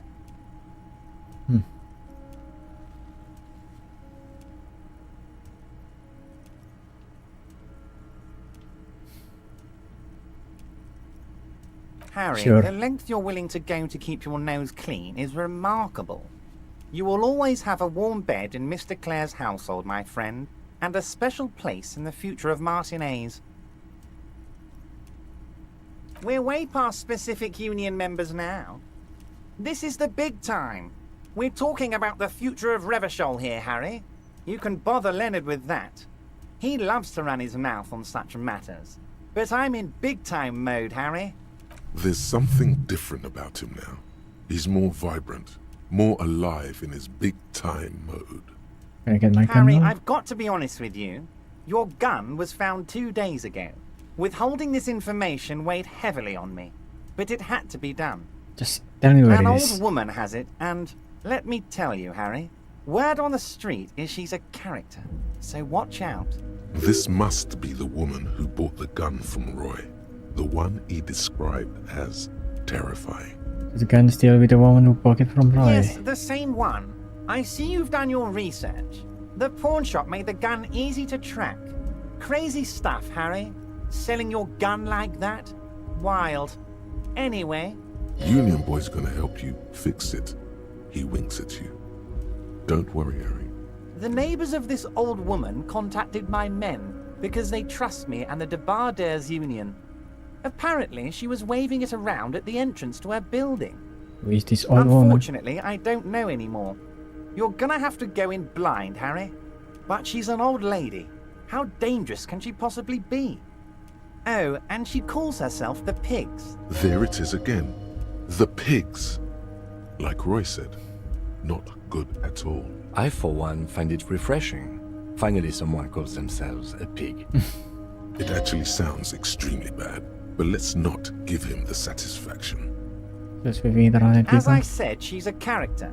I didn't have time for details. It sounds like she's unstable, but don't worry. No one got hurt. It sounds like a very disturbed and desperate individual. Unstable is good, actually. She will be easier to disarm. No, wait. Actually, unstable is pretty bad. Yes, have a meeting. I already have. Tonight, starting 10 o'clock, near the old fish market on the coast. The one on the boardwalk, a little past the fishing village. Be careful, Harry. I would never set you up for anything dangerous, but you did ask for this. Now, back to the fun stuff. She will be there from 2200 hours till 0200 hours. Okay. More fun stuff. Seems like we already have fun stuff to do. Great, Harry, great. I think we have truly built a bridge between Martinez and Jamrock today. We have united the RCM and the Debarders Union. This has been so great. I'm sorry we don't have more fun things to do together, but if you ever feel like bouncing something off me, my door is always open. I need to pee, but there are more things I want to ask this guy.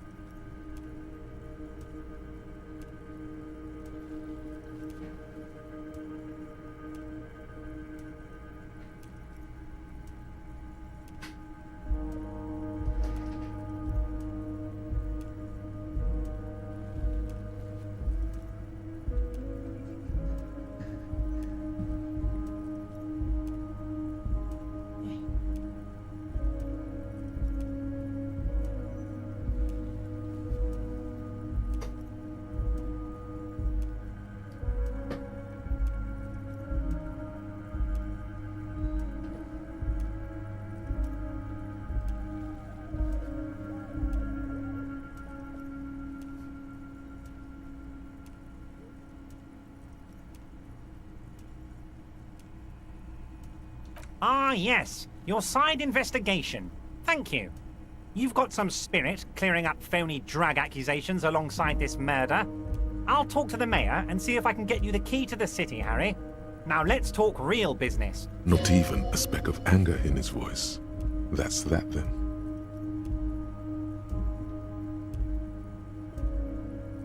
Am I going to ask? Hell, Harry. You spin-kicked my strongest man in the face. I saw it from my window. Oh. Would you ask a man like that how he got into your container yard? You don't have a window. It was a figure of speech, Harry. Of course I don't have a window. I'm in a container. Anyway, I assure you, I am a very well-informed man. Information reaches me before I even get the chance to request it. I'm always happy to educate and entertain you, my... Very nice, Harry. Most certainly, Harry. By all means, Harry. Ooh, autosave, nice. keep forgetting to save. But doesn't matter.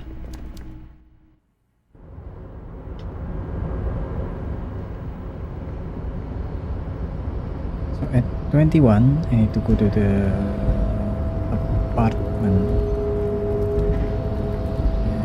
And then at 22, I need to go to the fishing village again.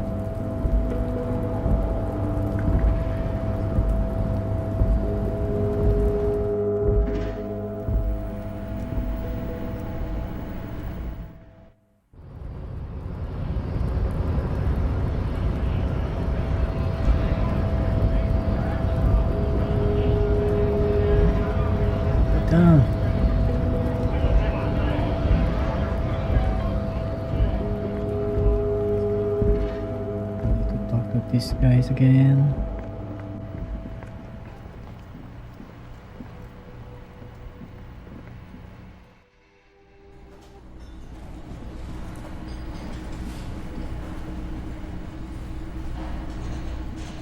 Can I help you? You prefer What the is building? this thing? Look nice on the wall. What, the interior decorating kind? You know, I'm sorry. This is actually a nice bird. A competent piece of taxidermy. I can fix it to the plaque and have a new bird in the establishment, I guess? So, I don't know. Thank you. I'm gonna go with thank you. People just don't know how to accept gifts, especially taxidermy. He likes it. He likes the bird. It solves his broken bird problem. I feel good about our work here today. It's all about the little things, like bringing people random stuffed animals. Oh, Kim. Oh, you.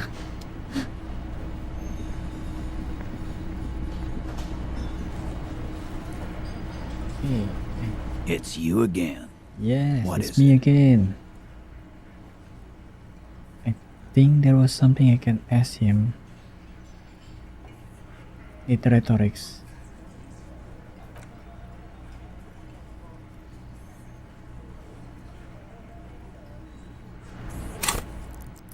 Rhetorics.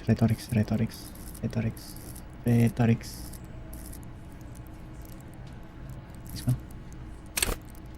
Ugh.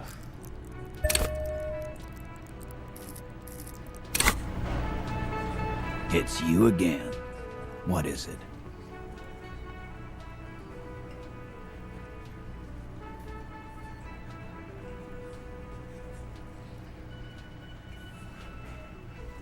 Just work, please. I don't know what went wrong the last time. You have so many good ideas here. Sucks for you. But you... Brutal, Titus. The witness has no hold on. Why did you say it was me?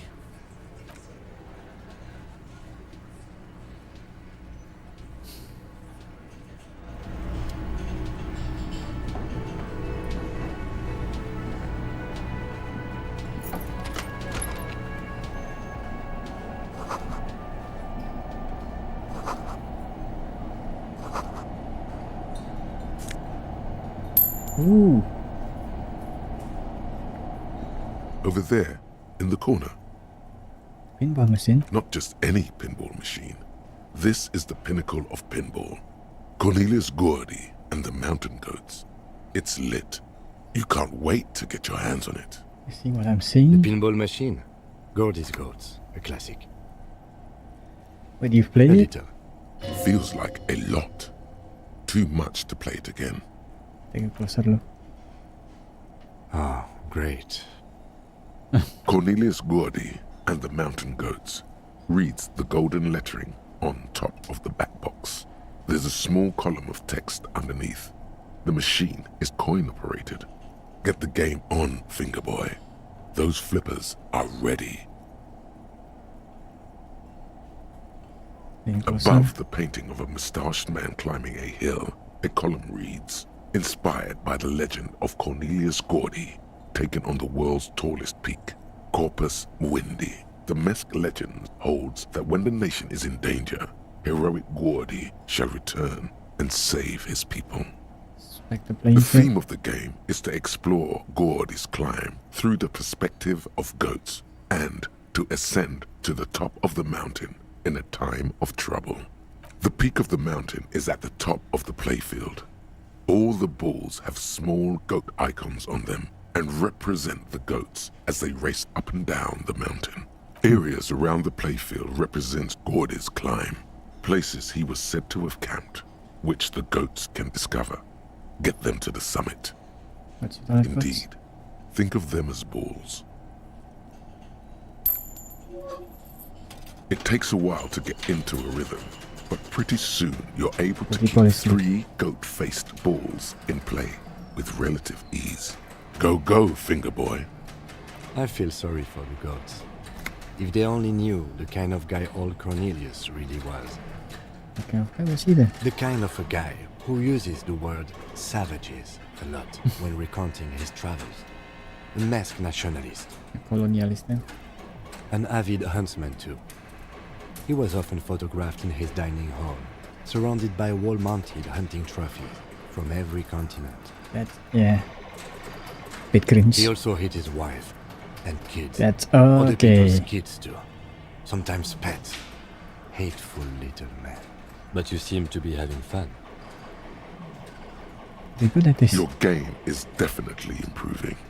The jolly goats are flying all over the board, and although a few plummet to their deaths, you're never left with less than 3. Suddenly, a special passage leading to the summit slides open at the top of the board. This is where the balls need to go. Maneuvering a goat ball into a position for a perfect hit isn't easy. More fall to their deaths. But finally, the opportunity presents itself. One of them gets through. Tiny hammer shatters something inside the machine. Something glass. The words "Pale Rupture" light up on the speaker panel, and the machine starts filling with a thick, milky fog. Something's happening. Congratulations. This is where the game ends. It's a cheap way of getting more money out of the players. A stupid nihilistic finale. There's so much fog, you can barely see anything. Some is actually leaking out of the machine, and one by one, your goats start slipping, disappearing into the milky nothingness. This can be navigated. The balls leave almost imperceptible disruptions in the fog. Use them to calculate where they hit next. You're down to your last goat, going mostly by sound. Eyes are useless at this point, but that goat is something special. 5 times you snatch him back from the jaws of death.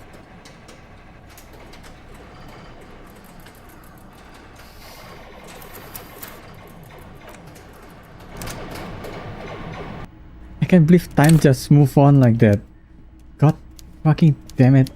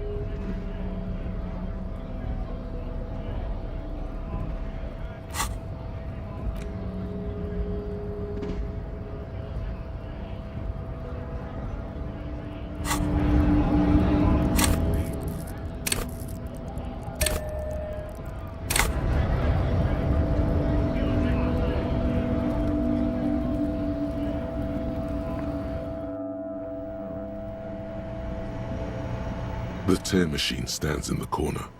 A sign says... No.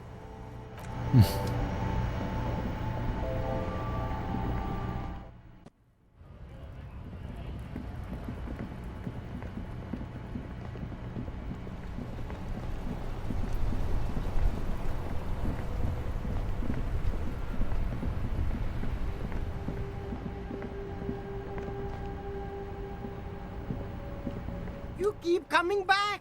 That's good, officer. Keep browsing. Posture. The shine on these sunglasses lasts a lifetime, officer. 100% guaranteed. Perception.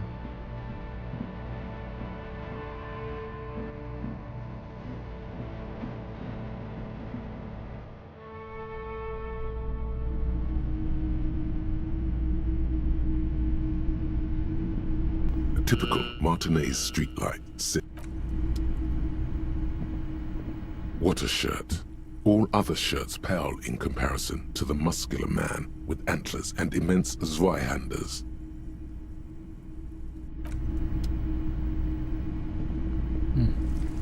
You see rows of toys. Try to find something pretty and cool.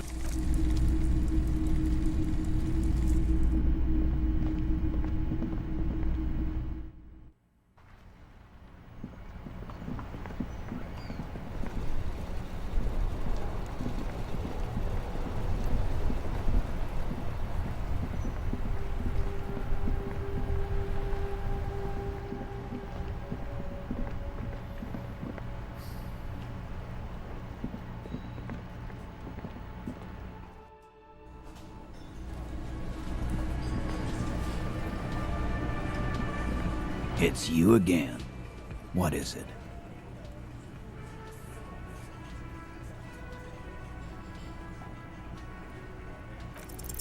Convince Titus he's being manipulated.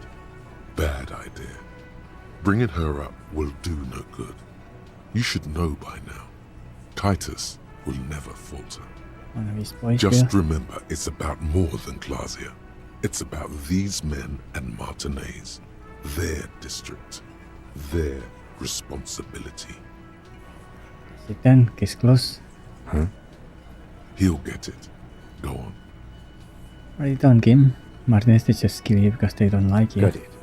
Kill you because they don't like you. All because...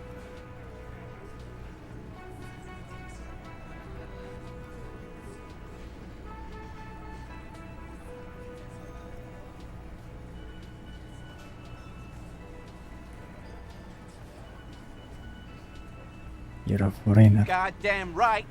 Don't come around if you're not from around. Fuck you. I'm not from around. That's not why we... There we go. Don't come to the wild north if you are not white enough.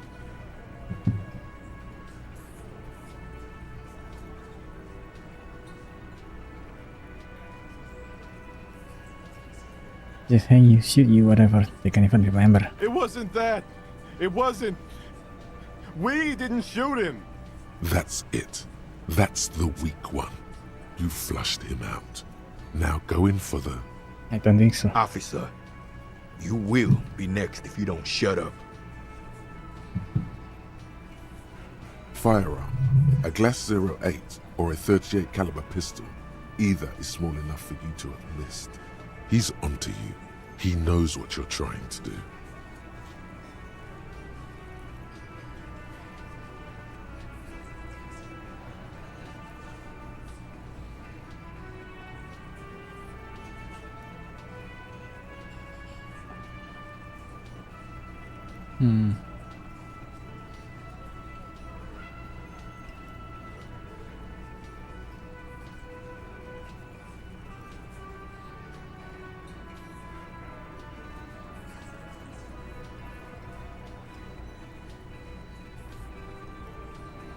We didn't kill him.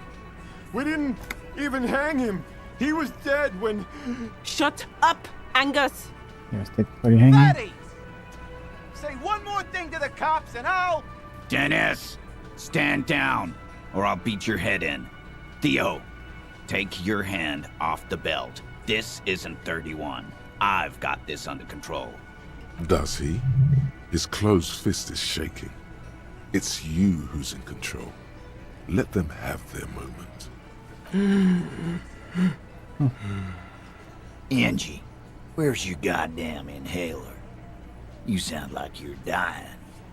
I left it home. I can't get it. I'm too fucked.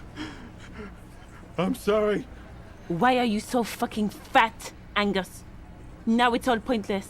Because of you. You wasted my time. I told you, Titus. I told you just give her up.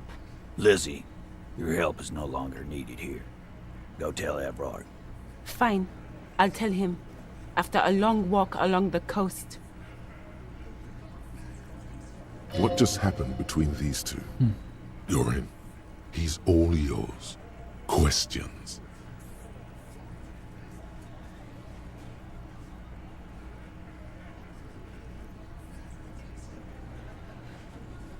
So kill the morgue then. Any leads? Not yet. Just some ideas. She says the shot came from outside, behind the window somewhere. So that's a clue. What are you thinking? I'm thinking someone's past caught up with them. Either hers or his. Hers, you mean? She's got one of those checkered pasts. The shot could have missed. Could have been meant for her. I like that. Been thinking the same thing myself. Identity about his past. I do. One of those mercenary buddies of his could have done it. They got guns, training, years of bad blood, probably. Or it could have been someone else from Crenell. Tell you what I'd do. Check out the coast for vantage points. Maybe consult with a ballistics buddy of mine. That's what I'd do. If I wasn't too busy doing this clown dance with you. He's calm now. Threw all that turmoil away and became himself again.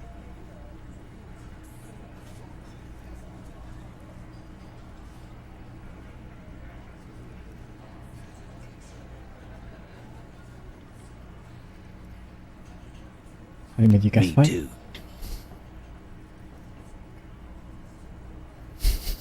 We The did it. lieutenant gives a smile only you can see. They didn't kill him, he was already He dead. nods. You hanged the corpse to cover up the real cause of death. The bullet in his head. Another nod. Cause the girls asked us to. They were in some shit. Did she kill him? Cop, I have no idea. The girl says she didn't. He doesn't think she did. Or at least he hopes she didn't. What happened Sunday night? Classier came down. She seemed really out of it. Drugged up, even more than usual. Bug-eyed and gurning, you know? Not in a fun way. It looked like she'd redosed after something went down. I've seen that look before. She was scared. I knew someone had died. You know? I've done this job for 10 years. I've seen it before. It's the politician in the motel room with the dead hooker scenario. Only in reverse. Good analogy, boss. You don't get to talk yet, Shanky. You're still on the bench. And you keep taking it easy too, Angus. What happened then? We went upstairs. Sure as day the merc was dead. There was a bullet hole through the window. Fucking dirty sheets and bottles everywhere. Tibbs patched the window. And the corpse.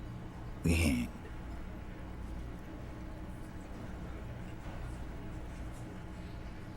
Who's Tibbs? Nah, he's my brother. He's in the window replacement business. Right now, he's grateful he hasn't gotten his brother into this mess. West didn't kill him, we cover You him. may have noticed our girl's in some shit of her own. Yeah, just special training or something shady. Oh, you meant that kind of training, like a spy. Maybe. The kind of people who are after her. I guess she'd have to be. These people, who are they? They're powerful, connected to the moral intern. She's clearly afraid for her life. Says if she showed up in your systems, she'd be ghosted away. And why would you help someone like that? By taking on a murder? Why would I? I guess we abide all sorts of runaways and losers here. It's a Martinez thing. Society used to hang him. In a manner of speaking. We had help from another girl. It was her idea to hang him, and I liked it, for political reasons. It sent a good message. Is there isn't the egg hardy? Fella, you think too much. He's off all right. You're gonna hurt your head. A little too far there, but you're definitely right. That woman is just affiliated with the Hardy Boys. You don't know her, anyway. You're going to stonewall me if I ask more about her, aren't you? Glad you understand that. Thank you for this, Titus. You do that. Hey, cop. Before you go, Klausya, came to Martinez to hide. Many of us did. This is where you wash up when there's nowhere left to go. The Union takes you in. Now, she refused that protection. But still, after all this headache, you still prefer he didn't take her away. That's right. If we didn't Damn you, take care Titus. of the people who end up here, this place would just be a couple of ruins and some cargo containers. We'll take that into account.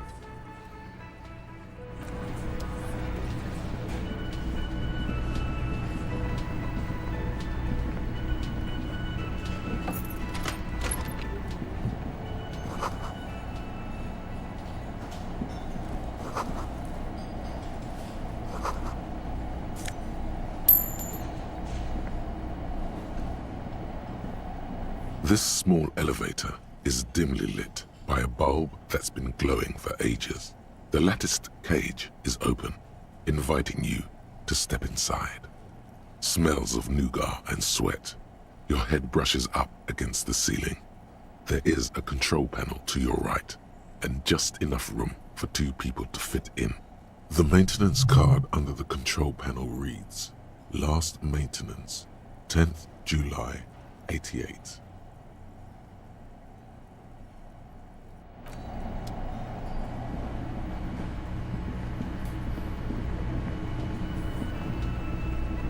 Another problem for another time. For now, I need to finish the time-sensitive jobs first. The apartment is here, over there.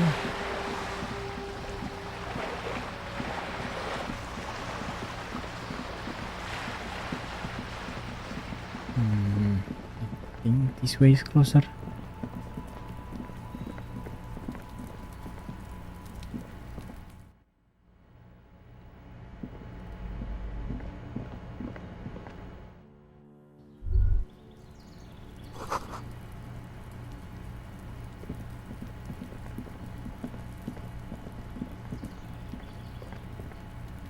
Gendarmerie, you found me.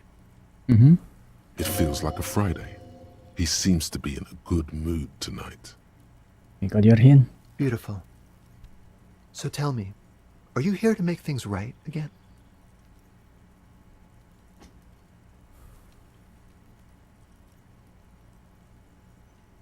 Honestly, I'm just trying to not screw anything up. Beautiful. I have some good news for you. My Sunday friend is visiting me tonight. I told him about you and he'd like to say hello. Step in. He's already waiting. Very well. That's nice, but I don't have anything to tell you. It's my friend you're looking for, not me. He takes another drag of his unfiltered cigarette and looks around. It's getting dark and the neighboring windows have lit up one by one. Downstairs, a cat crosses the yard, disappearing into the bush. Besides, I've got to run. He's going to leave you alone again. That's sad. Something tells you you're never going to talk to an individual this cool or mysterious ever again. To the city. It's a beautiful night.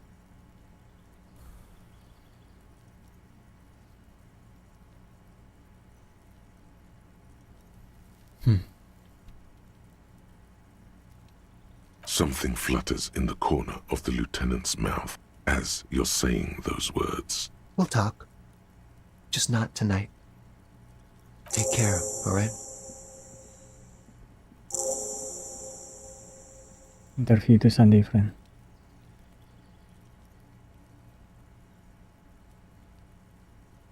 Just can't put my finger. Different, of course.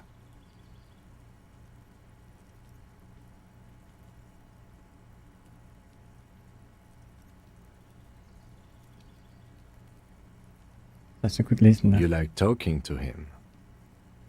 Maybe. It made you feel special. He's barely holding it together. It's all he can do to keep from bursting out in laughter.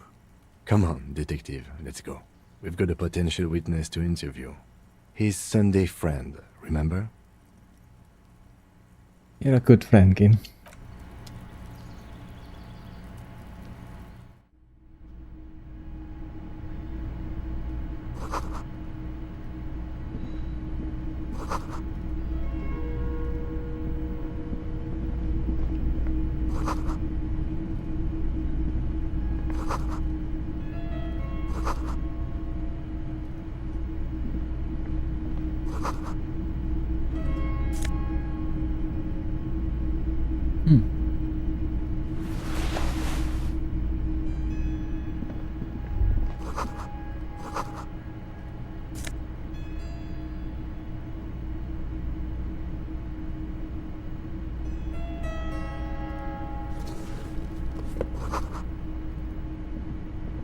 Officers of the Revachol Citizens Militia. You shouldn't be seeing him in an intimate setting. For some reason, you feel this man is your superior. Superior, but he's not in the command chain. His hands are clean and well manicured. This is a man who knows the importance of appearances. My name is Charles Vildrouin, and I am an official with the coalition government. I work for the Institute of Price Stabilité on assignment from Sur-la-Clé. I heard you talking to my friend outside. Very good. Super. I am here to assist you in any way possible. Ask me about the hanging. No, first ask an innocuous personal question to get the interview off on the right foot. Yes, make it clear you're the one setting the terms here.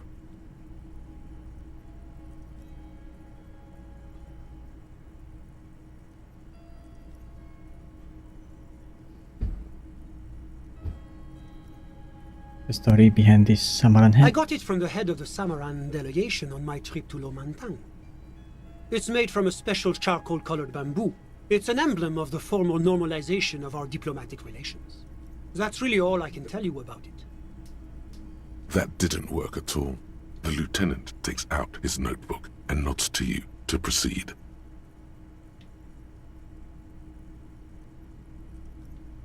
What I feel like you're doing, Martinez? The coalition is only looking out for the price stability. Inflation is a killer, like a heart disease blocking the normal circulation of the economy. It must be controlled.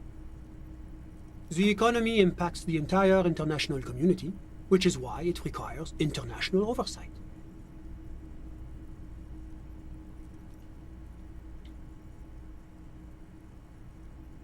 What are you doing here? Well, I'm renovating it. It is an interesting project.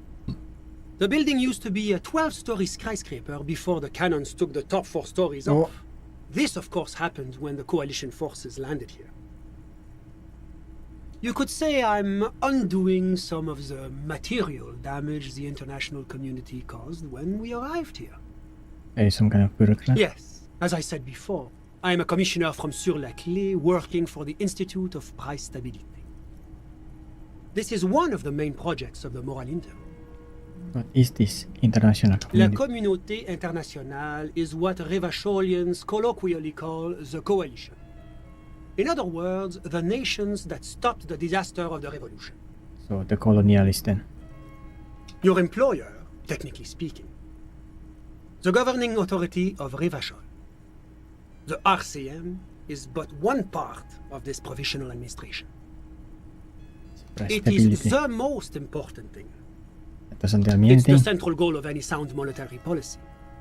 Maintaining the price stability is essential to maintaining high levels of economic activity, which is essential for maintaining high levels of employment, which is essential for maintaining the social stability.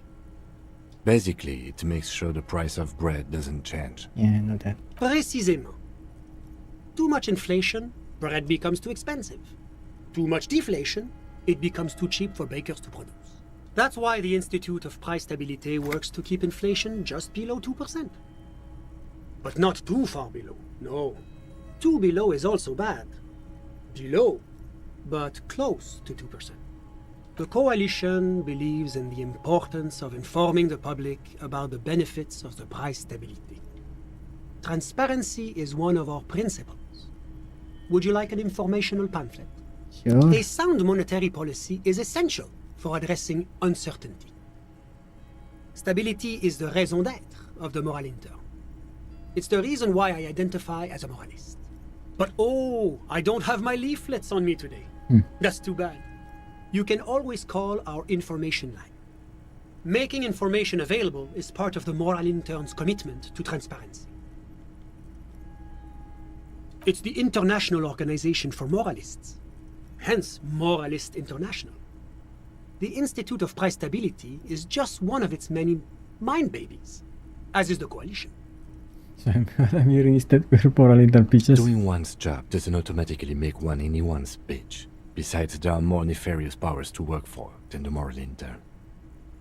Are you a moralist? But of course. Am I a moral? Well, do you value freedom? Do you believe in a normal, stable world governed by democratic values? Edna, are you a moralist? Me? You've managed to catch the lieutenant off guard, but only for a moment. He quickly recomposes himself. I'm a lieutenant of the RCM, dedicated to maintaining law and order in Ravachol. So that's I know then. A very moralist answer. The lieutenant is practiced in the art of putting on a show for one's superiors.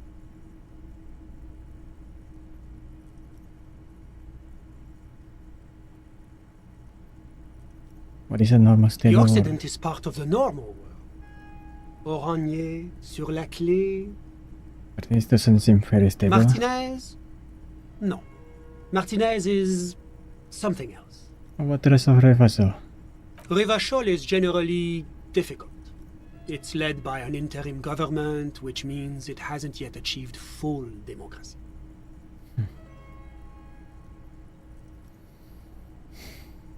Yes. The moralist is basically the imperialist then. But they are working towards it. You're all doing very well here, relatively speaking. Yeah. Foreign occupiers.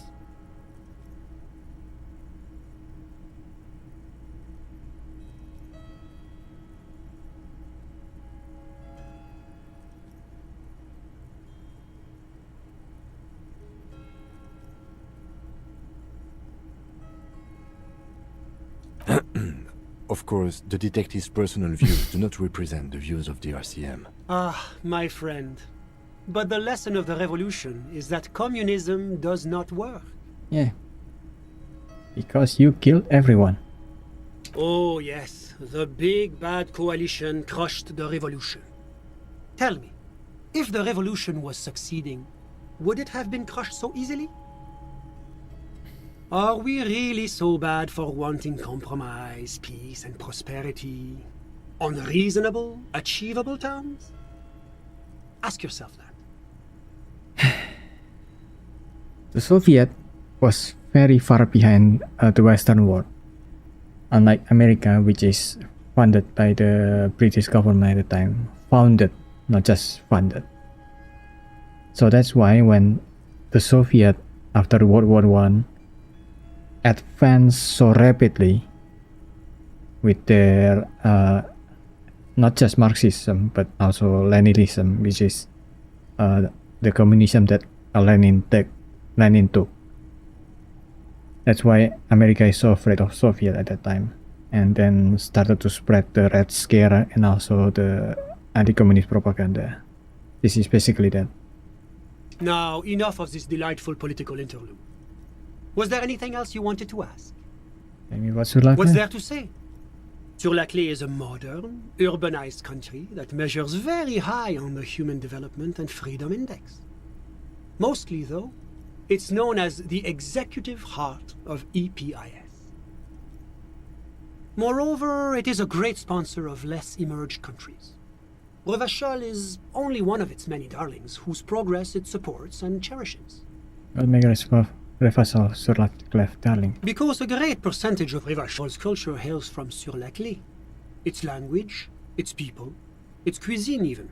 Or at least in the downtown La Delta area. Jamrock and other parts of the international zone have been mercifully spared of Sur-la-Clé's love for meatballs and mashed potatoes. And you've got Oranje. Oranje is an exemplary nation who, as a core member of EPIS, contributes 28% of our annual budget. Next to Sur-la-Clé, Oranje is probably the most prominent member of the international community. Outside of PIS, what is Oranje? Oranje's economy is one of the most advanced in the world. It has successfully transitioned from heavy industry to advanced services and generally acts as an engine for sustainable change in the international community. About what? Oh, it's very urban and very well organized. Their streets are clean, their horse cars run on time, the people are polite and efficient. Like I said, they are an example for less emerged nations to follow. If he knows so much about Oranje, maybe he also knows about Oranje's mercenaries. Whatever you wish, officer. You actually witnessed I'm sorry lynching? to say I did, officer. He didn't see the hanging. He saw the little show staged by the Hardys. Let him talk. He may know more than even he knows. Start from the beginning. You told me. Officer, it's very difficult to describe what I saw that night. It was so surreal to me, like in a play. What do you mean, like in a play? It was just so strange. I could barely comprehend what was happening. I was on the balcony when it happened, getting some fresh air. I remember that first they came in, carrying what looked like a body. And then I saw all the surrounding windows go dead, one by one. That's when I understood. I should not be seeing this. That lines up with previous testimony, doesn't it? Well done, detective. Anything else stand out? Only that there were about 8 or 10. I couldn't make out anything. It was so dark. And it was quiet. Quietest lynching I've ever heard of, let alone heard. But I suspect you knew that already. I can't say I'm surprised. The fine reputation of the men and women serving in the RCM is well deserved.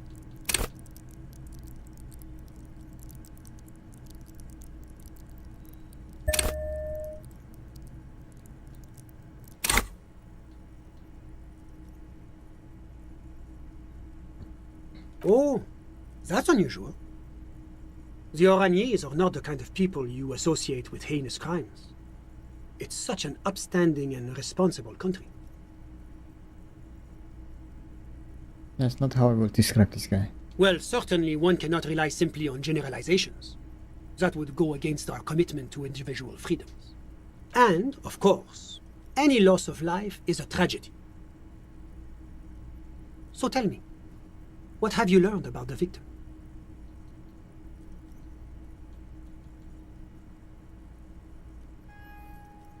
His name was Lele, and he was 42 years old. Ah, what a shame.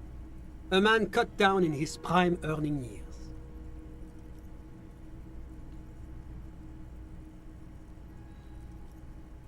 He was a mercenary. Aha! A condottiere. Motherfucker and a killer. Officer, you shouldn't speak ill of the dead. It's okay, he told me so.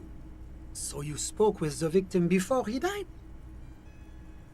Yeah, it was a well coincidence. Let's move on though. The man seems slightly relieved, as though he's just narrowly survived a perilous bend in the road.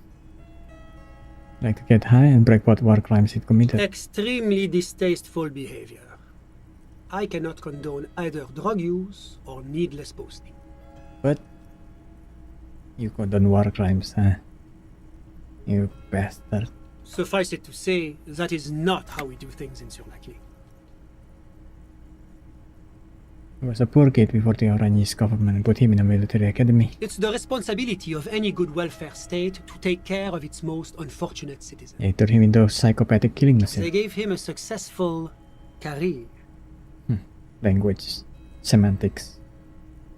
That's how they defend themselves. Bastard. What else has your investigation uncovered? That is extremely unfortunate. Yes, it's regrettable that this practice has a history in certain Occidental nations, even highly advanced members of EPIS. But rest assured, the Orangese government has committed to producing a timetable that would lay out a path to transition to a professional army. Soon, there'll be no need for mercenaries like this poor man. What kind of timetable are we talking about here? Oh, it's hard to put an exact date on it. I believe the proposal for the timetable is due to be completed around 60 or 61. It's like a ticket for now. See? That's the kind of progress that the moral intern makes possible. Must he kill a lot of people for the sake of the Orange pharmaceutical industry? A great shame, yes. Colonialism is a dark specter in Orange's past. Talking about the past, still going on. Which is why the work of the moral intern is so critical. It is our great bulwark against another century of bloodshed.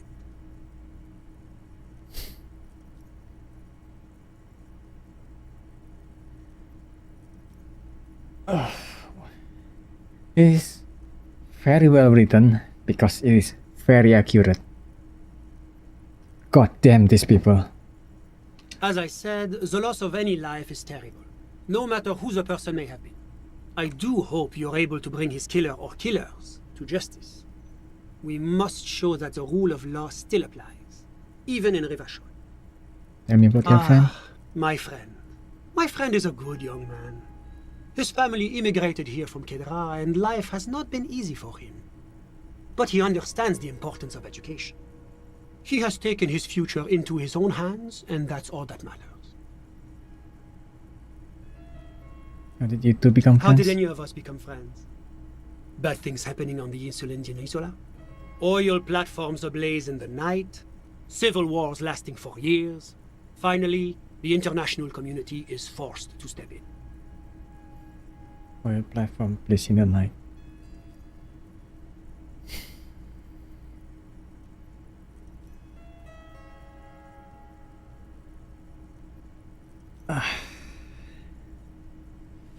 So frustrating talking to this guy. Au contraire, it's how millions of people end up where they are, meeting the people they meet. It's how I came here, and my friend too. What's Kedra? Kedra is a candidate member of APIS. But, between you and me, their potential membership is a more contentious issue. What do you mean? That it's never going to happen. They enter negotiations in 21, and it's been pending ever since.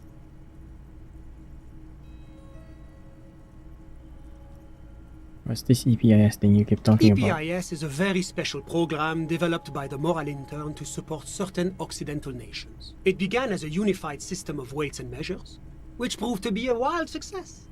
Nothing but kilograms and centimeters as far as the eye can see. God, yes. Sweet standardization. The backbone of rationality and commerce. It was such a wild success that we expanded it into an economic union for the processing of steel. Another success. And between you and me, the moral intern feels emboldened by this success. Emboldened to take EPIS to the next level. Okay, what does it stand for? Why, it stands for progress and stability, like the moral intern as a whole. No, what do the letters stand for? It's been such a wild, extraordinary success thus far. We are very excited to take it to the next level. You don't even hear the words I'm saying, do A you? supranational political alliance. The United States of Occident. The United States, huh? That's good writing. You mean Rivachol? No, it's going to have transparent democracy. It's one day going to be a candidate member of EPIS, sure. You said candidate members never become real members? No, candidate members do become members. Why do we even have the whole system in place if they don't? It just takes time. Time and evaluation. But we were talking about my friend here, not politics. Sorry, who? Your friend. But I told you, officer. He's a bright young man here to pursue his education. Education is the foundation of our future, especially the arts. It is a cornerstone of our civilization. Fine, but what's his real name? Officer, you have to understand. I can't give you his personal information. He's deeply enmeshed in the study of the fine arts, yes. He's a truly free spirit. He likes all the arts. Perhaps graphic design, printmaking, who knows? The world is open wide for a talented youth like him. Are you doing this apartment I'm by just yourself? enjoying the view. What view is dark outside? The baby is crying in the neighboring apartment. What's baby's crying? Oh, listen. The Insulindian Bay. Asking about your My friend comes and goes. I'm sure you'll see him around. He's a busy bee. I'm all ears, officer. A moment. With this guy. Do you have everything you need from me? I'm afraid we won't have the chance to speak again once you leave. My work here is done. Why can't we talk It's later? against diplomatic best practices for an official in my position to be discussing murders with local militiamen. And I'm pressed for time. After you leave, I should be leaving as well. That's not the real reason he's so apprehensive. Men in his position shouldn't be seen loitering around in underprivileged young men's apartments in the middle of the night. Yeah. Of course. I'm glad I could help.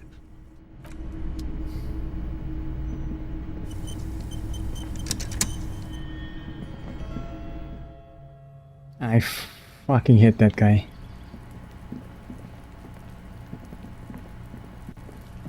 Eh. Okay. Guess not.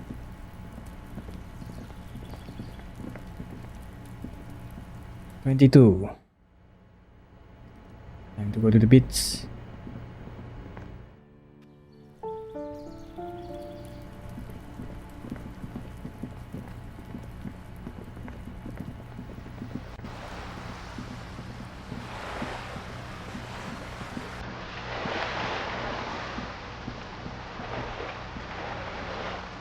Oh, the library is still open.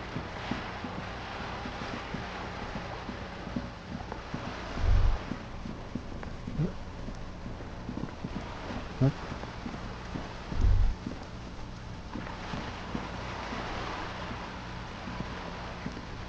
Okay. Hmm?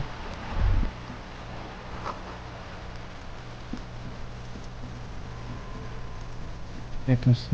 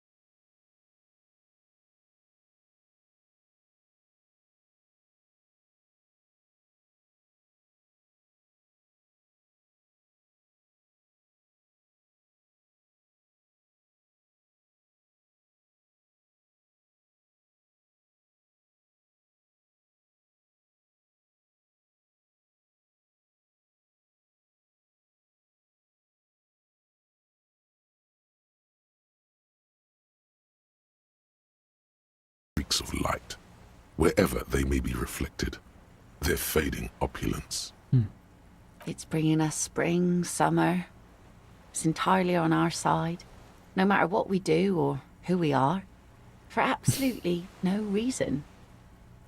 It's unlike no other powerful being, certainly no powerful organization or government. How can that be? Something's got to be on our I side. guess we wouldn't really be here if that thing wasn't on our team. Maybe some general remarks before you say something big. Work your way up to the cool.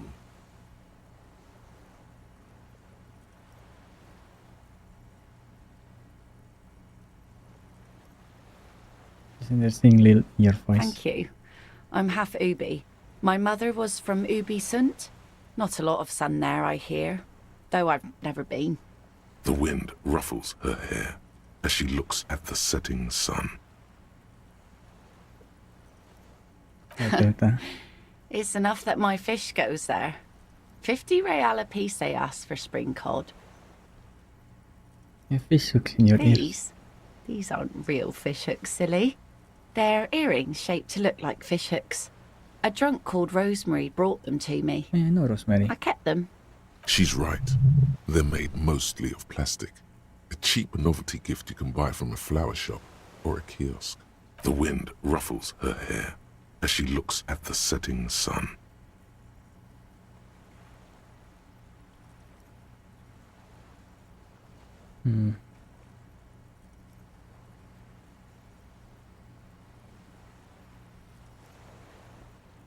Good one. I'm gonna go with the rope. She thinks it was a riddle. She must not even know of that business. Better that way. Yeah, it got lower. It didn't suck. I'll let you get back to your business now. Twins probably found a landmine by now.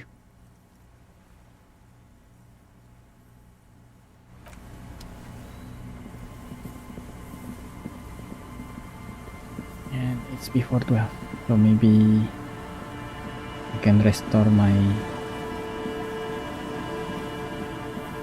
morale. Damn it. Really? You have to make the road that way?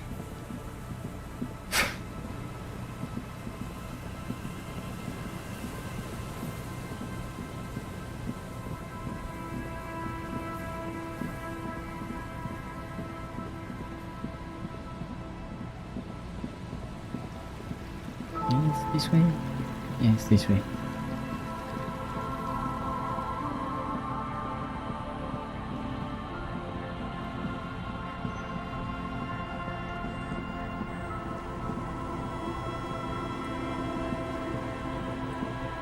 It's getting cold.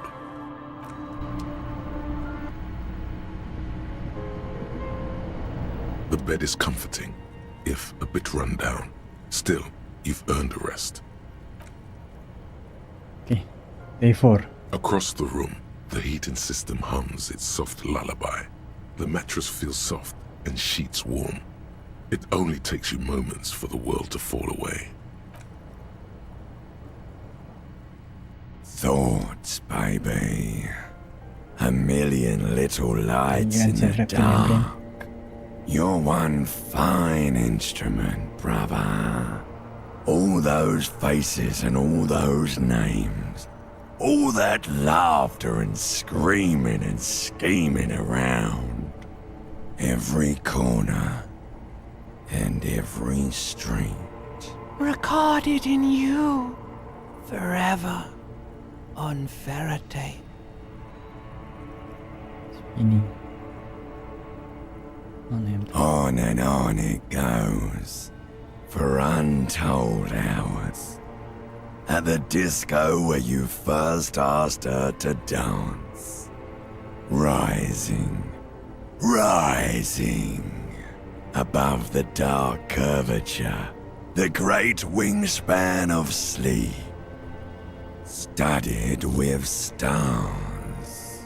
Behold, there are millions of them down there. The first time The last time. The smoke in her mouth. The plotted flowers. The faces turning, changing. What is it? It's the world, Harry boy.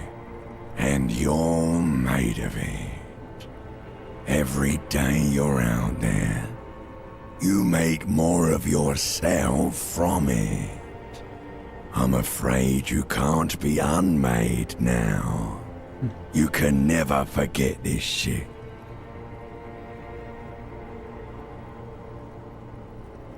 The colors, the voices. All stuck on loop. Whirling, spitting out words and images. You're the son of the world again. Harrister, a ceaseless agent. Picking up litter and old newspapers. Collecting your little bubblegum wrappers and idiotic picture postcards. Meaningless keepsakes. Reading your awful letters and recalling things, aren't you? The endless names of the world. An address book you are. The map of a city. It's like nature. You'll go insane if you keep going like this. One more day, and you'll be in the loony bin. I just know you will. And for what, brother man? For the working class. For the greater good. Solving your little crossword puzzles. Doing your tasks. Crossing names off lists. Trying to become some sort of world detector. It won't make it okay. It won't put smoke back in her mouth. This time he won't fail. There he goes again. He's a real political animal, our Harry. He still doesn't see that it's the world changing around him. He's got no idea what he's in for. Why? 'Cause only love can break your heart. You'll be the one real Beep, beep, beep. The alarm is ringing, Harry. The disco circus goes on and on. You barely slept 3 hours last night. Do it for the picture puzzle. Put it all together. Solve the world. One conversation at a time. One conversation at a time. Okay. Rise and shine, comrade. It's time to get to work. Despite all the thinking you've been doing, only 0.0001% of communism has been built. It's too great a task to undertake alone. You're going to have to get organized. Righty, let's get You to it. must seek out your revolutionary brothers and sisters. Find out how much communism they've built. Then, together, maybe you'll be able to build as much as 0.0002% of communism. But it won't be easy. Decades of persecution by coalition authorities have driven the remaining communists of Martinaise underground. They live underground. These communists aren't men. They're mole people. Inland Empire. Shut up.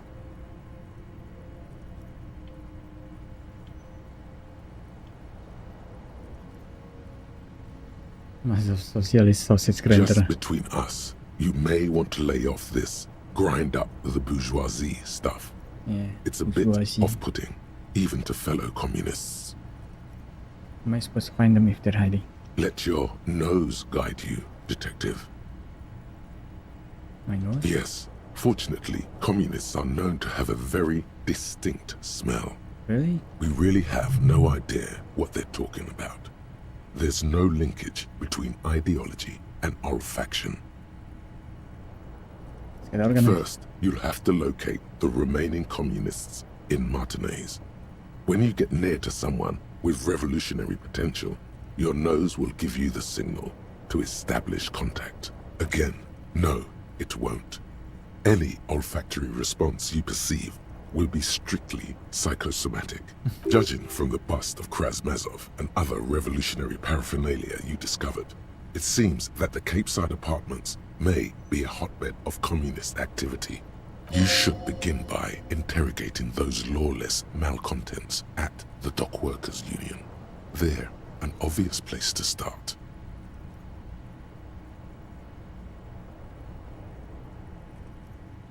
Right, Here we let's go. do it. Wake, brave worker. 'Tis no time for bed. Fight till there's no slaves below, and no masters o'erhead.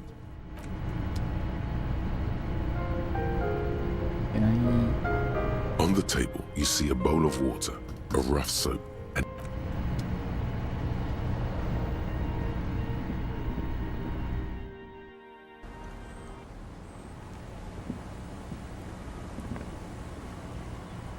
Yes?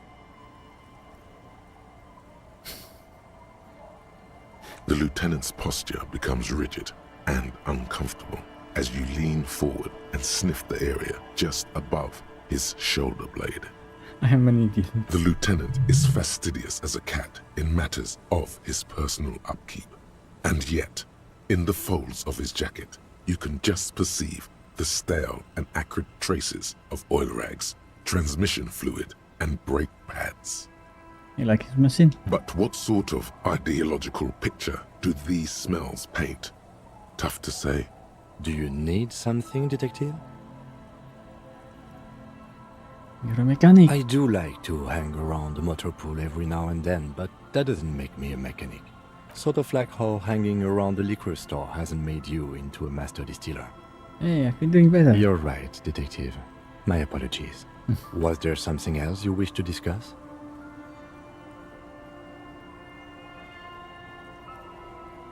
Nothing. Leave.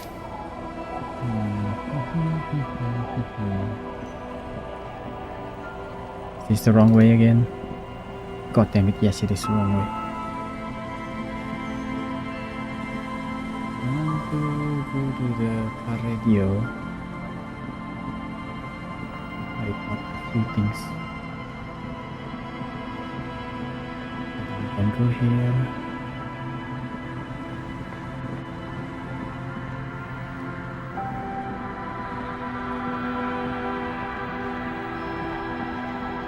I also want to try the pinball machine.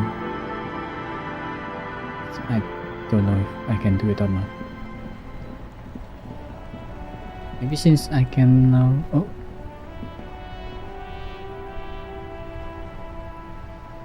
Huh? That's one brutal motor carriage. If I were a real skull now, I'd jack it, paint it in palm tree livery, then bottom light it, neon style. A snazzy shit-ripped skullmobile like this would make a fine trophy. We could, like, hang fucking shrunken heads from the side mirrors. Cops' heads. Scary tribal shit. Yeah, tribal shit. A cop carriage like this would have proper skull value. While I appreciate the interest you take in my brutal motor carriage, I have to stop you right there. The RCM takes threats directed at its property seriously. It's just theoretical work, Copper. No basis in reality. Man, if we were certified skulls right now... Was it a good idea on the lieutenant's part to get into this? Don't even answer that. Just leave. You can always come back later, on your own terms. What are you? I can tell you who we're not, cop. We're not snitches or skulls. Which is not to say that the skulls are bitches and... On the contrary. The part of this presentation you want to take home with you, cop man, is we're not part of the skulls yet. These skull people are more than an authority. They're deities.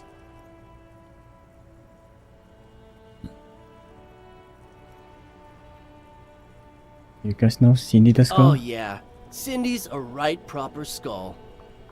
Yeah, a true artist of the future, just like Arno van Eyck. By the way, if you see Cindy, give her our regards. Odd. there isn't a hint of hate in them. It's like they're piss and fuck the world out of some kind of moral obligation. The lieutenant on your left is unusually lenient toward them.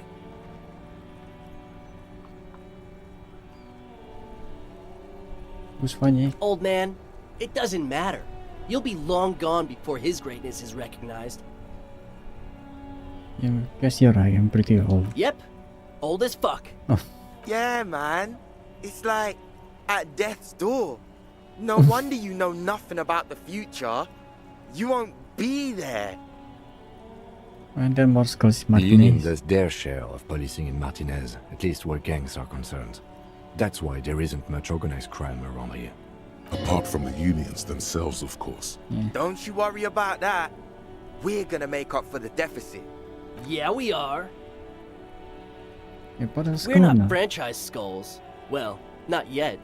Once we get our name out there, we'll have a chance to join them. Makes you think they will accept you? Because we can be just as psycho and vicious. You'll see. Ah, you'll see for sure once we're in. It's the last thing you'll ever see before the void consumes you. Are you sure Skull will say that? Well, yeah, I mean, we're only saying practice things for now, so we don't mean no harm to the Skulls brand, or to you. This is definitely something the Skulls would say. But we're not trying to encroach on the Skulls brand in any way. On the contrary, we're just here to market it. So you're just pretending? Hey, we could be just as hard. Like pavement on top of pavement, or a brick on top of another brick. What? Or a grave on top of a grave. Again, what? These kids have the vocabulary, but might be missing a brain. Wouldn't a grave on top of a grave be just a big hole? What's hard about holes? Not for this colory then? Mm-hmm.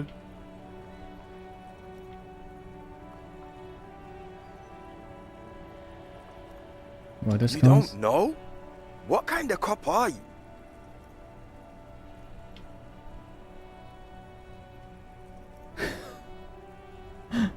I really The don't. Skulls are the most vicious gang of the Besmertne.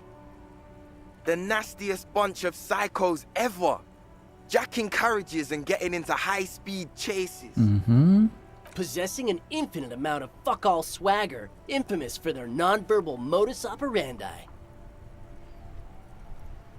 They usually occupy the burnt-out quarter in Jamrock, or you can find them loitering around their brightly painted bottom-lighted vehicles. I can't wait to become a skull. Bottom lights are wretched aggressive. Yeah, they are very lame. Murder? The man was hanging in the backyard of Whirling Rex. Yeah, sure. We'll gladly tell you everything we know about it. It was a man. I just told you that. Also, he was hanged. Anything else? He was hanged from a tree. Yeah, I mean, duh. These punks don't know anything. Let's just move along. Hey, stop right there. How does one know anything? Fucking philosophy, man. You can do aggressive shit with philosophy. Justify shit. That? Do you even know what philosophy means? Like murder or wasting your life away. Nope. But Cindy does. Okay. Don't tell him that. Skulls don't tattle, man. Cindy wouldn't. Where can I find this? You already said she's a skull. The last I saw her, she was hanging around the old apartment building near the pier. Just don't tell her you heard it from Piss and Fuck, alright? I think she wanted those gloves for herself. Be cool, man. Okay? Alright, we have a lead on the gloves. What's with the jackets? What about them?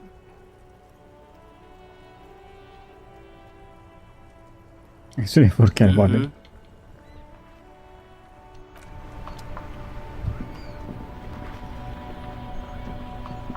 Inside, you see a set of steering levers, a radio microphone. This is Precinct 57. How may I assist you? I'm afraid they're closed. We should try again during... Anything else, Detective? 57. In the cabin, you Damn it. Still close.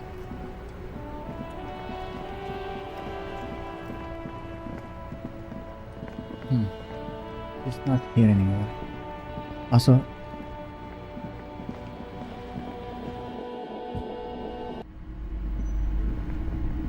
let's try the Shelves filled to the brim with crime novels. Is it this? A sulfur-crested cockatoo sits on the cover, its beak slightly open. It looks as if the bird is calling out the book title, From A to Zurich, a guide to a well-behaved cockatoo.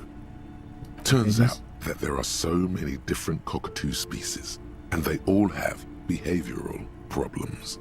You don't have behavioral problems. That's garbage. You're cool. It's a must-have if you own a cockatoo. I've heard they're quite capricious.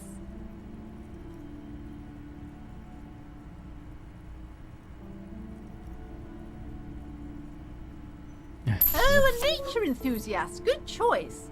I knew it was a good idea to keep that around. Several maps. The maps look old. I'm sorry, officer. The map of Martinez is the only one available. The other two are not for sale anymore. And besides, you could scarcely afford them. They're quite valuable, though they might not look it. The map of Martinez is 90 cents, though. Okay. Yes. Are you interested or not? Always good to be informed of your surroundings.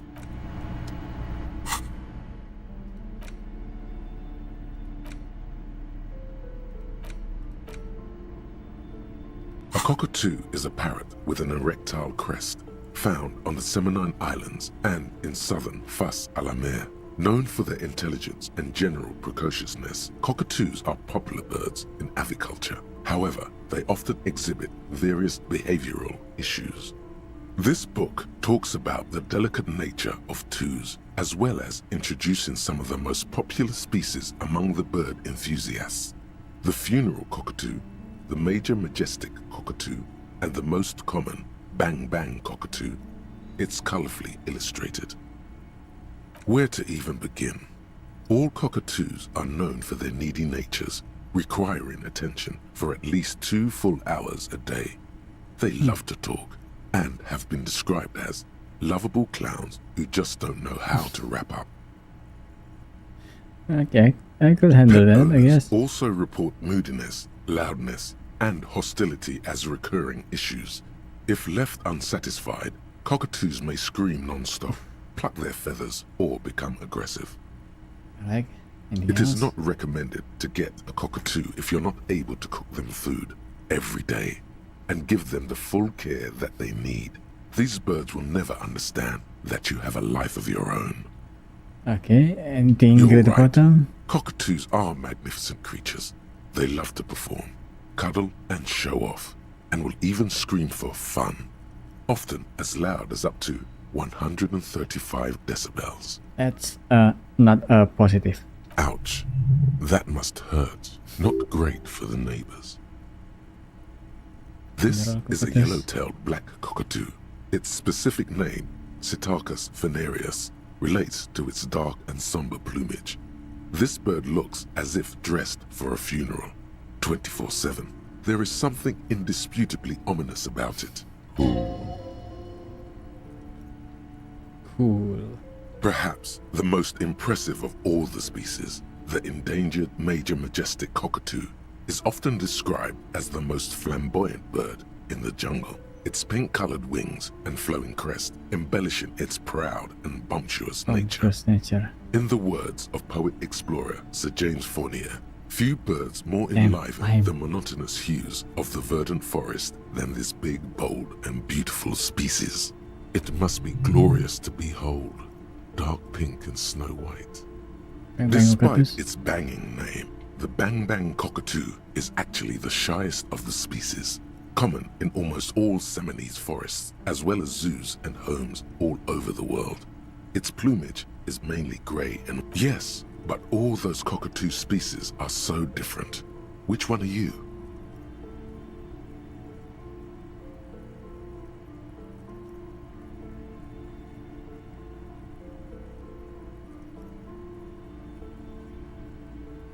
You're right.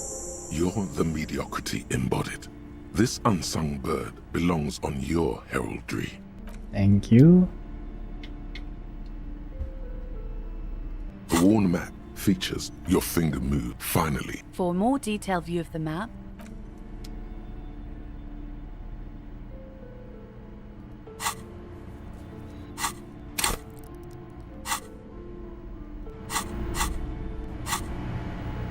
Yeah.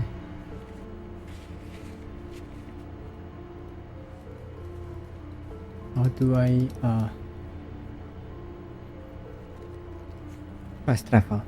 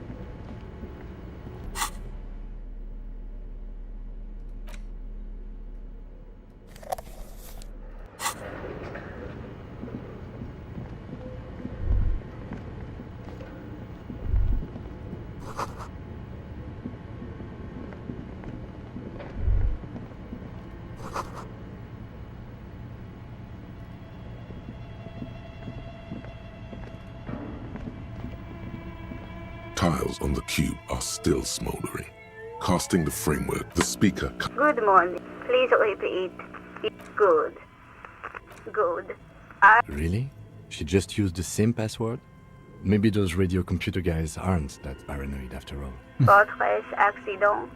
Is there anything? Thank you. Tiles on the cube are still smoldering. With a quiet determination, the printer starts printing. A piece of paper unfolding like a handheld fan. A black crisscross of letters covers its surface.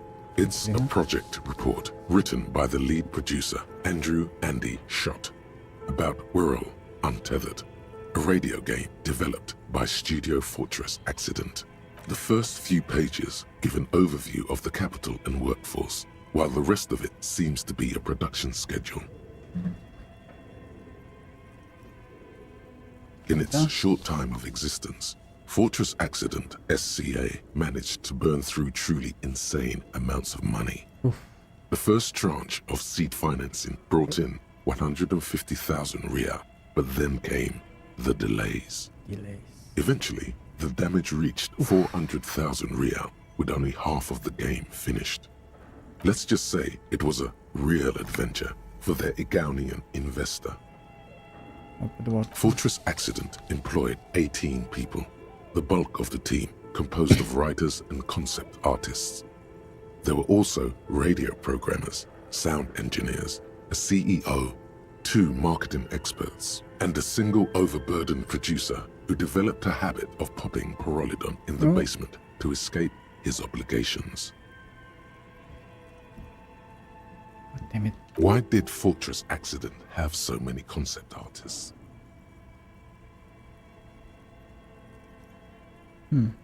It didn't. Okay. No, definitely not. A few more producers could have come in handy though, especially when dealing with writers, some of whom routinely skip to work because of mental health issues and extremely unprofessional sleep schedules. One of them even managed to steal some valuable company property before skipping town for good. The production schedule depicts their glorious descent into bankruptcy.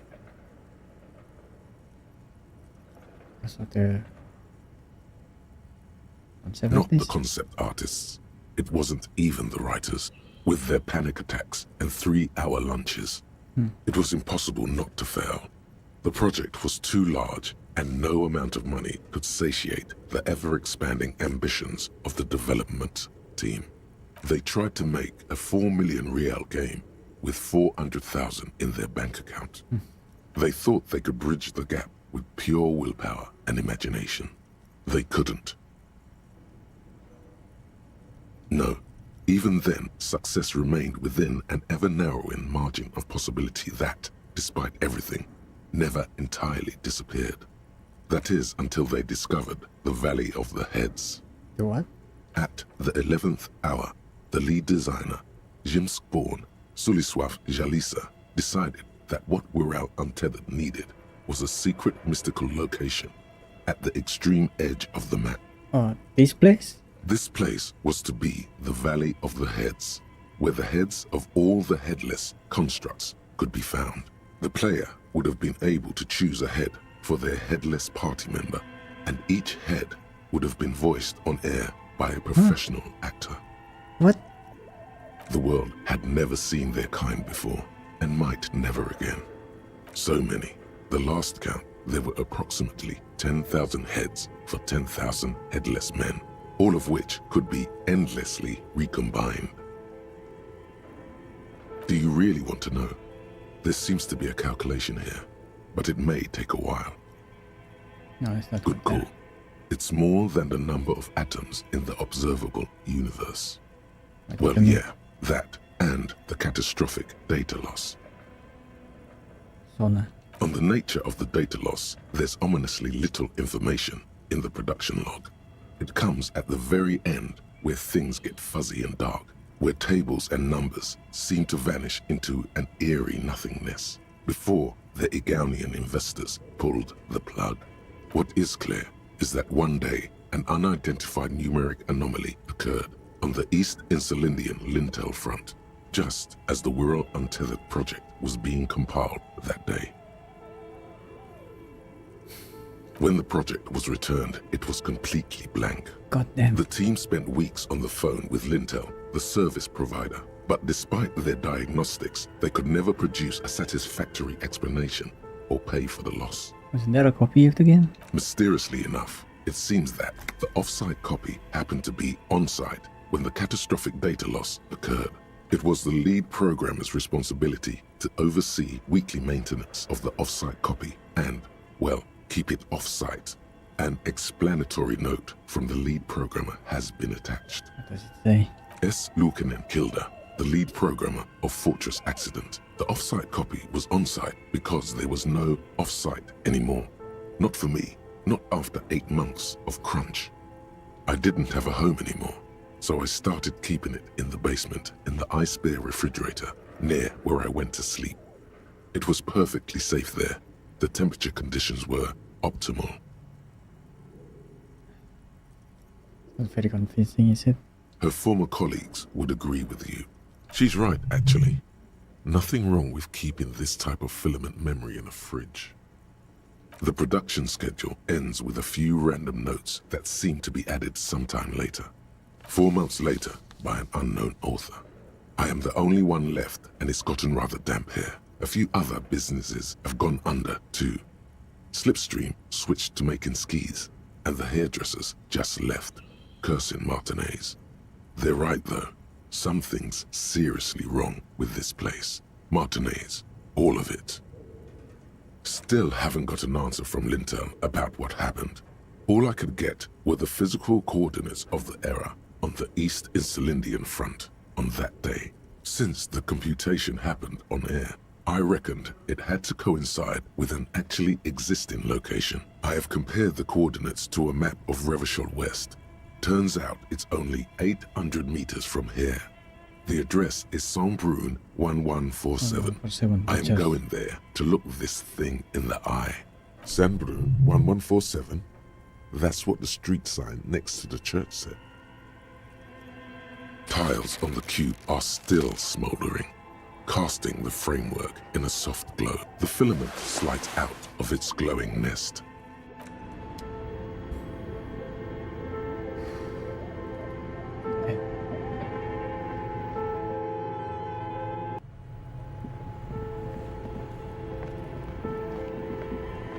The bear's eyes are dead and empty. Ice inside the fridge slowly melting. The power has been cut off.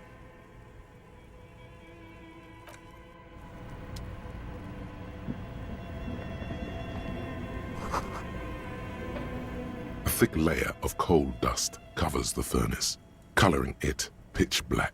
Looks like this furnace has a face, and it's a face of agony.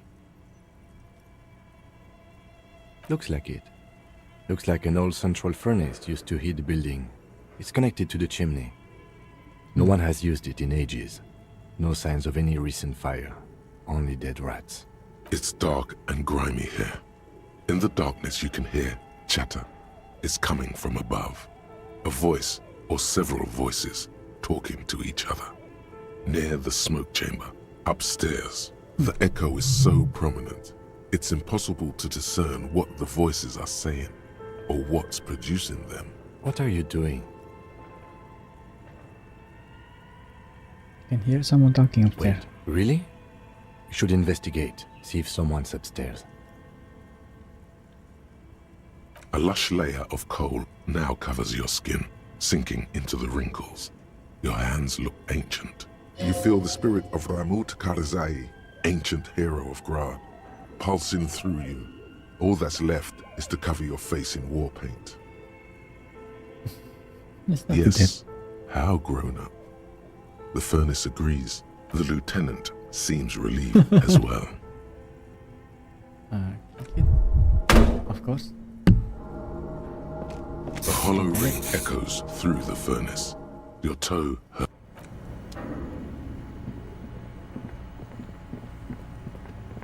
Just like the thoughts kill me.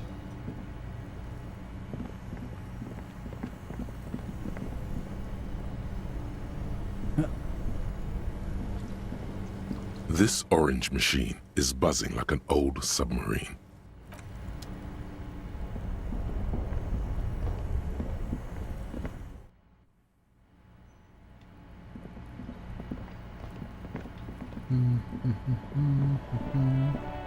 Oh yeah.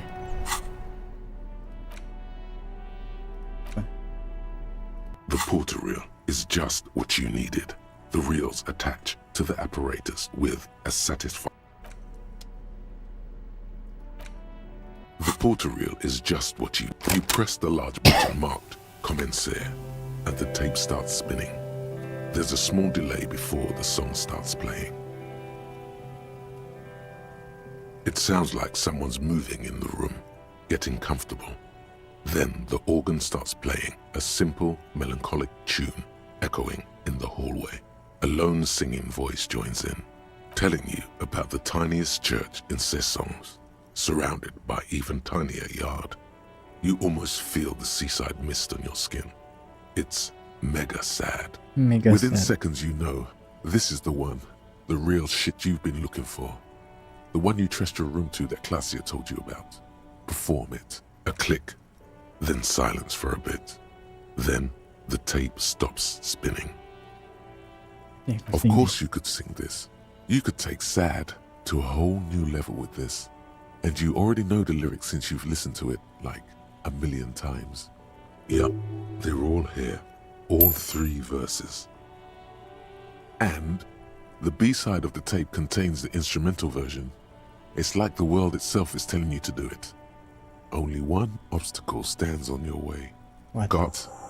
You have to convince Gart to let you sing karaoke in the whirling. After you've won him over, you can express yourself. Let the pain out. Make everyone understand. The lieutenant watches you pack up the boombox. He doesn't say anything.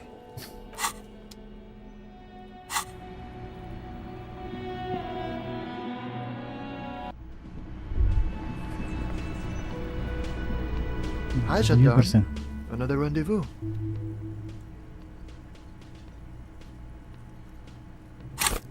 Ooh, something new. Hey. Hi. So what brings you here?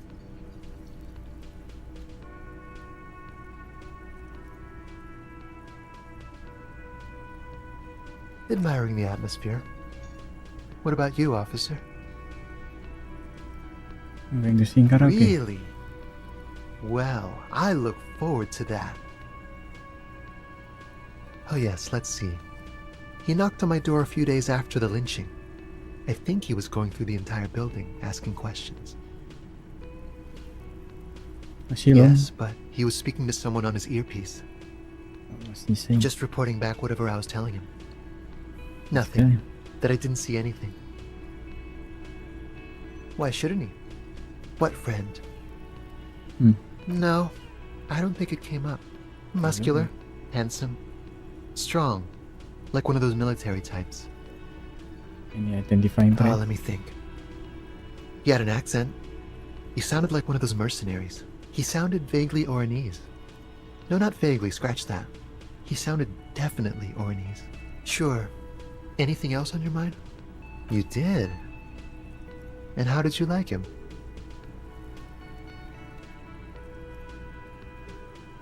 Magically pure I elegant. told you, he can be very useful. I guess that's the charm of powerful people.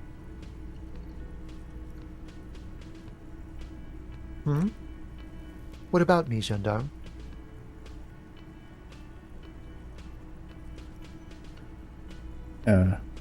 Sure.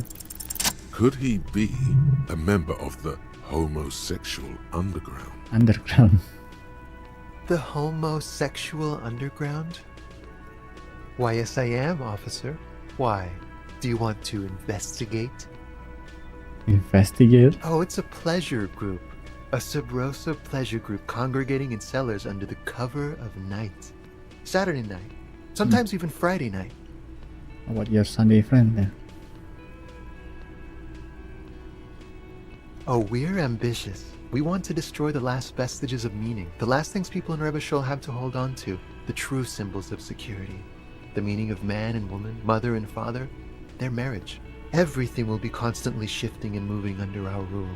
The future will belong to a circus of identities just spinning around, surreal and unreal. You won't even know who you are anymore. Yes, we listen to a lot of disco. Some say we engineered disco to spread our vision of a vertiginous, ever-changing society, where all there is a razzle-dazzle of gold. We are going to change the family unit with all this razzmatazz and finger dancing. And with mysteries. Of course, the mysteries are also of sexual nature, very esoteric. I do like disco. You can't just get into it. You have to be born into it. One is either already in the homosexual movement or forever excluded from it.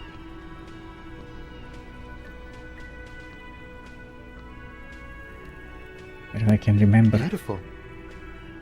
Beautiful. That's exactly what we're looking for. Who knows, maybe you were homosexual in the past. Maybe all of that has been repressed. I have to say that you do look like someone who might be part of the underground. You have that very distinctive, I can't understand what's going on here look. Mind project.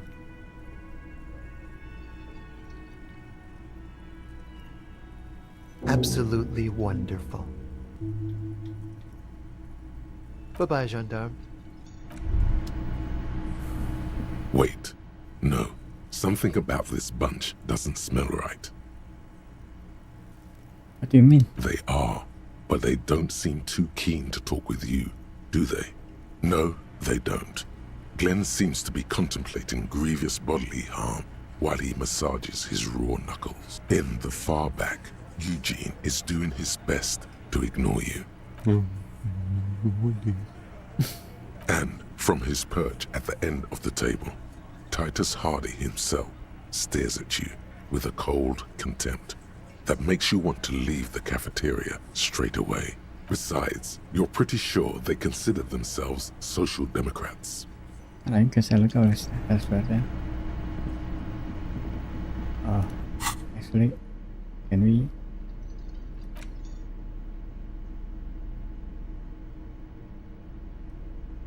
Thank you.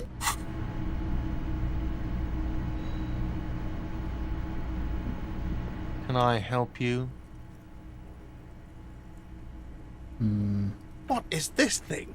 What, the interior? I can fix it to the plaque and have a new bird in the establishment, I guess. So, I don't know. Thank you. I'm gonna go with thank you. People just don't know how. I feel good about our work here today. It's all about the little things, like bringing people random stuffed animals. No, you don't. It's not happening. He tries not to look at you. It's dangerous to acknowledge the karaoke man.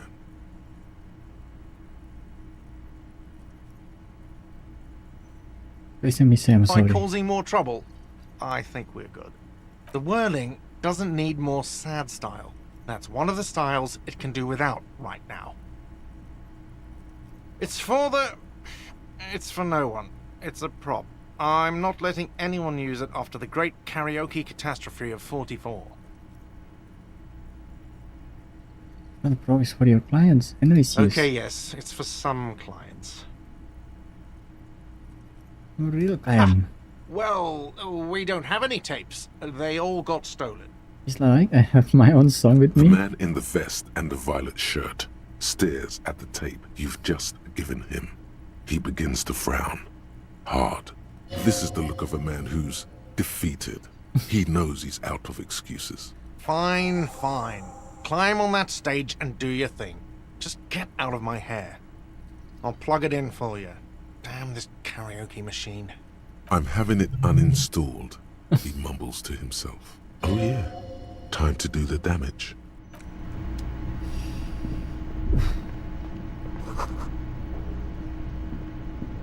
The stage is all set up for your performance. Feels silent. You can hear the pellets creak under your feet. You feel a little dizzy, a little unsteady suddenly. So, are you ready for your thing now?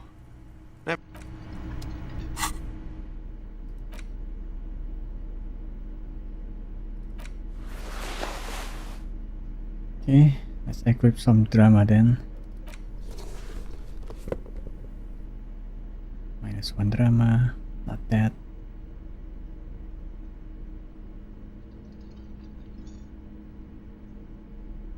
-1 drama.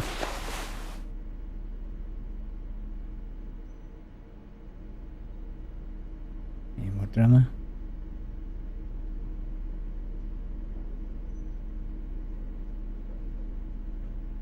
It's not. The stage is all you feel a little. So, are you ready for your thing now? Let me know when I should turn on the karaoke carousel. Immediately, a loud feedback noise startles the room. You feel like an amateur. How are you supposed to hold the mic? Should you just sing into it? Where should you stand? Hands. Where do you put your hands?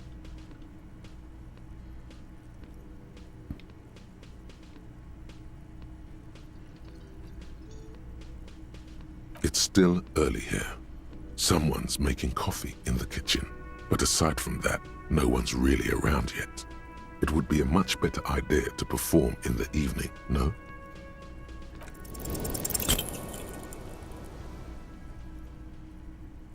It's I failed it, didn't I? I failed it, didn't I?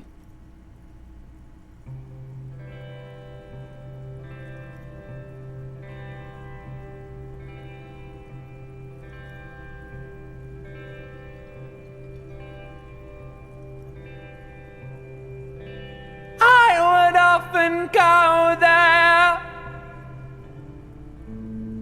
to the tiny church there,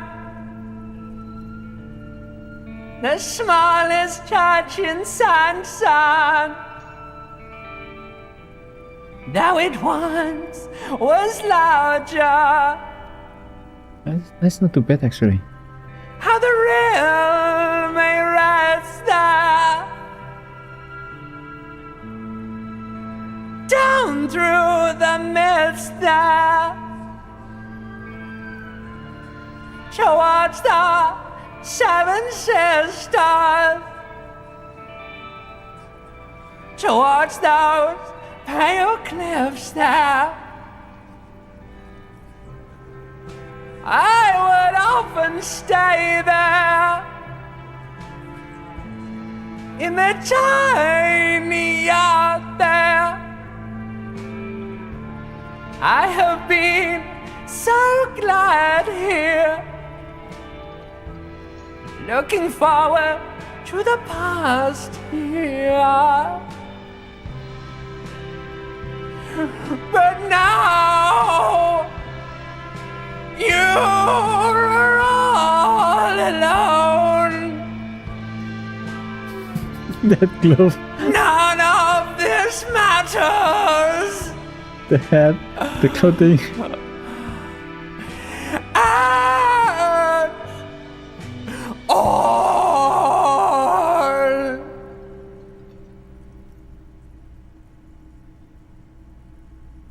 The tape clicks into the carousel, and then the music starts. God, a lump in your throat suddenly. Did you hear that? The most pathetic applause in the world, made of pity, no matter the time of day or how small the audience. This is a pitiful applause. Your words echo in the karaoke mic. They sound sparse. The room is almost empty. Quit yelling into the mic! A voice from the back squeaks something. It's definitely laughter. Someone walks out of the room, by the front door. Some woman. Is it because of you? That's it. I'm unplugging it. That's it. You're unpowered. Let's go, officer. These people wouldn't know a good performance if it beat them in the ass.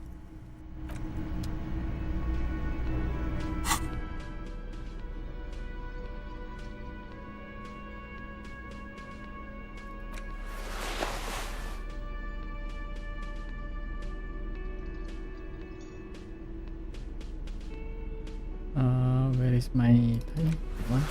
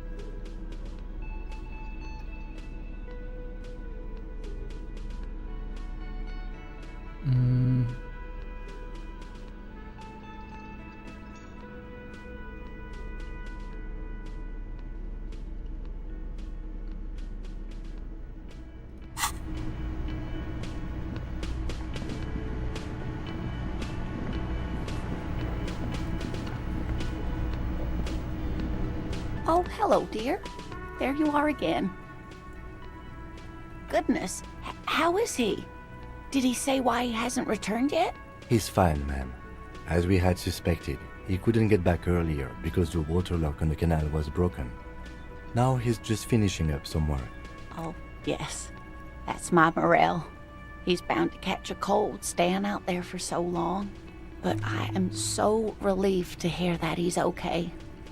Thank you for putting an old woman's heart at ease, if even a little. You haven't, however. There are dangers out there. Our aging body's foul. Her heart won't rest until Morel is safely back with her. Oh, yes. A zoologist. A cryptozoologist, to be more precise. What is that? It's a pseudoscience that attempts to legitimize research into mythological beasts and urban legends. That's one opinion, yes. And people are entitled to their opinions. She's used to playing off such insults casually, but they still affect her. Game. My apologies, ma'am. I did not mean to undermine your hobby. It's not a hobby, dear.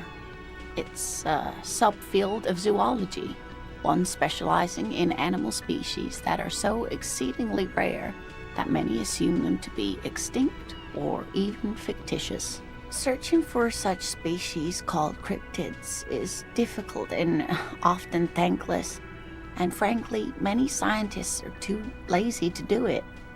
Universities these days are rarely interested in supporting real research.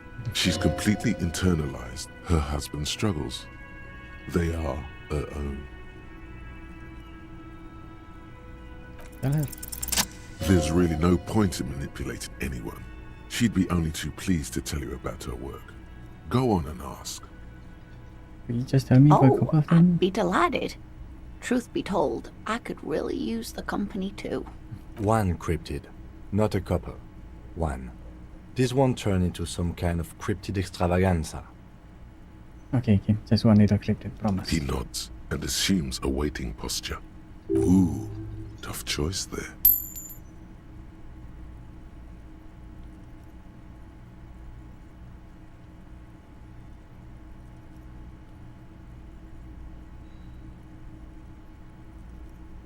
Written on this pen? Yes. It's the kind green ape. Half war story, half undiscovered species in the genus Homo.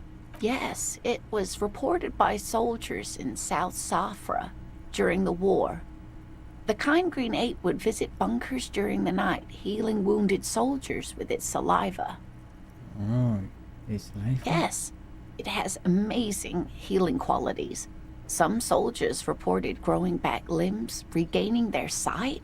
Something about undiscovered subspecies? Indeed, there is. It's our closest relative among the cryptids. Same taxonomic family, different genus. Which is to say, the kind green ape is a species with which we share a common ancestor and that evolved parallel to our own. Just like your partners. I'm pretty sure it's the same species The as us. lieutenant looks at you, pleasantly surprised. Oh, no, I didn't mean to imply that Saolites are inferior to us in many ways. You are superior. For example, your earwax doesn't have a foul odor like ours does. A tremendous evolutionary advantage, I'm sure. But perhaps we've had enough speculative biology for today? Of course, dear.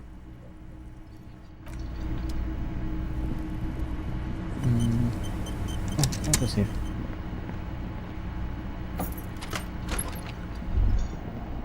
All these mesmerizing machines, just waiting to be plugged back in and played.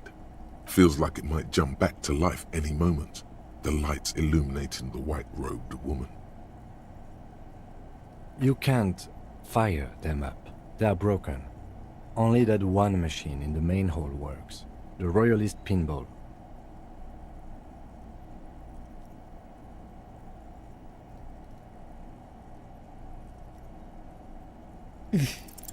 Kim, Pinball, Kitsuragi.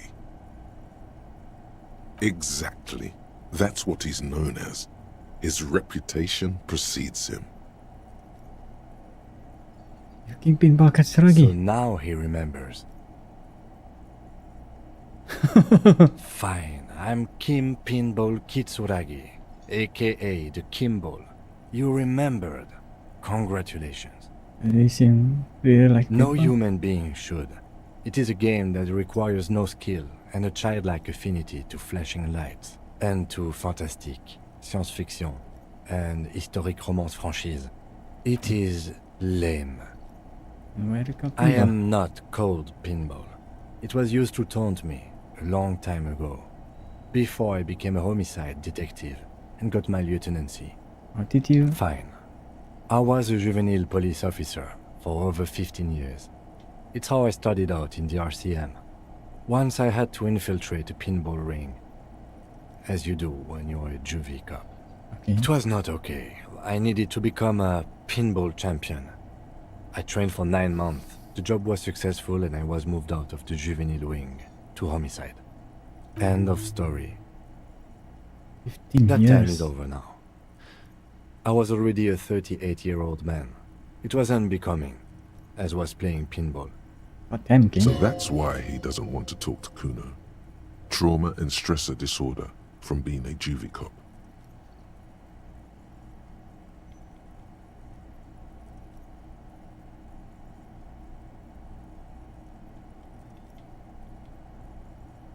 Yeah, Lieutenant Kitsuragi give me. Not only to you, I am Lieutenant Kitsuragi to everyone. Now we really need to continue our sweep of what appears to be a secret path through the whirling.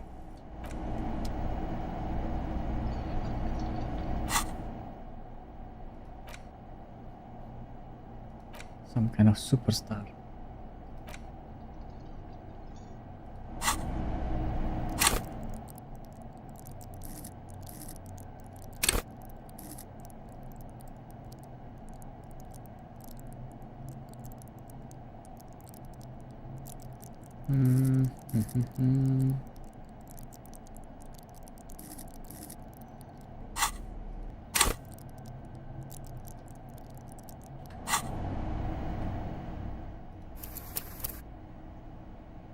Need to go to the toilet again for a bit. I'll be back.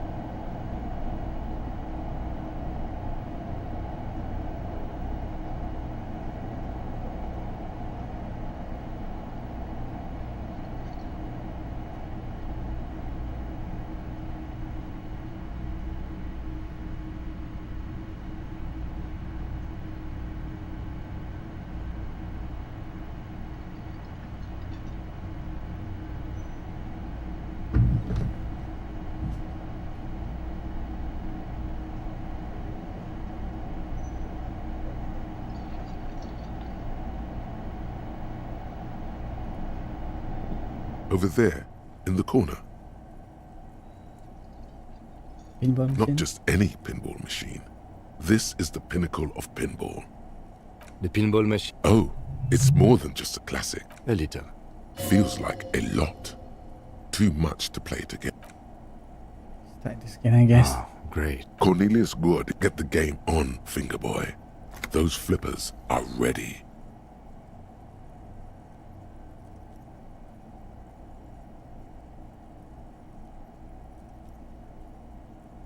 Above the painting, the theme of the peak of the areas around the playfield, indeed. Think of them. It takes a while to get go. I feel sorry for the gods. If they only the kind of an avid huntsman too. He also hit, but you seem to be having fun. Your game, suddenly, a maneuvering tiny hammer shatters something. The words pale. Congratulations. This can be never. You're down to your last goat, going mostly by sound. Eyes. I am. Only the tension in his posture betrays his interest. How, if you can't even see it? The last goat plummets into the fog with almost suicidal glee. It killed itself to spite you. There goes nothing, Fingerboy. The machine is dead and silent.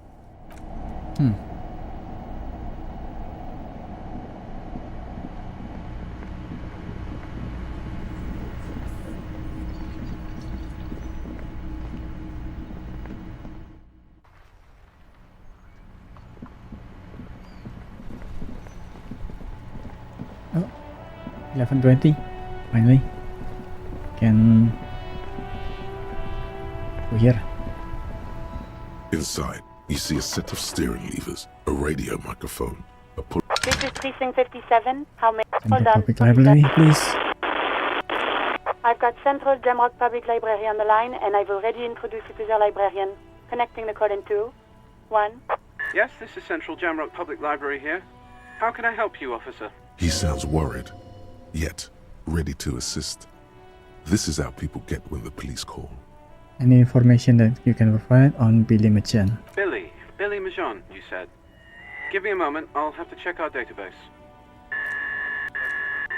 Yes, hello, are you still there? I found Billy Majon's home address, is that alright? No Yes, phone I'm- number, unfortunately. Home address is fine. Here we go, sir. Rue de Saint-Ghislain, 33B, apartment number 20. It's in Martinez, I believe. Cape Side Apartments, it says. That's all. That's where the smoker on the balcony lives, isn't it? Any information It related? says here that they returned their last book just a few days ago, but I wasn't at work that day. Yeah, someone who was. Marie? Marie? Do you remember a reader named Billy Majon? They returned a Tybalt book the other day. Yeah, Tybalt. Maurice, what? A woman yells. Then, yes, okay. If it was the police, she starts explaining something. Yes, it was my colleague Marie. She said that it was Billy's husband who returned the book. He also asked for this new sci-fi release, Lowe's Radio City 87, but we don't have it yet. A woman, not a man. Marie knows Billy. She's been working here longer than me. Sometimes her husband returns some books for her. And then goes for a little drink later, on the lookout. You know the husband Sorry, name? no. Marie only knows him by sight. Can Mary describe to me what the husband looked like? Marie! She said it was an older man, and that she's pretty sure he'd had a drink or two the last time she saw him. Oh, I see, Mary. 1 second. Sorry, Marie wasn't really paying any attention to that. Thank you. Happy we could help. Goodbye, officer. Anything else you need from me? 57th, over and out. In the cabin, you see.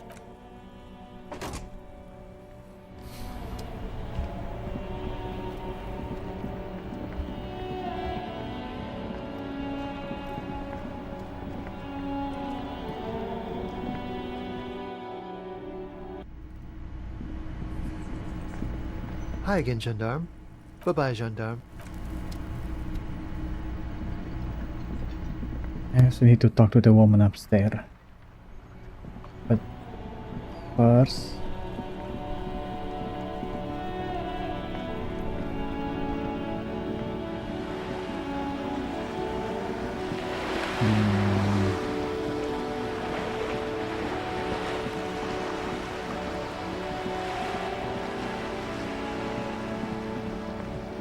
the woman at the bridge There. first. Do you smell that? Can you not detect that inimitable whiff of dissatisfaction and restlessness, that sense that the world is in need of dramatic, even violent reordering?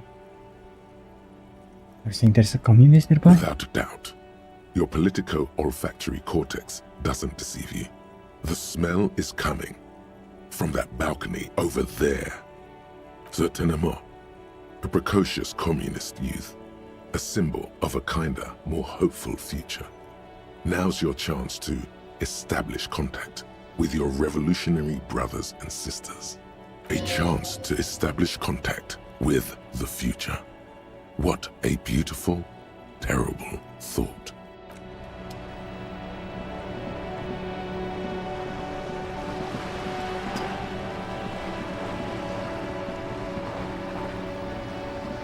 You're back. Good. What can I help you with?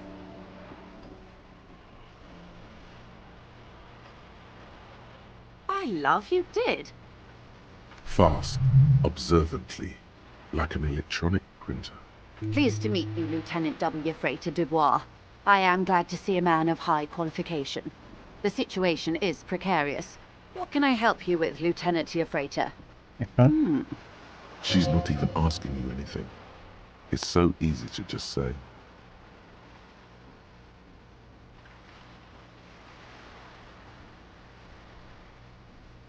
A referral, you mean? I take it this was for someone in the RCM. Don't answer that. Real door. Oh my. A real door? The lieutenant does not say anything, but you hear the nylon of his jacket rustle as he looks at you.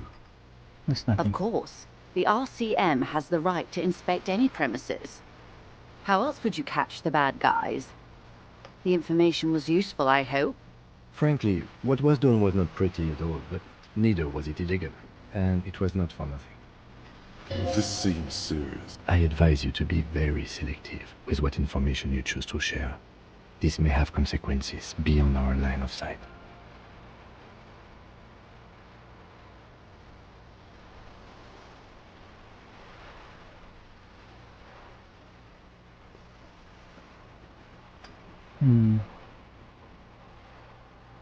Naturally, Detective.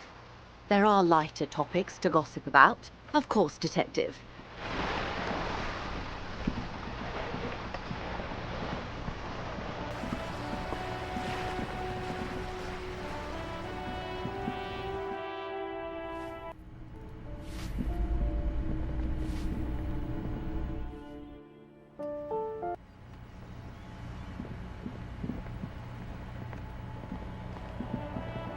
Hello again, officers. Have you come to admire my mural? I don't believe it. I've never known those boys to have manners. The bemusement in her voice doesn't fully mask genuine tenderness. They seem to hold you in high esteem. They'll never be skulls, but their hearts are in the right place. Can I be a skull? Fat chance. But you can still do your part to revitalize the neighborhood. And then how's that? She throws you a conspiratorial glance, then presses her finger to her lips and squints up at the sky, as though straining to hear something in the distance. Have you noticed the quiet? Every so often, you might hear a gunshot pierce the air somewhere in Jamrock. But in Martinez, no gunshots, no sirens. The people are languishing in boredom and complacency. This place is a sepulchre. We'll paint it red. We bring the raucous. You bring the sirens. What happened to Hangman? What do I care about some fucking tin eggshells?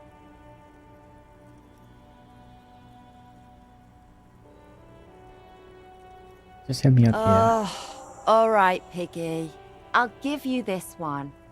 I saw a little girl in the fishing village running around with military-grade handwear. Looked cute as hell. Oh. Could that girl have been little Lily? It's not a bad place to start. Another little girl in the village. Could have been her. Small kid with giant white armored hands. If you've seen one of them, you've seen them all. And what do you know about politics?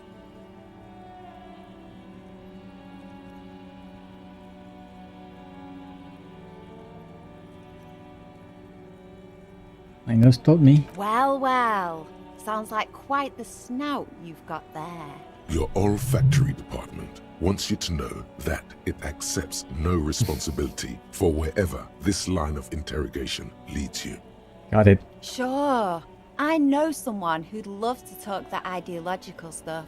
You're looking for Steban. Steban. A right communist who runs a mega cool and very secret meeting.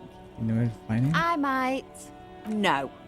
The lieutenant let slip a sigh that seems to suggest this turn was utterly predictable.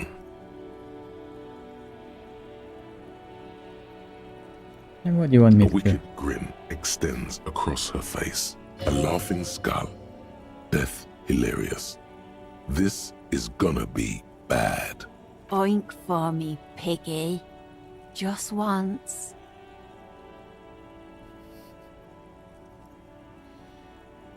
Sure. Wow. That was easier than I expected. It's almost like you've been wanting to do it this whole time. A cool, damp feeling ripples through you. You realize you needn't have rolled over quite so easily. The lieutenant, needless to say, is not impressed. Yeah. Sounds like you're really serious about meeting Steban. It's touching, sort of. Steban's group meets only at night, in an old room in these apartments here. It just so happens you're in luck. Their weekly meeting is tonight. Poke your snout around sometime after 10 p.m. and you might just find them. Just that he's a real communist. Not like the play acting you've been doing. The rest, you'll have to see for yourself. Hold on. You didn't think it would be that easy, did you? See, Steban's a bit on the paranoid side. He's got all these mega secret passphrases to keep out infiltrators and the like. You can't join the meeting without one. You know the passphrase? Sure, I do. Steban trusts me. Not going to tell me, are you? Why would I? That would be so boring. Now, let's see if you're half as dedicated a communist as you say you are. That's enough. Off with you then.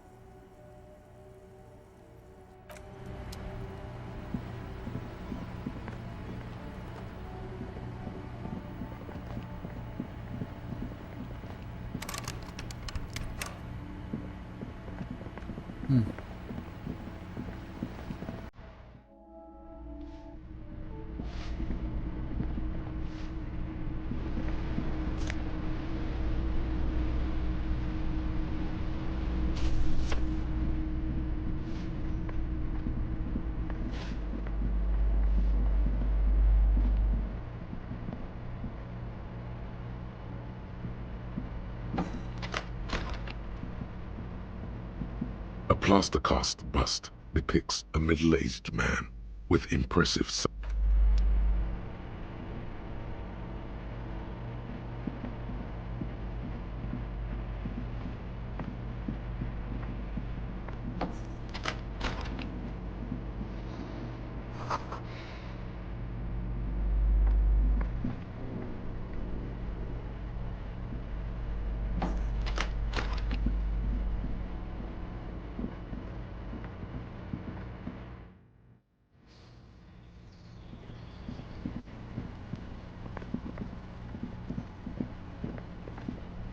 This door is made of metal and appears to be no one answers. Let's go. There's nothing to do here.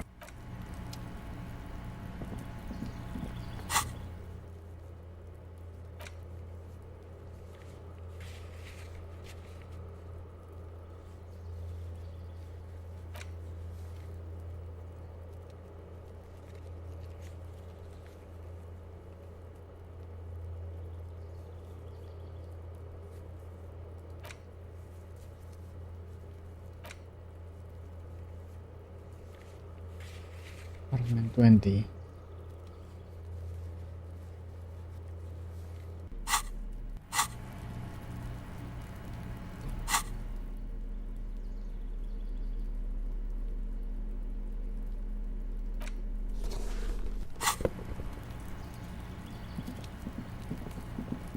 A weathered brown door. The number reads 20. Something smells good. Soup allons, yo. The lieutenant motions to you to go ahead and knock. This is the door. You already know it's the right door. This is going to be so hard. Don't knock! Just leave! You don't need this! You don't need to sad it up! You're right. Let's talk this through. You hear some light footsteps and what appears to be a daily weather forecast playing on the radio. We have our first preliminary identification. In all likelihood, the deceased is the husband of Billy Méjean. We need to confirm this, as well as deliver the death notification to Billy herself. Now, delivering a death notification is never an easy task. There's a reason why it's often called the most stressful part of our job. This is why it's usually done in pairs. You got this. I'll be monitoring reactions, ready to act if necessary. Do you have any advice? Dead. Just don't say that you know how they feel. You don't. Good advice.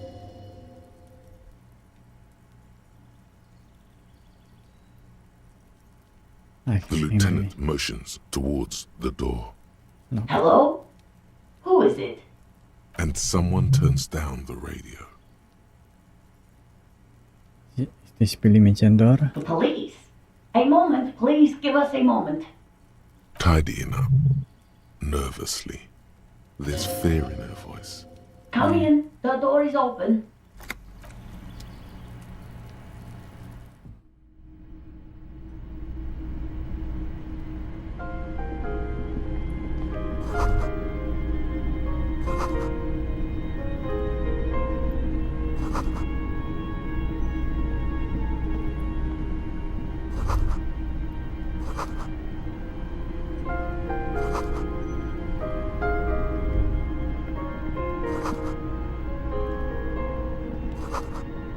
I've done that. Curtains can be quite expensive.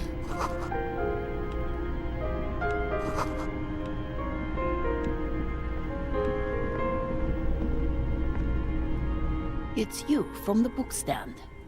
Did you come to bring my cockatoo back? I don't think I introduced myself properly. I'm Billy. Would you like something to drink? Tea? Lemonade? We're out of coffee. The lieutenant has taken off his foggy glasses and is busy cleaning them in his handkerchief for now. You're on your own here. He must feel vulnerable without his glasses. Is this why he's letting you take the lead? Thanks, but I'm alright. Is this about Victor, my husband? Is he in some kind of trouble again? I can come pick him up in the station if that's what. Keep it together. You don't want your body language to tell her the news. Sorry, I'm rambling. It's just that Victor often gets into all kinds of trouble. So, how can I help you? Definitely no small talk.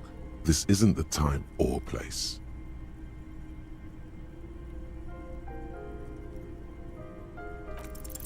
You've done this before.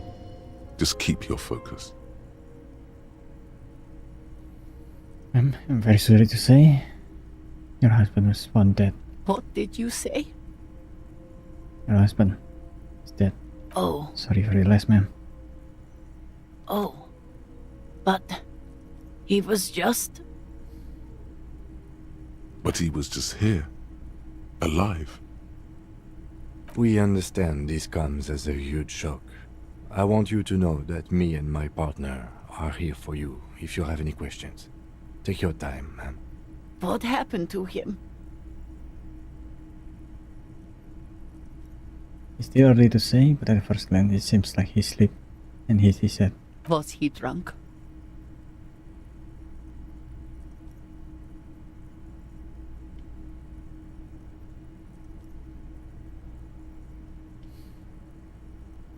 Yes. I see.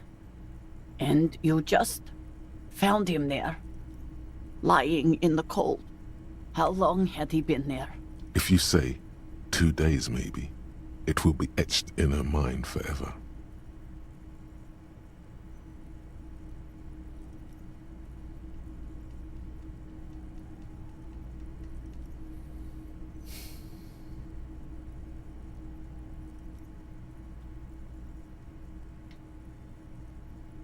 It couldn't have been She long. blinks, eyes welling up with tears, as her hand starts searching for something from the pockets of her dress. The handkerchief.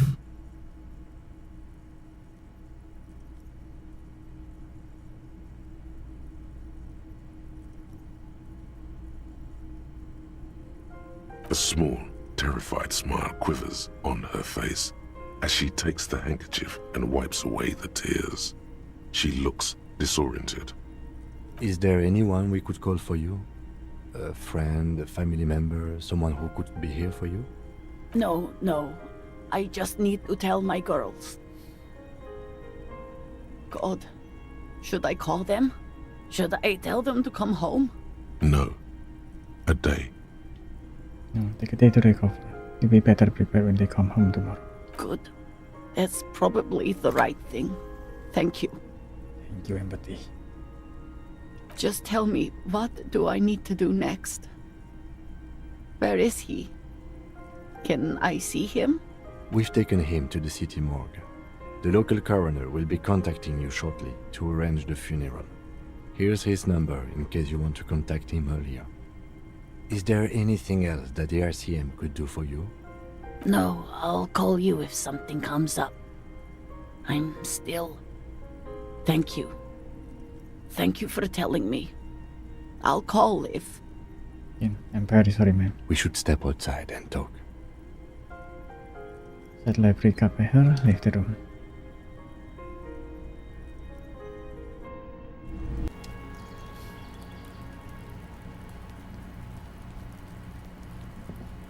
You did well.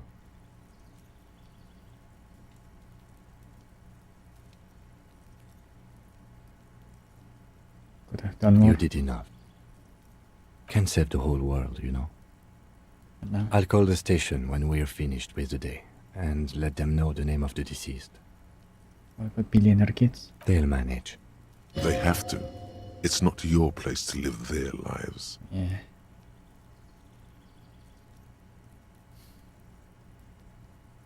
Yeah, man. Let's go.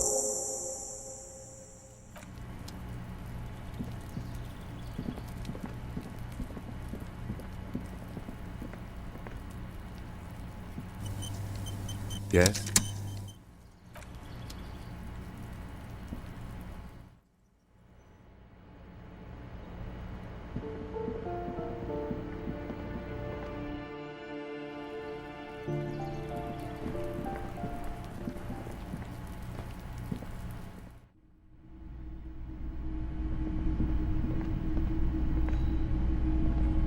A row of mugs sits on...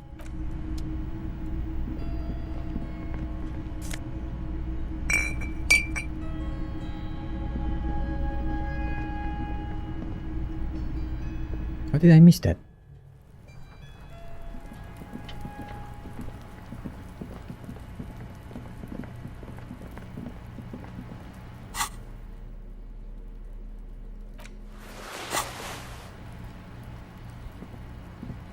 Just an ordinary wall. Nothing to see here.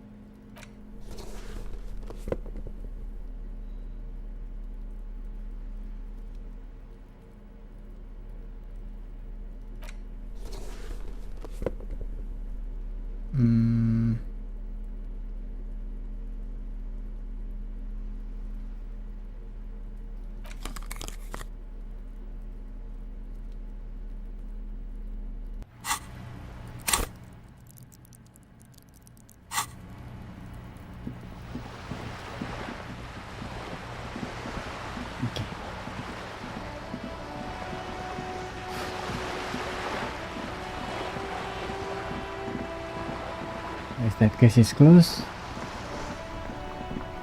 Fucking damn it.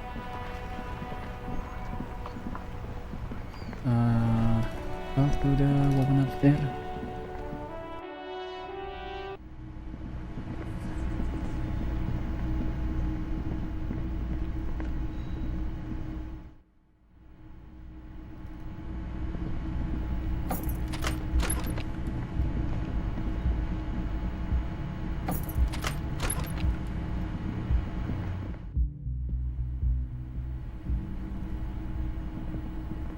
This window is pristine on the inside.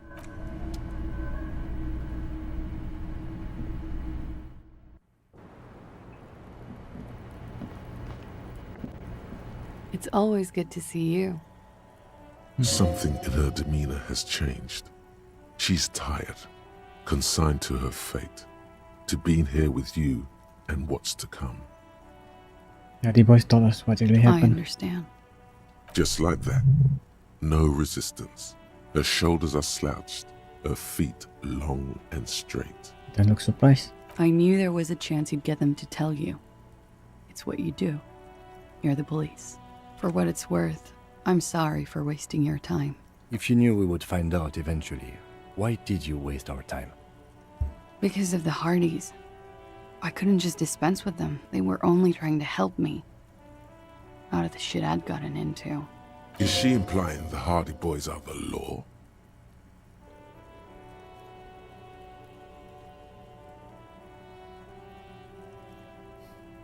I am not. There is more here, miss. You're right. There's more. You answer to the coalition government, and by extension, the moral intern. Briefly glancing over her shoulder to the sea, as she's done time and time again. A grand expanse of water reaches over the bay and to the horizon, golden grey in the noonlight. Well, let's be honest. The Pale, the Muindi Isula, the Occident, and then Oranje. The old world, the conference centers, the people who are angry at her past.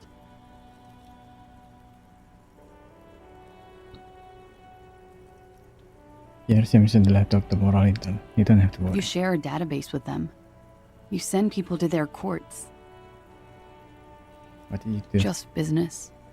But bad business for some people in the moral intern. If I show up in your records, officer, they will find me. They will... What happens if they do?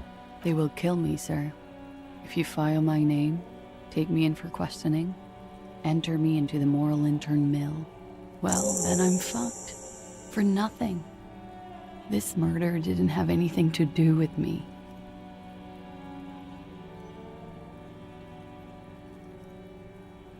When was the window changed? Last week. Angus and Titus's brother, I think he's called Tibbs, took care of it. I told you I'm a horrible girl.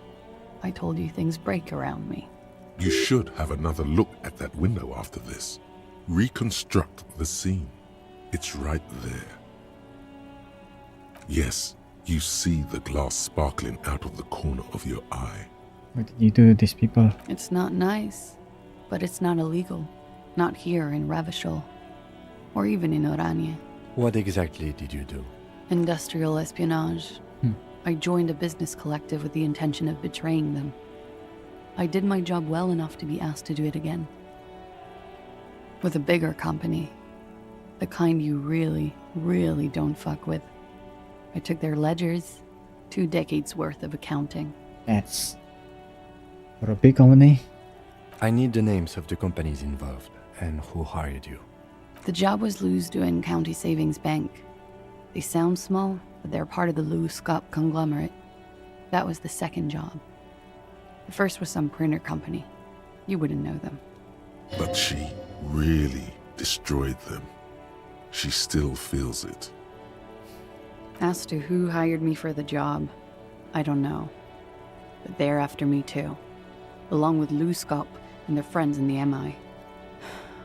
Once you're done in the competitive intelligence circuit, you don't have allies. You're radioactive. Yeah. Lowe's Cap.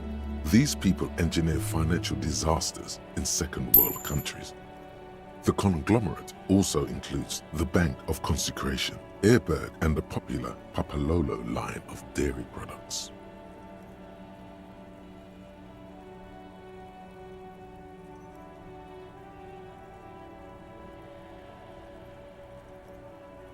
Yeah. Papa fucking Lolo wants to kill me. As love said, you've gotten yourself in there. It is. Many people lost their jobs. Not just C-suite. Ordinary people. What I did to get to accounting... a lot of people got hurt. But that's just more of my shit you shouldn't have to deal with. You're solving a murder. That can wait. Look into her eyes. There's more. What did you do? One of them killed themselves because of me.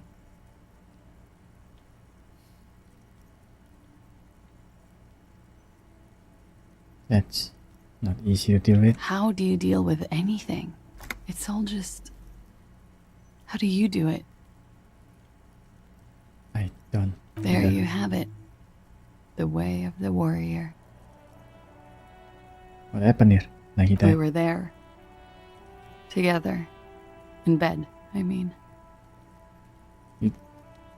Exactly what? Okay. He was in a kneeling position. He had just entered me. I was on my back, looking at him. I heard the window behind me shatter, and I turned to look. There was a hole in the glass. I turned back to him. His eyes were looking through me, and his mouth was open. Dumb. I could see. I could. Her chest rises and falls with each word. She keeps herself together and says it. I knew he was dead. Before he fell down on top of me. You were right. He did enjoy the moment of his death. Better not to mention it. He was heavy. I pushed him off and he fell to the floor. There. He only had his boots on. I bit the pillow, not to scream, then ran downstairs. I waited for the second shot to come. For me. I thought there would be one. It never came. She's forgotten about her cigarette. The butt has burned right down to her fingernails. Your cigarette, miss? Oh.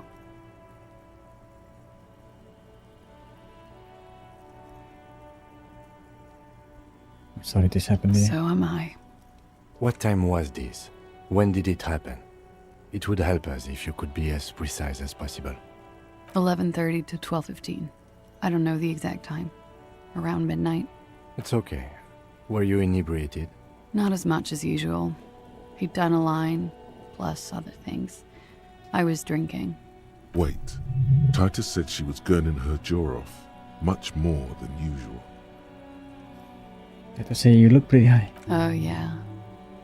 I did one of his lines, just to clear my head. Did you hear or see the shooter in the course of this? No. What did you do then? Nothing. I was trapped. I was stuck in my room downstairs. I got some clothes on and crawled back up, drew the blinds. Blood was coming from his mouth. Not a lot, just a little. He was still on the floor, slouched. I couldn't be there with him anymore, so I ran down and out of my room, into the hallway, down the stairs. I knew there would be people there. Run, woman.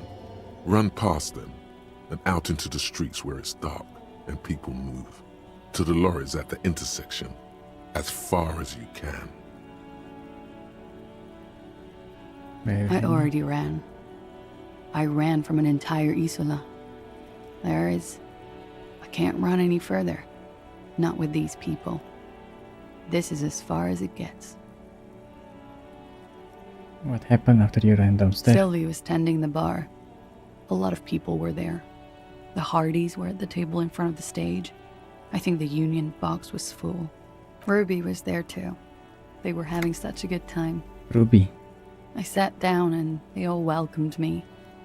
I didn't even have to say anything. Ruby knew something was wrong. Ruby?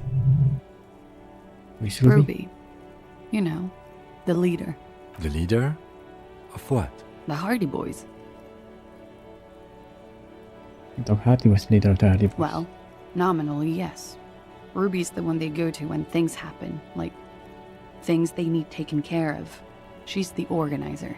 This Ruby, in her phrasing, is entrusted with great power. She trusts her. So do the others. Would you say she is the 8th Hardy Boy? Why not? Does she also party with Ruby, however? You party with Ruby too? No. Still, there is something there. She won't tell you now.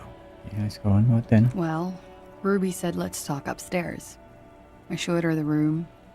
I've known these people since December. They know my situation, that I can't leave a paper trail. Ruby was the first one I told. She said she'd take care of this. It's what she does, you know, take care of things. I helped her get the body to the bathroom. We used a belt to pull him up under the shower, to keep him upright. To mislead you, they were tampering with the body. To produce lividity, matching a hanging? Yes. We completely missed the tempering. Looks like you got there in time. What was this, 20 minutes after death? Oops. Oh. About 20, yes. Ruby explained it would make the blood... You know what he does. And what did you do? Ruby went outside to talk to Titus and the boys. I was just looking at Lely in the bathroom. I had to put his clothes back on. His armor, too. It was tough, but I've seen him take it off and put it on many times. It took Ruby maybe half an hour to come back with Titus. I'd gotten him ready by then. They carried him out. I knew what they were going to do. Make it look like a hanging. Ruby said they would. What did you do while they were hanging? Ruby said to wait here. She also said I wouldn't see her for a while. That we should lay low or something. So I did. Is Ruby? Where is she now? I don't know. I haven't seen her since. We will need to take this question to the Hardy Boys. You hear a gunshot? When he was shot? I may have. I don't know. I couldn't hear anything over the glass exploding. The gunshot wasn't that loud. This is something to keep in mind when assessing the distance of the shot.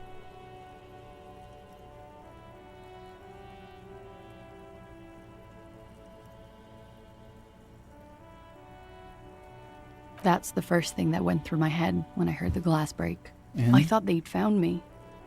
They've killed him to punish me. All last week, I've tried not to talk to anyone or be seen with anyone so they wouldn't be hurt. I've come to understand, however, this is paranoia. What happened didn't have anything to do with me.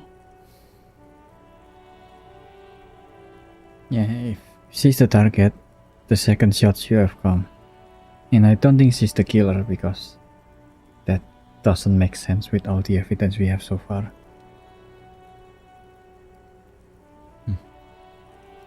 Or I don't know anything anymore. All I do is wait here. We can't go after Loose Cap. Not yet. There are other, saner leads. I don't ask you to, Lieutenant. But there's one thing I know, is that you'll get nothing from there. What did you call it? Because I'm an idiot. Which is an indicator of truth.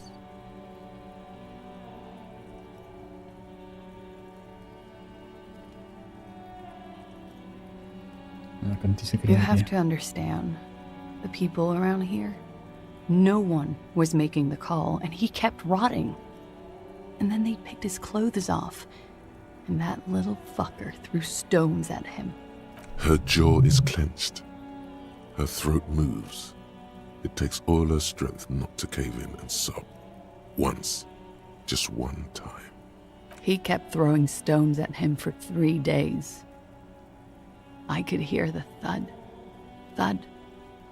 So I called you. I hope with all my heart it's not the last thing I do in Ravishol. Oh God. That was a lie too. Who made the call then? Don't be paranoid, man. It's unbecoming of a police officer. And it makes you sweat. She nods, silently. She doesn't even smoke. Just picks up the cold coffee and holds it in her hands. He's thinking, are we done here? Or should we arrest her? She's a flight risk and she lied to you. She should be taken into custody. No, that won't be necessary. Just leave her alone. She's been through enough. She doesn't need this police brutality. This guy won't budge. You have to wake Multiface up, forcefully, if you want to continue pushing her.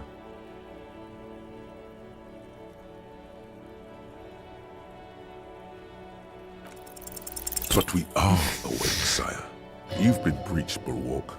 So you say. But give us one example of deceit. Just one example.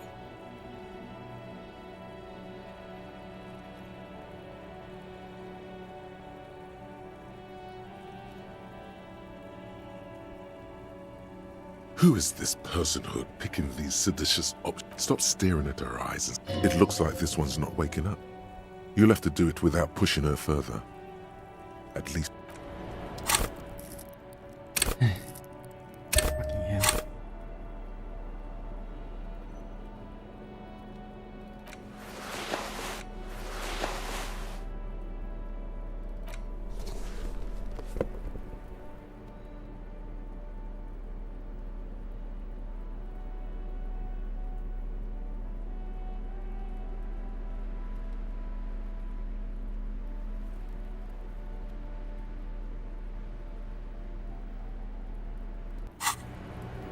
Officer, it's a fine day for... Who? What? Dear God, you've been lied to. She could have killed her lover and lied to everyone. She's not candid at all. She's smoke and mirrors and will-o-wisps. She probably didn't give you her real name either. Why would she? Arrest her immediately, before she further entangles you in her web of lies. Take it easy. Don't overcompensate with this course correction. Ask questions first. See?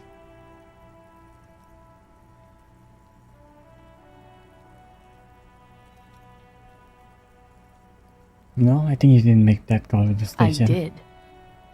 What is this? I called your desk or whatever it is. The numbers are all over town. Call 8-100-2 for emergencies. There was an older woman on the other end. It sounded like she was smoking. She took my complaint. She coughed. That is the emergencies desk number. Anyone could know that, sire, by looking around and calling the desk. I don't believe a single word she says. What time did you make the call? Thursday night. It was late, sometime after 12. It checks out. But That's I know nothing. the time of the call, too. I know I have not been 100% truthful with you, officers. But I am now. You sense a little hesitation there, or maybe even fear. The stress was on the wrong syllable. Welcome to the wake-up club, brother.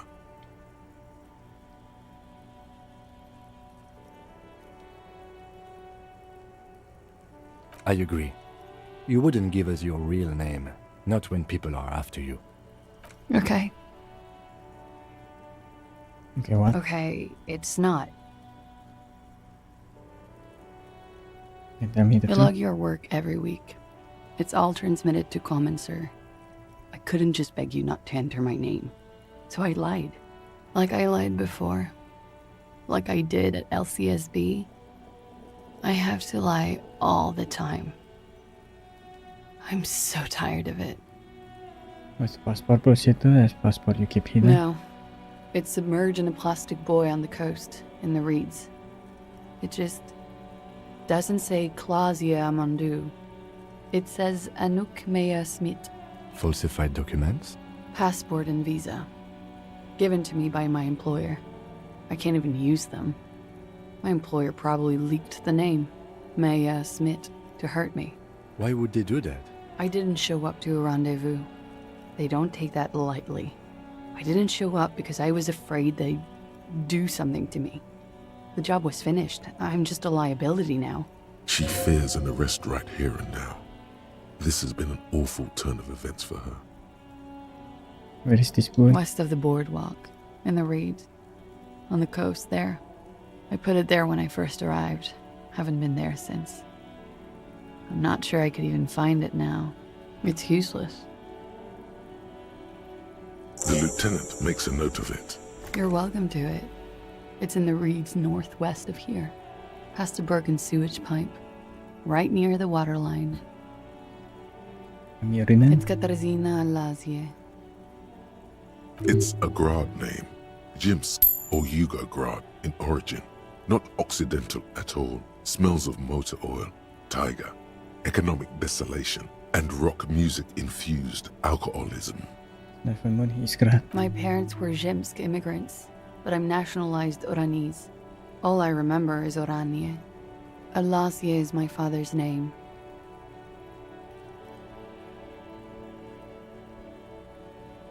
Just call you Miss Oranje Disco You Dancer. can call me whatever you want.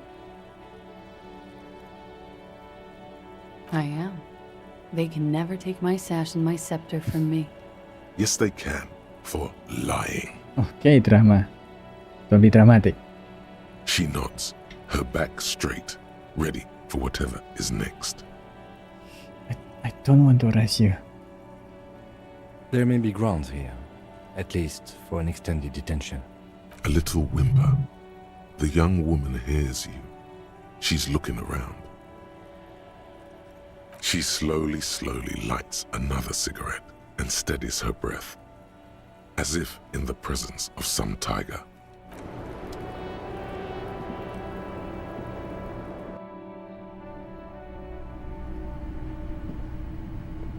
Yes? This window is pristine on the inside, unlike the one next to it. Light from the desk lamp.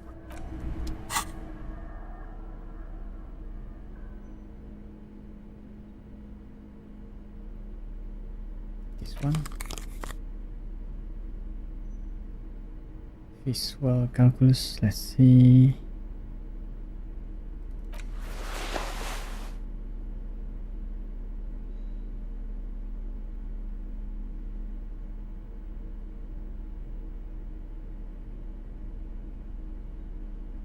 Guess that's the only one. This window is pristine on the inside. Unlike golden light melts away into the blue, glassy darkness of your mind. In it are two neon-lit shapes, a man and a woman on the single bed. Like the witness said, the man is kneeling, the woman is on her back. It's the night of March 4th and a shot has just been fired.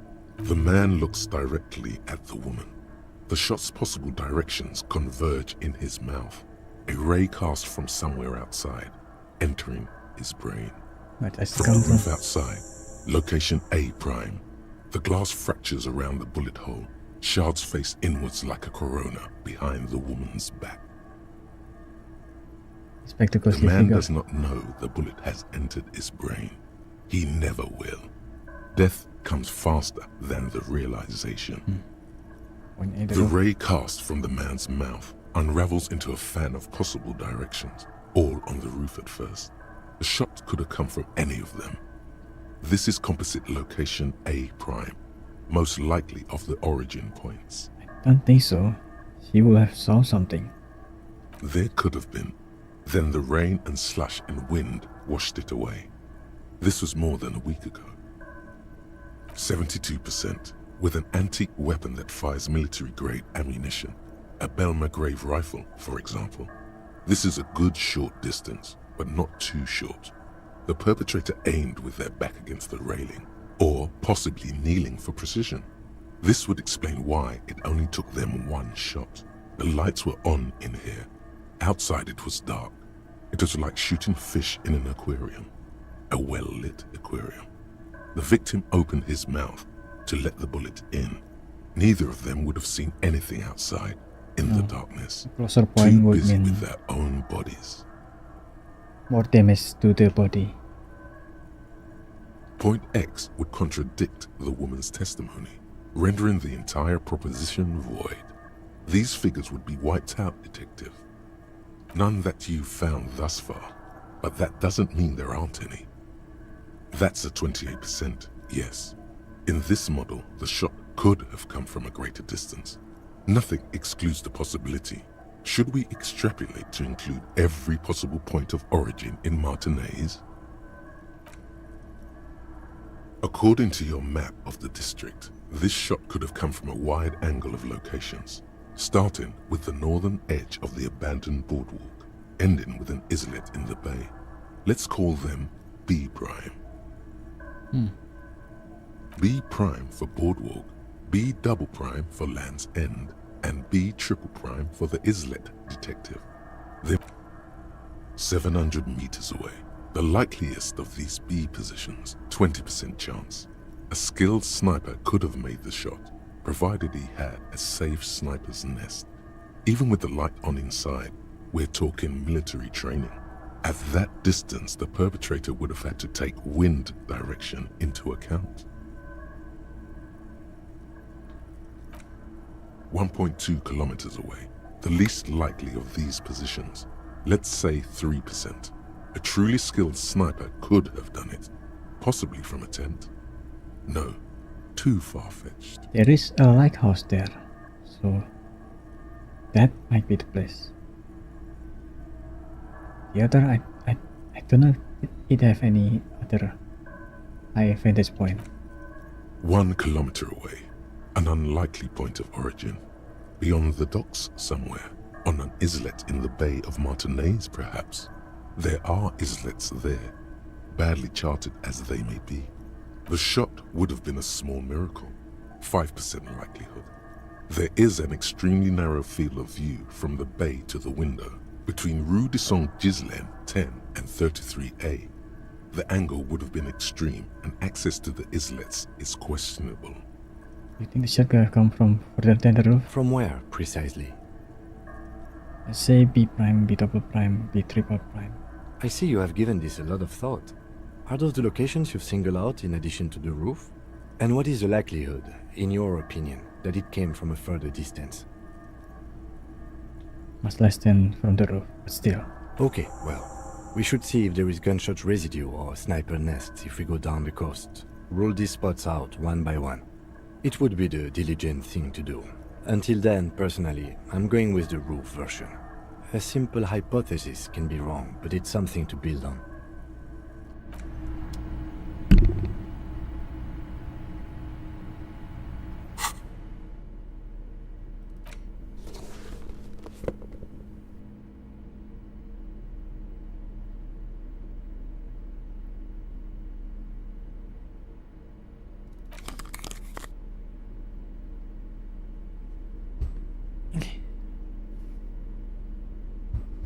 We take another toilet break. I think I'm going to end the stream soon. Maybe another hour. Yeah, but I want to take a pee break. Get some more water. I'll be back.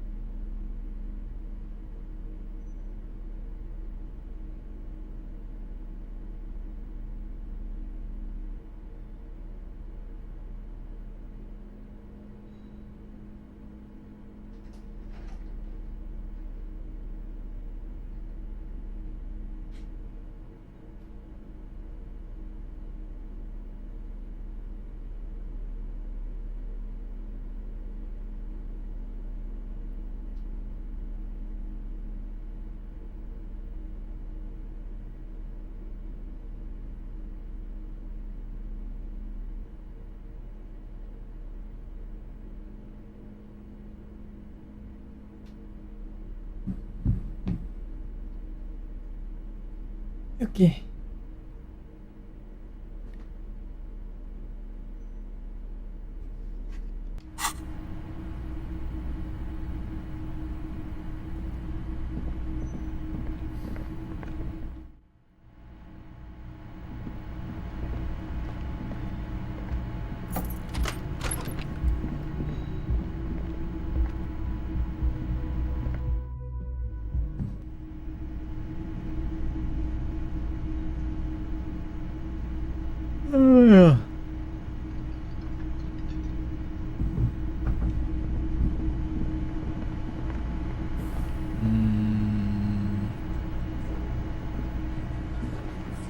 Let us find It's Ruby. you again. What is it?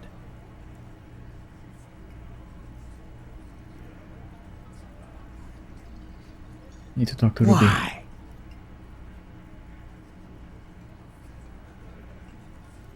I'm going to level with you. Leads me to Elysium. Sounds like you're making her a suspect in this. Not on my watch, you're not. Ruby's one of us. We're not gonna throw her under your moral intern steamroller. Fuck that shit. And fuck you too, moral Ruby is missing. If you hide from the police in a murder investigation, you become a suspect. You know how it works, guys. That's nothing. That's just legalese. You don't even have a sound theory. I don't want to be rude, but we're trying to get some R&R here. Think you could fuck off now? I think we'll keep sticking around, Titus. You'll be surprised at how quickly a theory presents itself if you keep looking.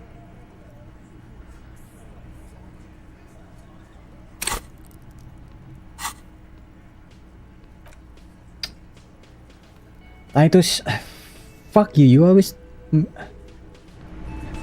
making this harder than it should.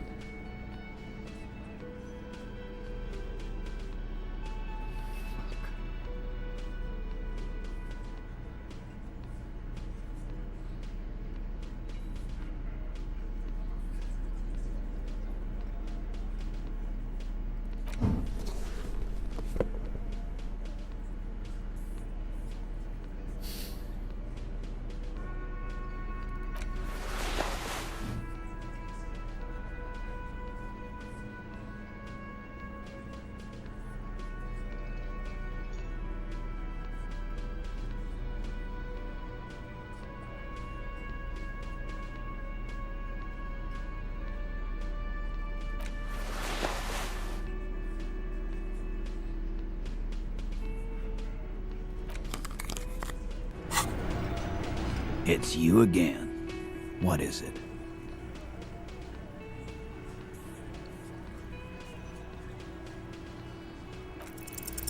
A sudden flash of lightning in your neocortex. The hostel cafeteria is lit by its airy blaze. Floor plans, bullet trajectories, webs of human emotion, all channeled into a single thought. Guys, you sure Ruby didn't off him? Because she was here, all night, with us. He's cobbling together shit so he can put her away. It's Cop 101. She was here all night? 11:30 to 12:15? She was here during all that time? Yeah, with us, drinking, near the stage there.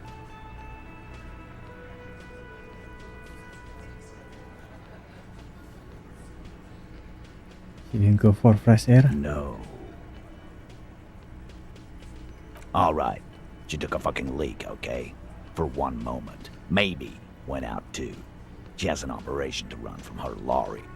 We're not getting into what that operation is again, Cobb. That's probably for the best. Don't break your stride now. And just 'cause she was gone for 5 minutes doesn't mean she magically got to the roof and shot him. I've been through this. It's not plausible. He's been through it.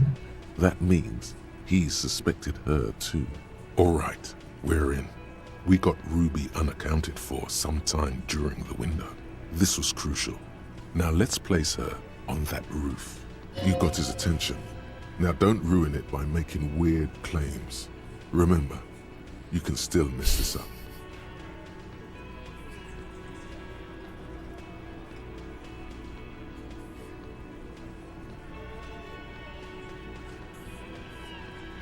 You noticed the wind shot back and the other wall of the whirling? I've seen the winch. I'm not blind. You saying she reeled herself up by her collar, like some kind of... Kidding? Let's go with that. Point is, it's just a rusty winch. It doesn't put her on the roof. You do agree the shot came from the roof, Why not? You can't draw a straight line into Clausia's window from any of the surrounding buildings. Not from what I know about Martinez. Maybe from the coast. But like I said, I've been too busy dealing with you idiots. So no, I don't think it was a sniper. It was close up. There's a 72% chance. Bullet came from the room. 72%. There's a percentage and all. Where'd you get it from? Your guys in the lab? I said on the spot. No, you can't. I know what you did here on the weekend. People talk. And what they say doesn't sound like a science call. You're a madman. Those numbers were an asshole, man. Yeah, and they don't put her on the roof either. It's just mambo jumbo. He hasn't got shit. Secret route in the kitchen. Oh. What looks like an abandoned pinball box shop. People say there was a pinball arcade here, sometime before the hostel. What was it called, Theo? East Delta Pinball Arcade. Weird place. Went bankrupt.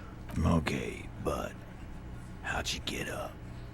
There's no room for a staircase in this building. Or an elevator, for that matter. The elevator is outside the building. It's an old dumbwaiter used for moving pinball machines up and down from the workshop. There, a door leads straight to the roof. You can just step outside. Ruby could have gone up, shot him, come down. All under 7 minutes. That's quite the theory. We need to have a look at that secret passage, boys. I'm on it, boss. Right when the law clears, me and Angus are going up there. It's a dumbwaiter, not an industrial lift. How about I go instead of... Just now. You got something else to back this route up? Or is that it?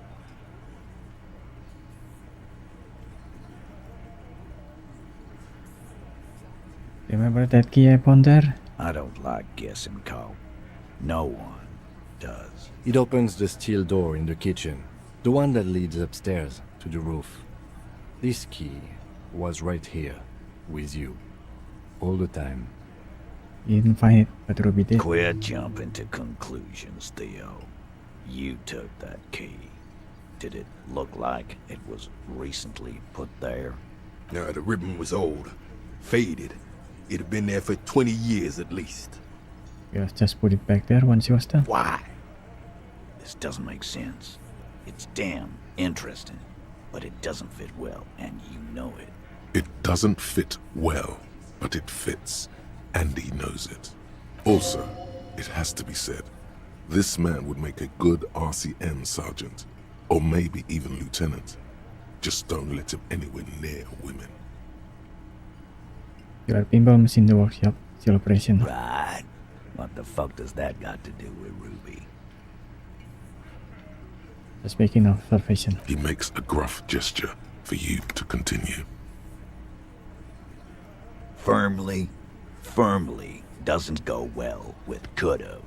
There's a route to the roof. Me and the boys need to check it out. That's what we've established. But a route does not put that bullet in his head. A gun does that, and Ruby doesn't carry one. Phase 2, murder weapon. Get a gun in her hand. If not that, then at least a shadow of a doubt, in the shape of a gun.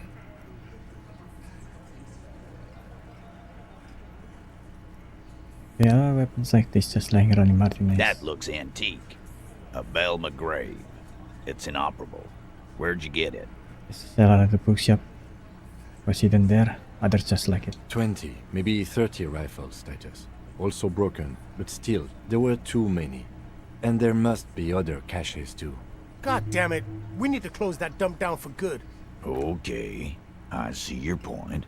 There are guns lying around. Damn it. I thought we'd found all the old spots. Why was that still there? We just missed one. Ruby doesn't know this place, boss. Just these cops digging up shit.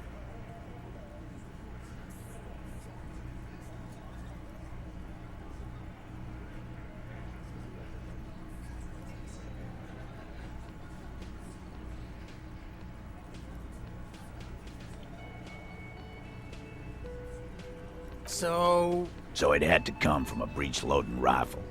Military grade. Not even you militia monkeys have those. This goes against your short-range theory. If the murder weapon was military grade, how did Ruby get it? Wait, did he say you don't have big guns? No, just say you're honest with him. Don't challenge him. Screw honest. You just showed him a breech-loading gun.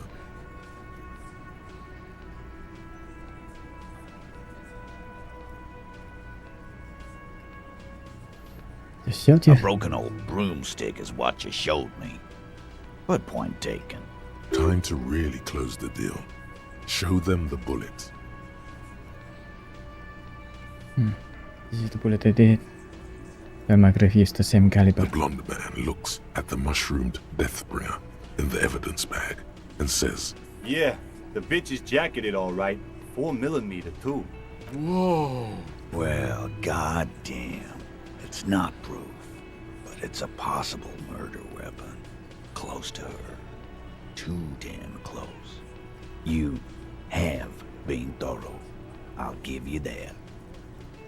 8% chance? Yes, goddammit. I know what a 72%. Just making sure we are on the same page.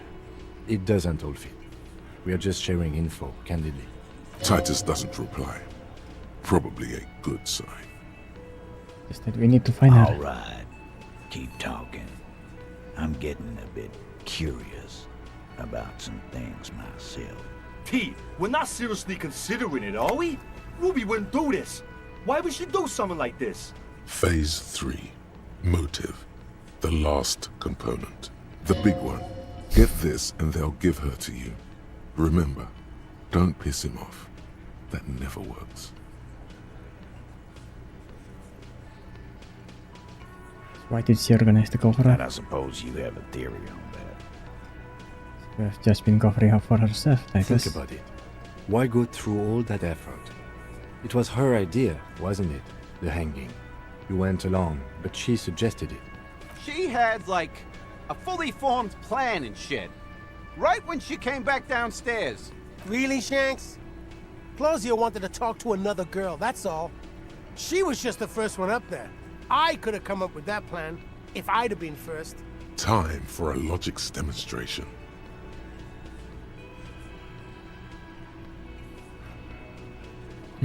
Eugene.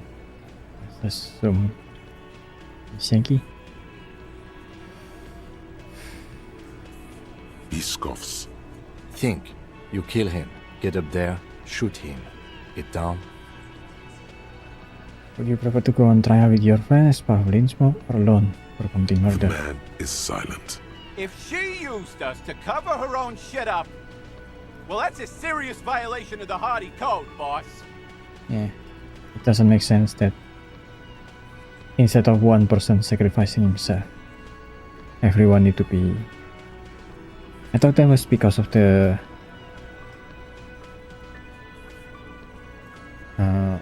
everyone should be involved mentality, but I don't know. Which is why she didn't. She would never do that. Why aren't more of you defending her? This is fucking stupid, Titus. Glenn, I thought the same thing when she skipped town and left us in this shit. Oh, so he didn't rule her out completely. And she skipped town. This is good. You need to talk to her. Silence. He looks around the room. The old man in the corner nods. A very small nod. And a trickle of tobacco spit on his lip. This is the only option he cares for. Yeah, I see it. There's one more thing I've been wondering about. Ever since you asked me where she is. Add it to your list of suspicions, if you want. I don't know. I don't know where she went. She just got up and left. Got real scared, too. Wouldn't tell me where. However, hard I asked. Wanna know why? Why? She was afraid I would tell you. Maybe she was right. By now, I probably would. She knew there's evidence on her, and she knew we'd find it. This is typical suspect behavior, why fleeing is always incriminatory. Perhaps. Ask her if you find her. It won't be easy, though. She made sure of that.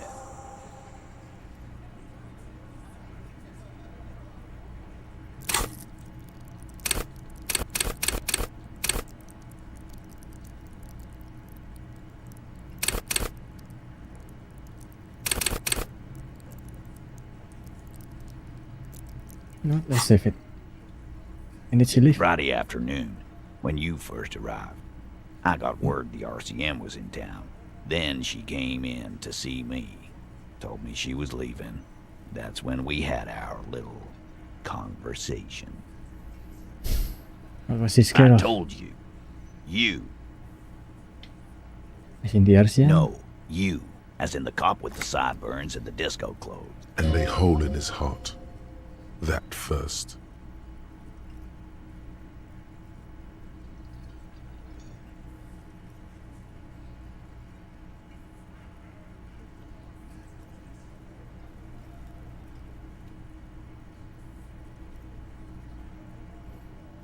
Why not?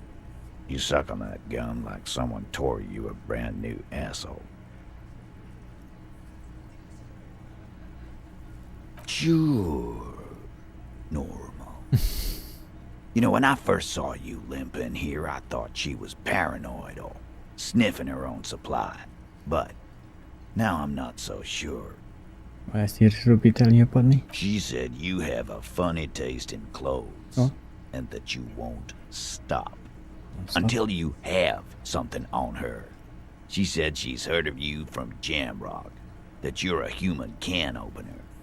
That you play suspects against each other. Open them up. Like cans. And then when they're all empty, just move on. Onto the next can. Don't look back unless there was something you missed. Fucking hell. Titus, did he just... Open Angus up like a can? Yes, he did.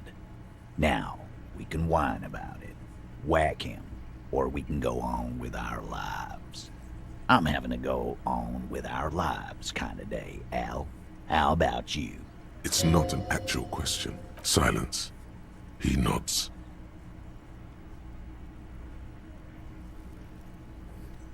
Is this true, Am I can You are insistent.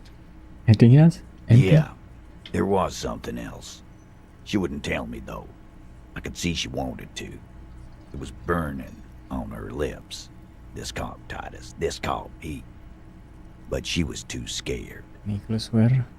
She's not far. We know that much.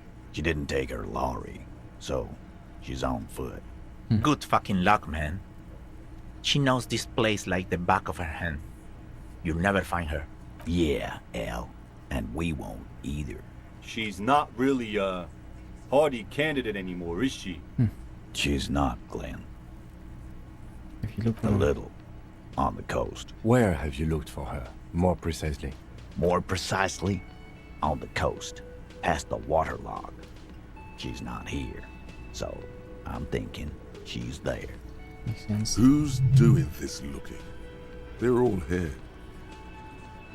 You're all heroes, aren't you? Lizzie needed some air. So she didn't go to tell Everard. No one goes to tell Everard anything. He knows what he has to know. Fast. It's called a radio, you believe. The gardener may have played you a game when she stormed out. She has her own plan. Where are the clothes? Sure. There's some shit houses there. A cinderblock town. Fisher folk there refuse to unionize. So, that's one place we haven't looked. I hear they have a shack where junkies sometimes crash. Time for you to step up. We will start there. One more question. What does Ruby look like? Boyish. Hair's red. Dyed. She looks like a Lowry man. You know what she's doing with Ulan frequencies? The what now? I have no idea. Boys? She said she's building a pale emitter. What? We were talking about radio equipment. She said she's doing Ulan frequencies and a pale something. I don't know more. This guy barely understands what he's talking about. There you have it. Pale something. It feels like you'll get to know soon enough. It'll have to. His grip is firm and reassuring, like holding a piece of unpolished granite. Not just granite, tightly packed RCM Sergeant material. Should be a cop, Titus. When are you gonna get it through your suicidal head? I already am. I just wasn't sure you were. And he still isn't. People aren't afraid of good cops in the way Ruby was afraid of you, he thinks, then turns back to his men.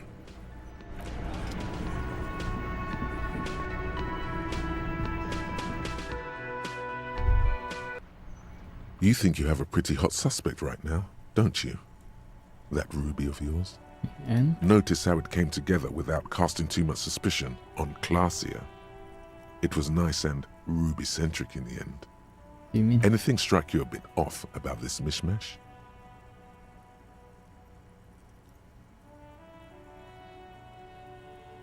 So far no one has mentioned during the show. Notice how this hasn't come up at all.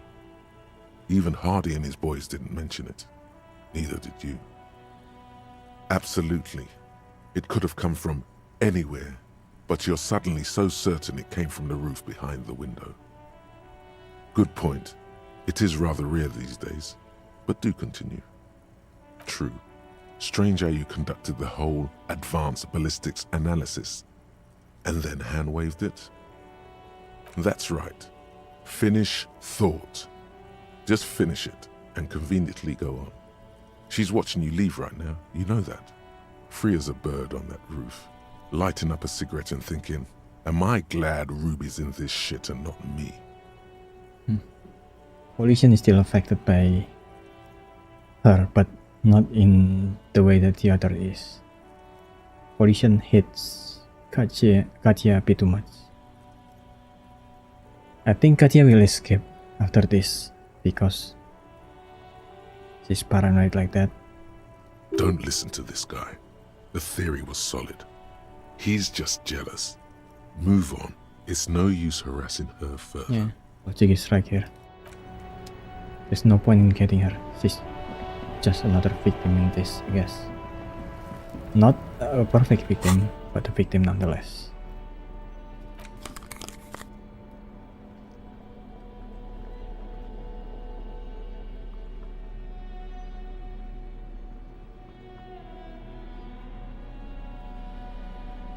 Where is my...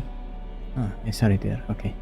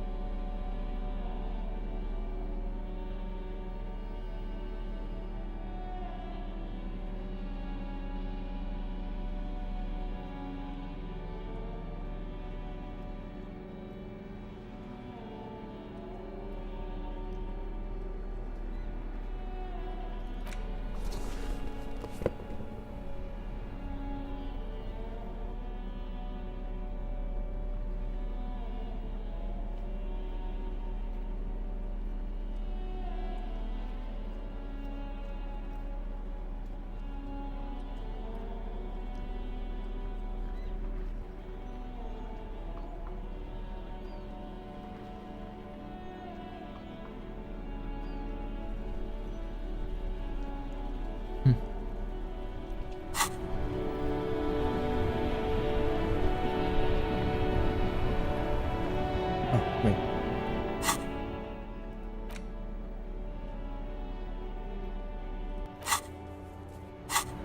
What? Before we go to the beach,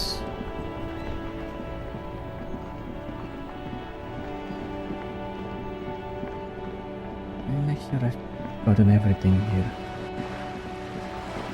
I don't think I need to pull.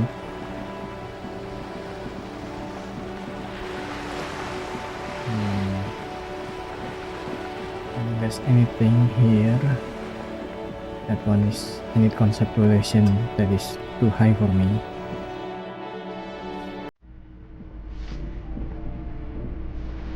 I think I need to go up there to talk to Cindy.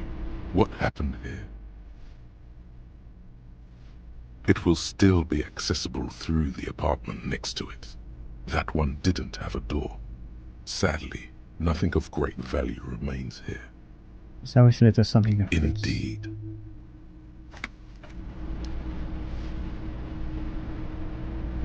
No, doesn't give me anything.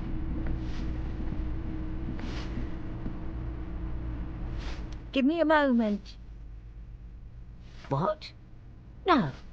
Nobody tells me anything. Would she understand if they did? If it ain't my business, I'll keep my nose out of it. Well, I think we'd all be better off if people kept their noses to themselves.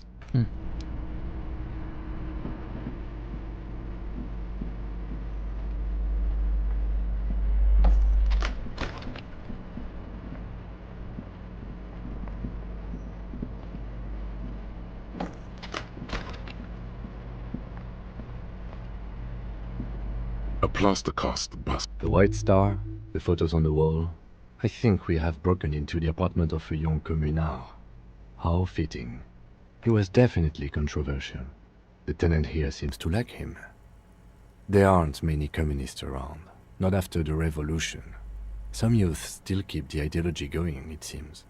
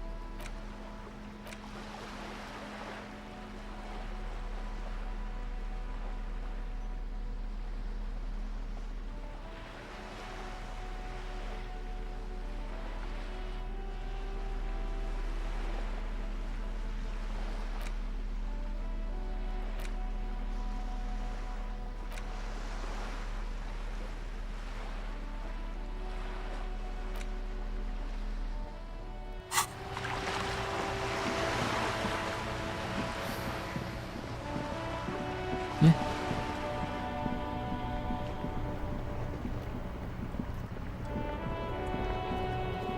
I don't need to do any more phone call. I need to buy anything from these guys. There is the shoe here, but The speakers below are banged up and worthless. The sneakers triumph over them. They're the stuff.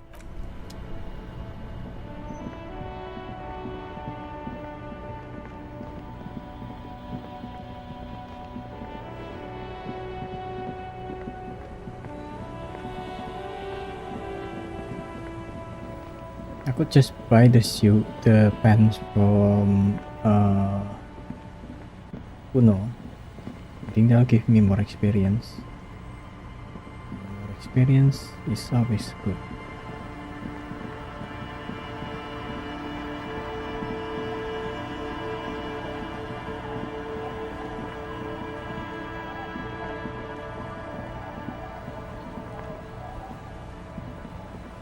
Oh, there.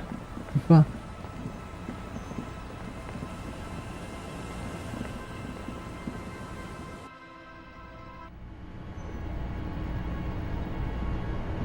An old mirror hangs on the wall.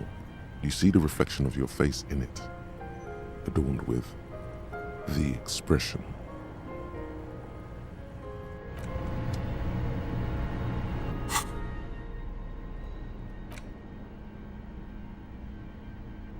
More encyclopedia.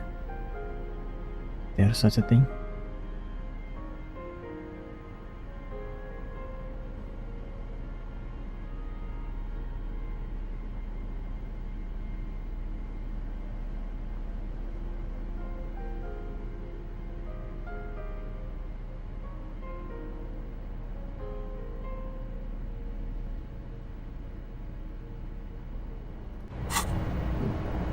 An old mirror hangs on the wall.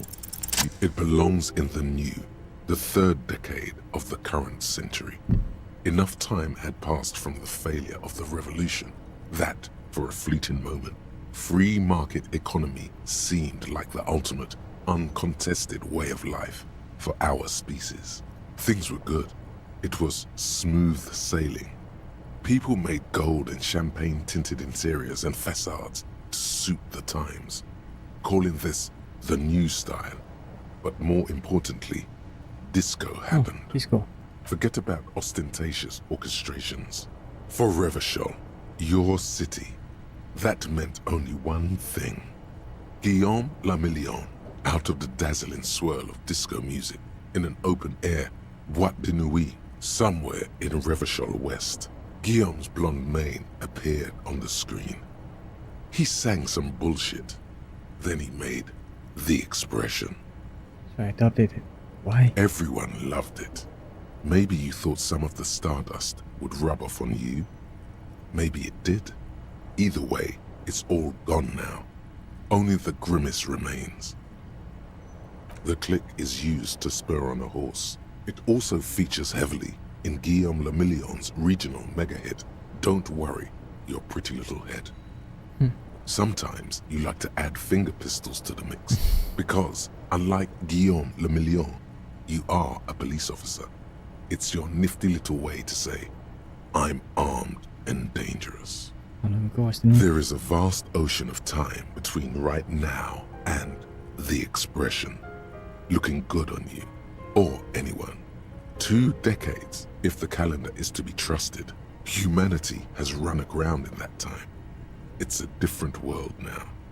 The Expression is a relic. 2 decades. You have some understanding of the near history of disco, plus the trivia you've picked up along the way. Episodic memory, however, remains in the dark. It may never return. You should prepare yourself for that. Not really. OO must have just stirred your mind. They're more like a disco rock band anyway. Yes, that's it then. It doesn't have to be. You can swoon over Guillaume and his champagne-corked smile whenever you want to. On the table, you see a bowl of water, a rough soap, and next to it, a small hand mirror. Damn it.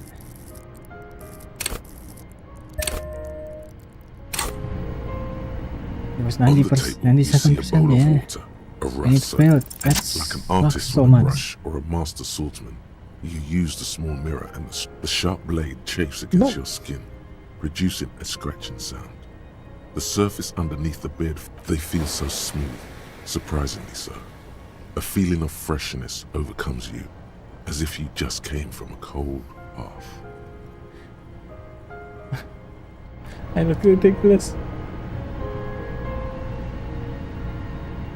Anything else? Anything else? Nothing?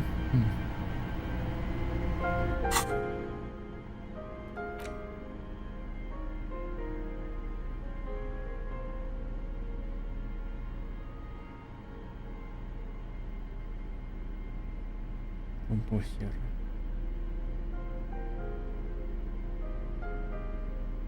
I think it was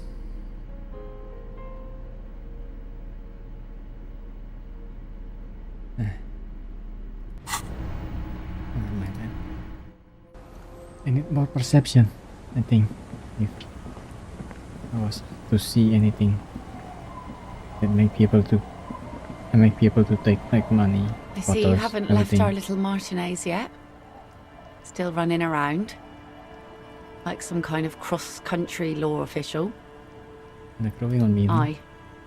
But don't let it grow too much. This is not the place to settle down. Now, what's on your mind, Officer Harry? Oh? Who? Okay. When did this person stay here? Oh. I've been out on the sea for most of the past week. The weather's been good for fishing, so I usually start at 4 in the morning. Really? Yes, that's the optimal time. Got to make the most of the calm. I've been sleeping like a corpse after. The sea really takes its toll. Now I'm just waiting for the wind to settle to get out there again. Sorry I couldn't help you out. Maybe I can help you find someone else. Well, how can I assist you then, officer?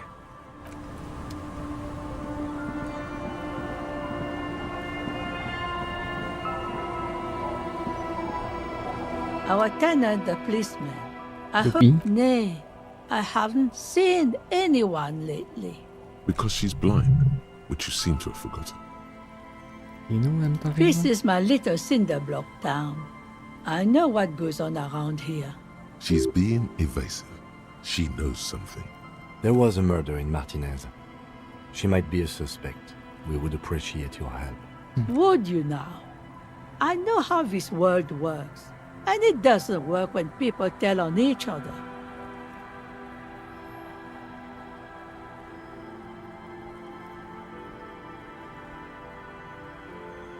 Look, it's like the good shit. We just need to have her come out. No, it's not like that, man. With him, we called you. Right now, you just arrived by yourself, like a raven plucking at the window. There's not much to tell. People. I see, ma'am. I hope you don't mind if we look around anyway. You should look around your shack. Maybe she's rented it out to others too.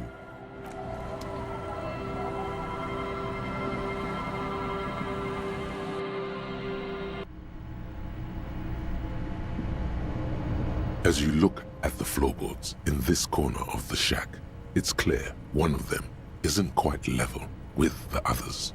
The edge of a floorboard next to it looks scratched. Hollow space underneath the floorboards is dark and damp. You can barely make out the mixture of sand and sawdust below.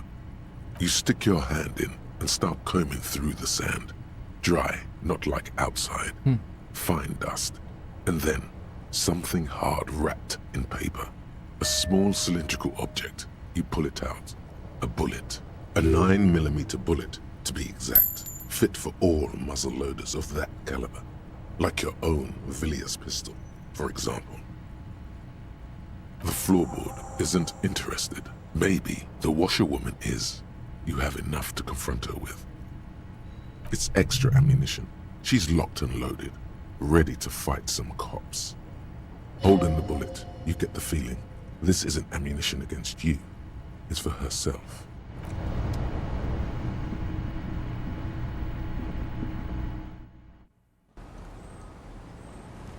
Still don't think it's Ruby though. It doesn't make sense. Our tenant, the policeman. I hope the waves don't keep you up at night. What can I help you with? Damn that girl. And without anger, a long and harsh life has taught her not to buckle under pressure. But you didn't put it there, did you? She did. Gone and hid things in there? She's usually a good tenant, and not a stupid one either. Yes, I let my room to that Ruby girl, as I've done before when she's been in trouble or just looking for solitude. I've made it clear, we welcome all kinds of people here. She's a kind washerwoman. I'm glad I didn't sell her house to the union. She came last Friday, left on Monday in a hurry. What has she gotten herself into, that girl? She seems genuinely worried about her previous tenant. She's seen her hiding out from trouble before. But this seems different. That's for the police to find out. Right then, please answer each question to the best of your ability. I'm sure we have a few. Yes, early with the dogs, around Dogs? 8 o'clock, I think. She probably heard the lieutenant's Kanema drive by, and it woke her up, just like it did you. She must have heard your kingdom. Yes. That is a downside of having a 130 kilowatt engine. It lets the bad guys know when you are coming. The room exactly as I left it? cleaned it, like I always do. Not anything else there. No, What is she like? she's good company. Knows how to talk to an old woman. At my age, you don't get a lot of quality conversation. So I really appreciate that about her. This Ruby is an old lady whisperer. She knows how to work the village elder, unlike you. Did she talk to you much during her last stay? No, she was mostly silent this time. kept to herself. What do you mean? She tried not to let it show, but I could tell she hadn't come to fish. Usually she likes to cast a few lines, but this time she mostly stayed in her room. She wanted to talk to her, as they usually do, but she was brooding. Why do you think she left the bullet How there? would I know? She's a gruff one, but not violent. She doesn't go around toting a gun. You could ask her about your hunch, that it was a desperate measure. See if she thinks Ruby fits the bill. I have a possible explanation in my mind. Do tell. It's an exit plan. Exit from what? This. The lieutenant stops writing for a moment. He looks at you, then at the old woman. No, she's a fighter. Did she have any technical equipment? Ready Not stuff? that I know of, though she was into nice music. She once showed me a few mixtape milieu she'd made. Although I guess she was pretty handy with the mechanical and technical stuff. Even fixed the heater in the shack. You should be thankful for that. She may simply have kept the equipment elsewhere. I don't know. Further up the coast, she tried to leave quietly, but the hinges on that door screeched like a cat in heat. Woke me up. I heard her rushing in The those place heavy with the boots, poster. heading The up north. point. I forgot the name of the place. The one with the big poster up, where the son and his father is just looking at it. It's a peninsula. She might be trapped. You'll never find her, you know. She knows the coast like the back of her hand. You only just arrived. I wouldn't worry about that, man. We are persistent.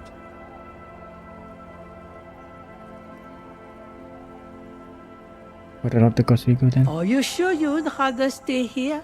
Get a nice cozy fire going in the heater? Seems like a better idea to me. Yeah, seems like a better idea. Electric mural. You feel like you should go look at it again.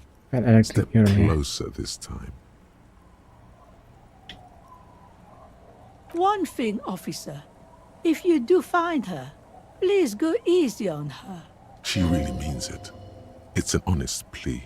She's a good girl. Whatever she's gotten herself mixed up in. I actually believe her.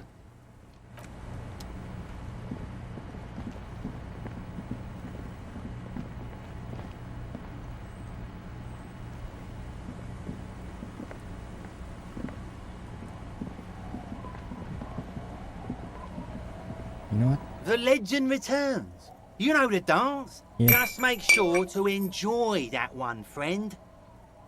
Bratan, I am so proud! Now, whatever you do, don't drink it! Huh? This deserves so much more than just regular oral consumption! Okay. Just wait for my sign. Keep it with you. Keep it warm. Keep it safe. Soon we will enter the other world. Soon. The time will come soon. Have patience, brave one. Okay. I'm glad I reduced it to 3 then. But didn't I get any experience?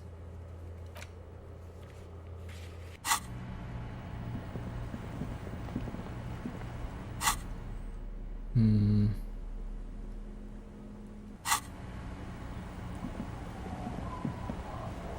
know what?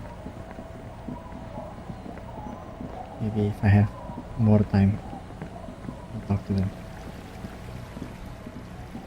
For now, I want to go to Ramsden, I think.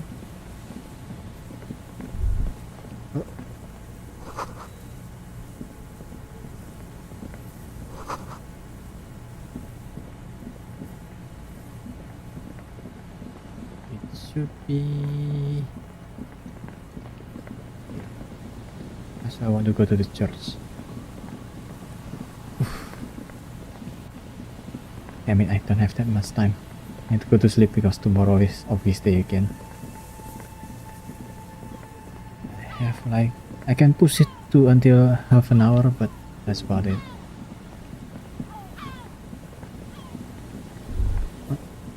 Is there something here that would indicate a sniper used this place as a nest for taking the shot? Just some urban detritus, a bottle, and a dilapidated old comms tower. I don't see it, Lieutenant W. Freitor. I don't see a person take a shot here and hit something there, in the whirling in rags. To warm his hands before pulling the trigger? Perhaps, but anyone could have made this. The coast is specked with fires this time of year. Truthfully, this seems like a very poor choice to take a 1.2 kilometer rifle shot from. Visibility is awful. There's water vapor everywhere. I think we can rule out Biddable Prime, was it? It's not possible to climb that ladder. And even if it were, why? There's no platform up there to aim from. It does look extremely rickety, and wouldn't help much either. Those? A smoking assailant who favors Tumutiri to Astra or Joanne? Cigarette butts are everywhere. This is a common brand for all men. Still, you felt it was important enough to make a mental note. That means something. You didn't pay attention to any of the other cigarette butts.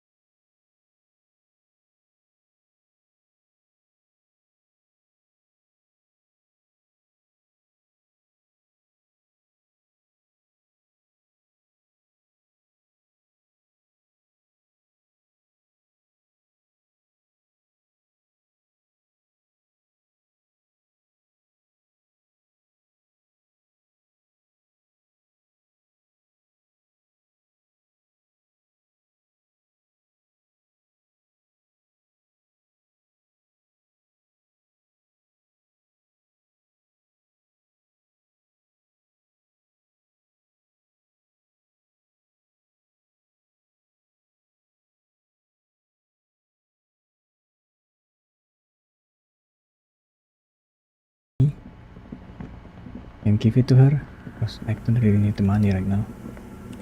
Yes, what is it?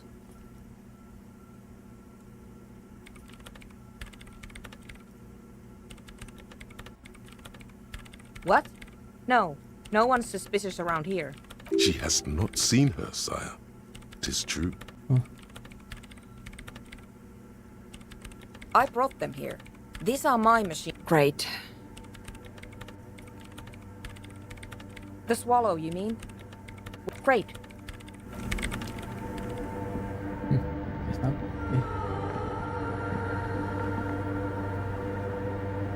The mother of humanism stands above you, a precious and complex wax painting on a single pane of glass. A crack runs. It's a mystery, and all you know is this is the young monk. Nothing, just the edge of the crack sparkles in the dark. Then they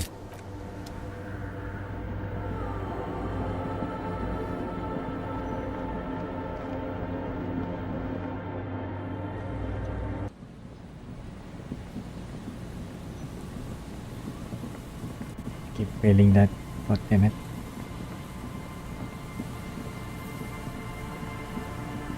What?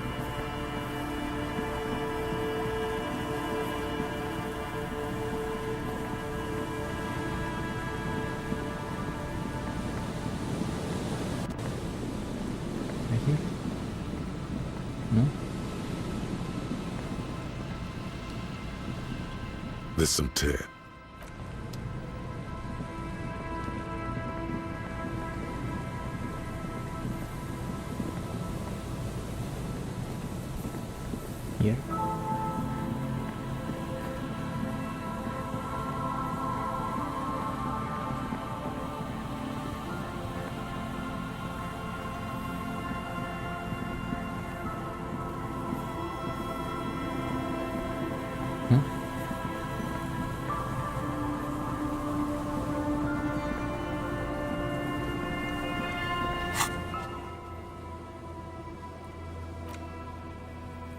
Boardwalk. Yeah, Boardwalk is where I am right now, isn't it?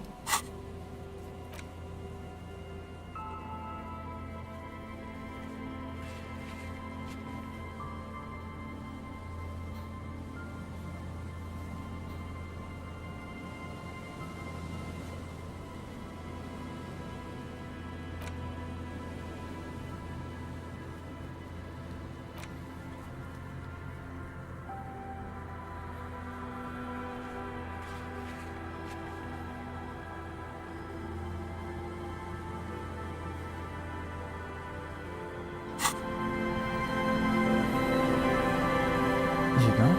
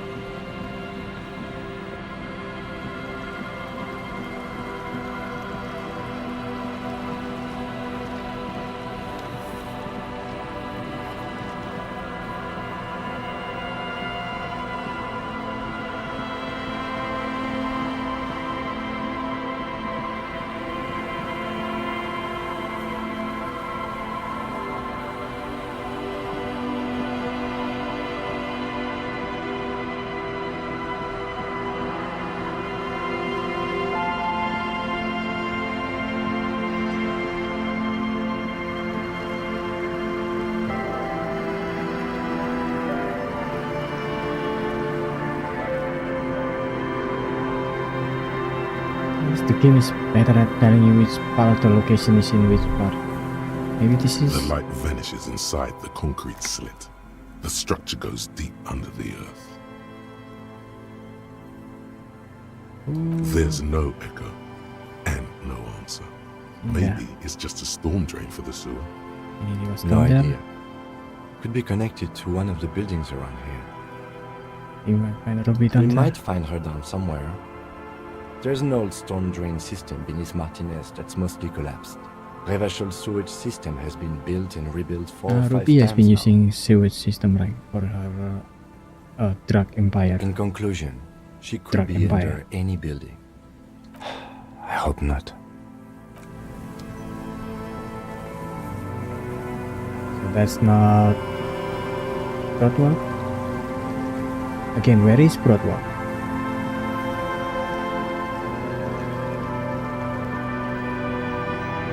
Is it here?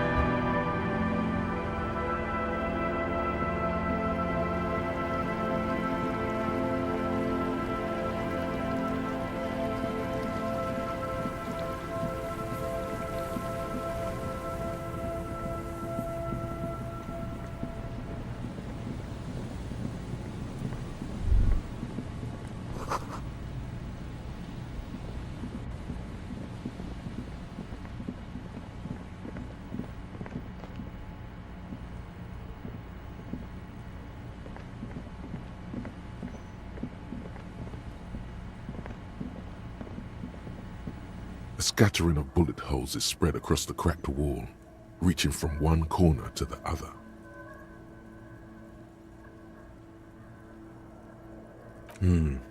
Correct. The density of the bullet holes is unusual. Even in a general average bullet hole frequency in Martinez sense. Grim affairs. Meaning, this is a lot of bullet holes. Looks like fully automatic rifle fire. Something you don't see these days.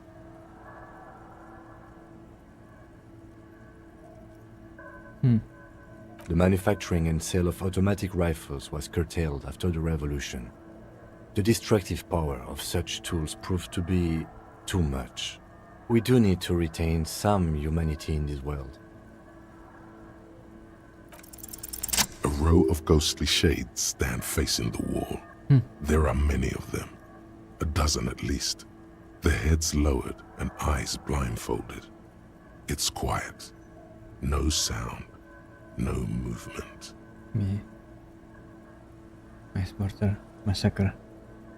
10 meters away, Other shades are lined up in an orderly manner, automatic rifles primed. A gust of wind blows by. The coats of the firing squad flap slowly in the breeze. A single person stands on the side. Snowflakes fall on the wooden planks and the surrounding sand dunes, covering the land with the white of innocence. A long time has passed since the moment of this fusillading. Rain and brine have since washed all the blood away. Not a trace remains. What is this? The abundance of bullet holes leads to two options. Either an inordinate amount of executions were performed here, or they did not use a conscience round, where only one soldier has the loaded rifle. Looks like this was a mass execution with everyone fully armed.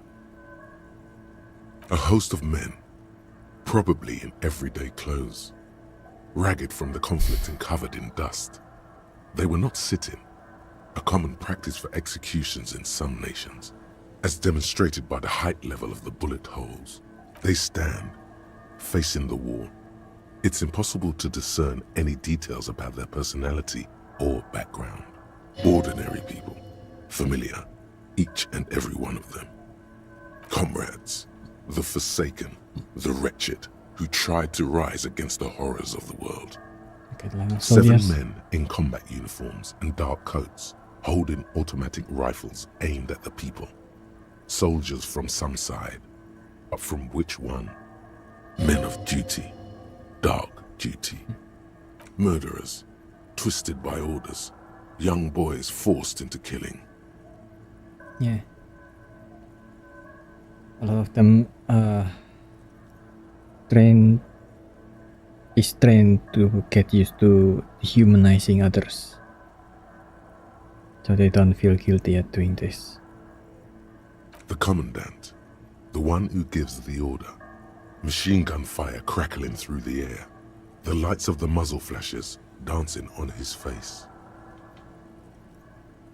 I don't know. I don't know who died here, lined up beside that horrible wall. It could have been any of the parties involved in the revolution. Perhaps the ones executed here were the loyalist conservatives, killed by the communists at the start of the Civil War. Or it could have been the communists, put to death during the last stretch of the conflict by the coalition forces. Remember what Trent Heidelstein said about Veld? What if it was the Veld person now? Another likely scenario. Or maybe... Yeah, it's very unlikely the coalition forces were the ones who died here. They were always the last ones against the wall. Yeah. To be honest, if a coalition member was anyone in this situation, it was a commandant, the superior giving the orders. A cold sea wind blows away the figures.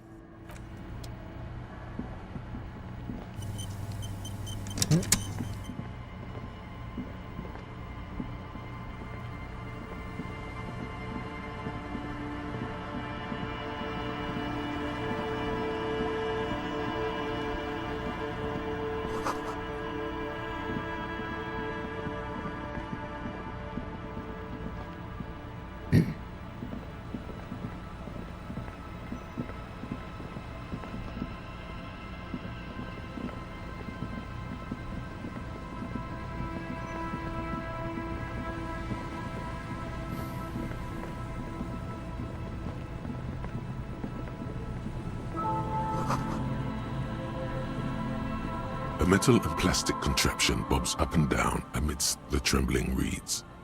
At first, it just looks like trash, but if you look closer... That over there must be the boy class she told us about, the one she hid her passport in. We should take a look.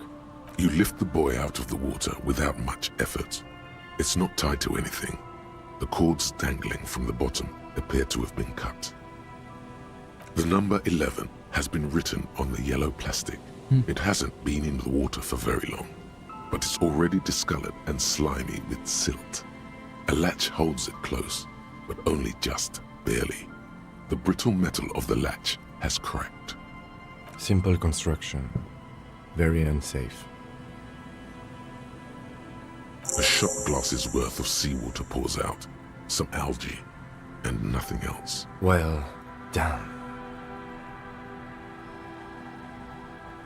We still got here too late. There's nothing of use here anymore. What do you think to I do? have no idea. Or think we do. This is a small loose end, either way.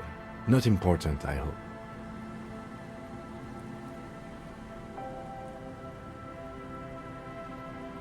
That may very well be the case. We should keep an eye on her.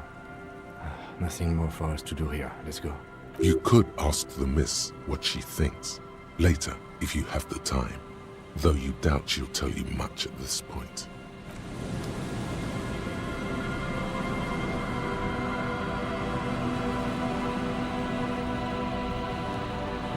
Hello, I'm Gary. How do you do, officer? Yellow man. I mean, officer. Oh.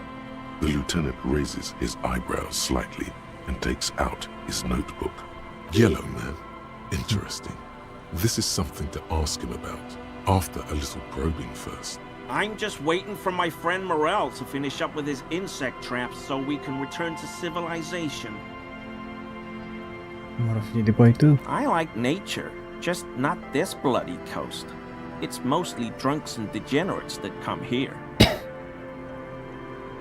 Nobody's perfect. Oh, I've been tempted. But someone has to stay strong for Revocol.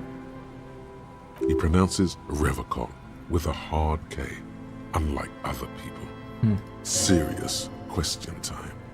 This man is no innocent. No one is.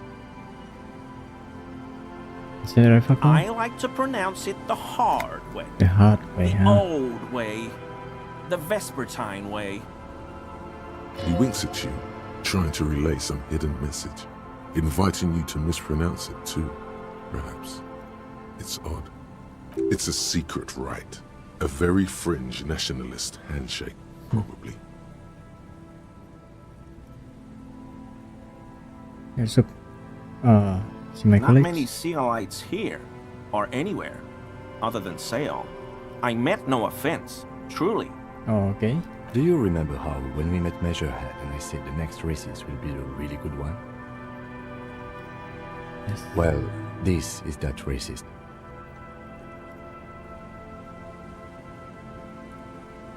Are you Gary? Are you racist? Hey, man. All I meant was there are not many Sealites around here. I'm just stating a fact. That is the native of Revocol. Oh, yes. Of course he is. I was just speaking about his connections. Let's change the subject, okay? Yeah, some racist doesn't have a backbone like this guy. Oh, so that's what the RCM in Martinez is about. Great. Great to hear someone's finally taking care of that. So you do know something about it? No. Nothing. He was some kind of mercenary. But everyone here knows that. I'm just glad to hear you're looking into it. That's all. He's not feeling very comfy in his clothes, is he? Strange.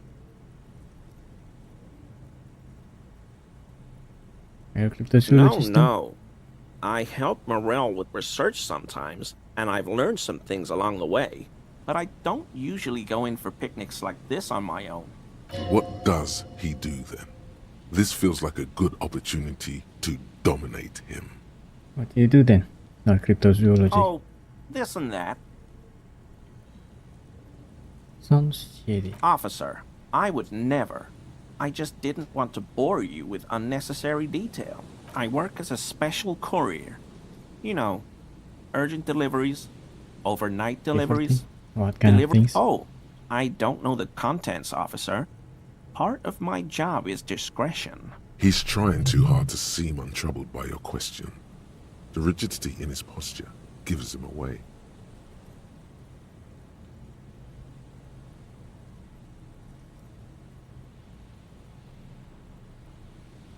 Deliver drugs? No. That's far too dangerous.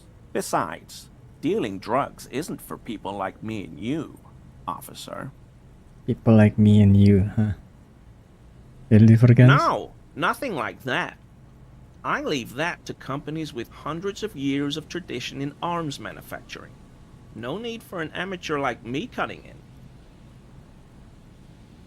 What do I look like? A pansy? Besides, that kind of cavorting goes against the community values that would strengthen our city.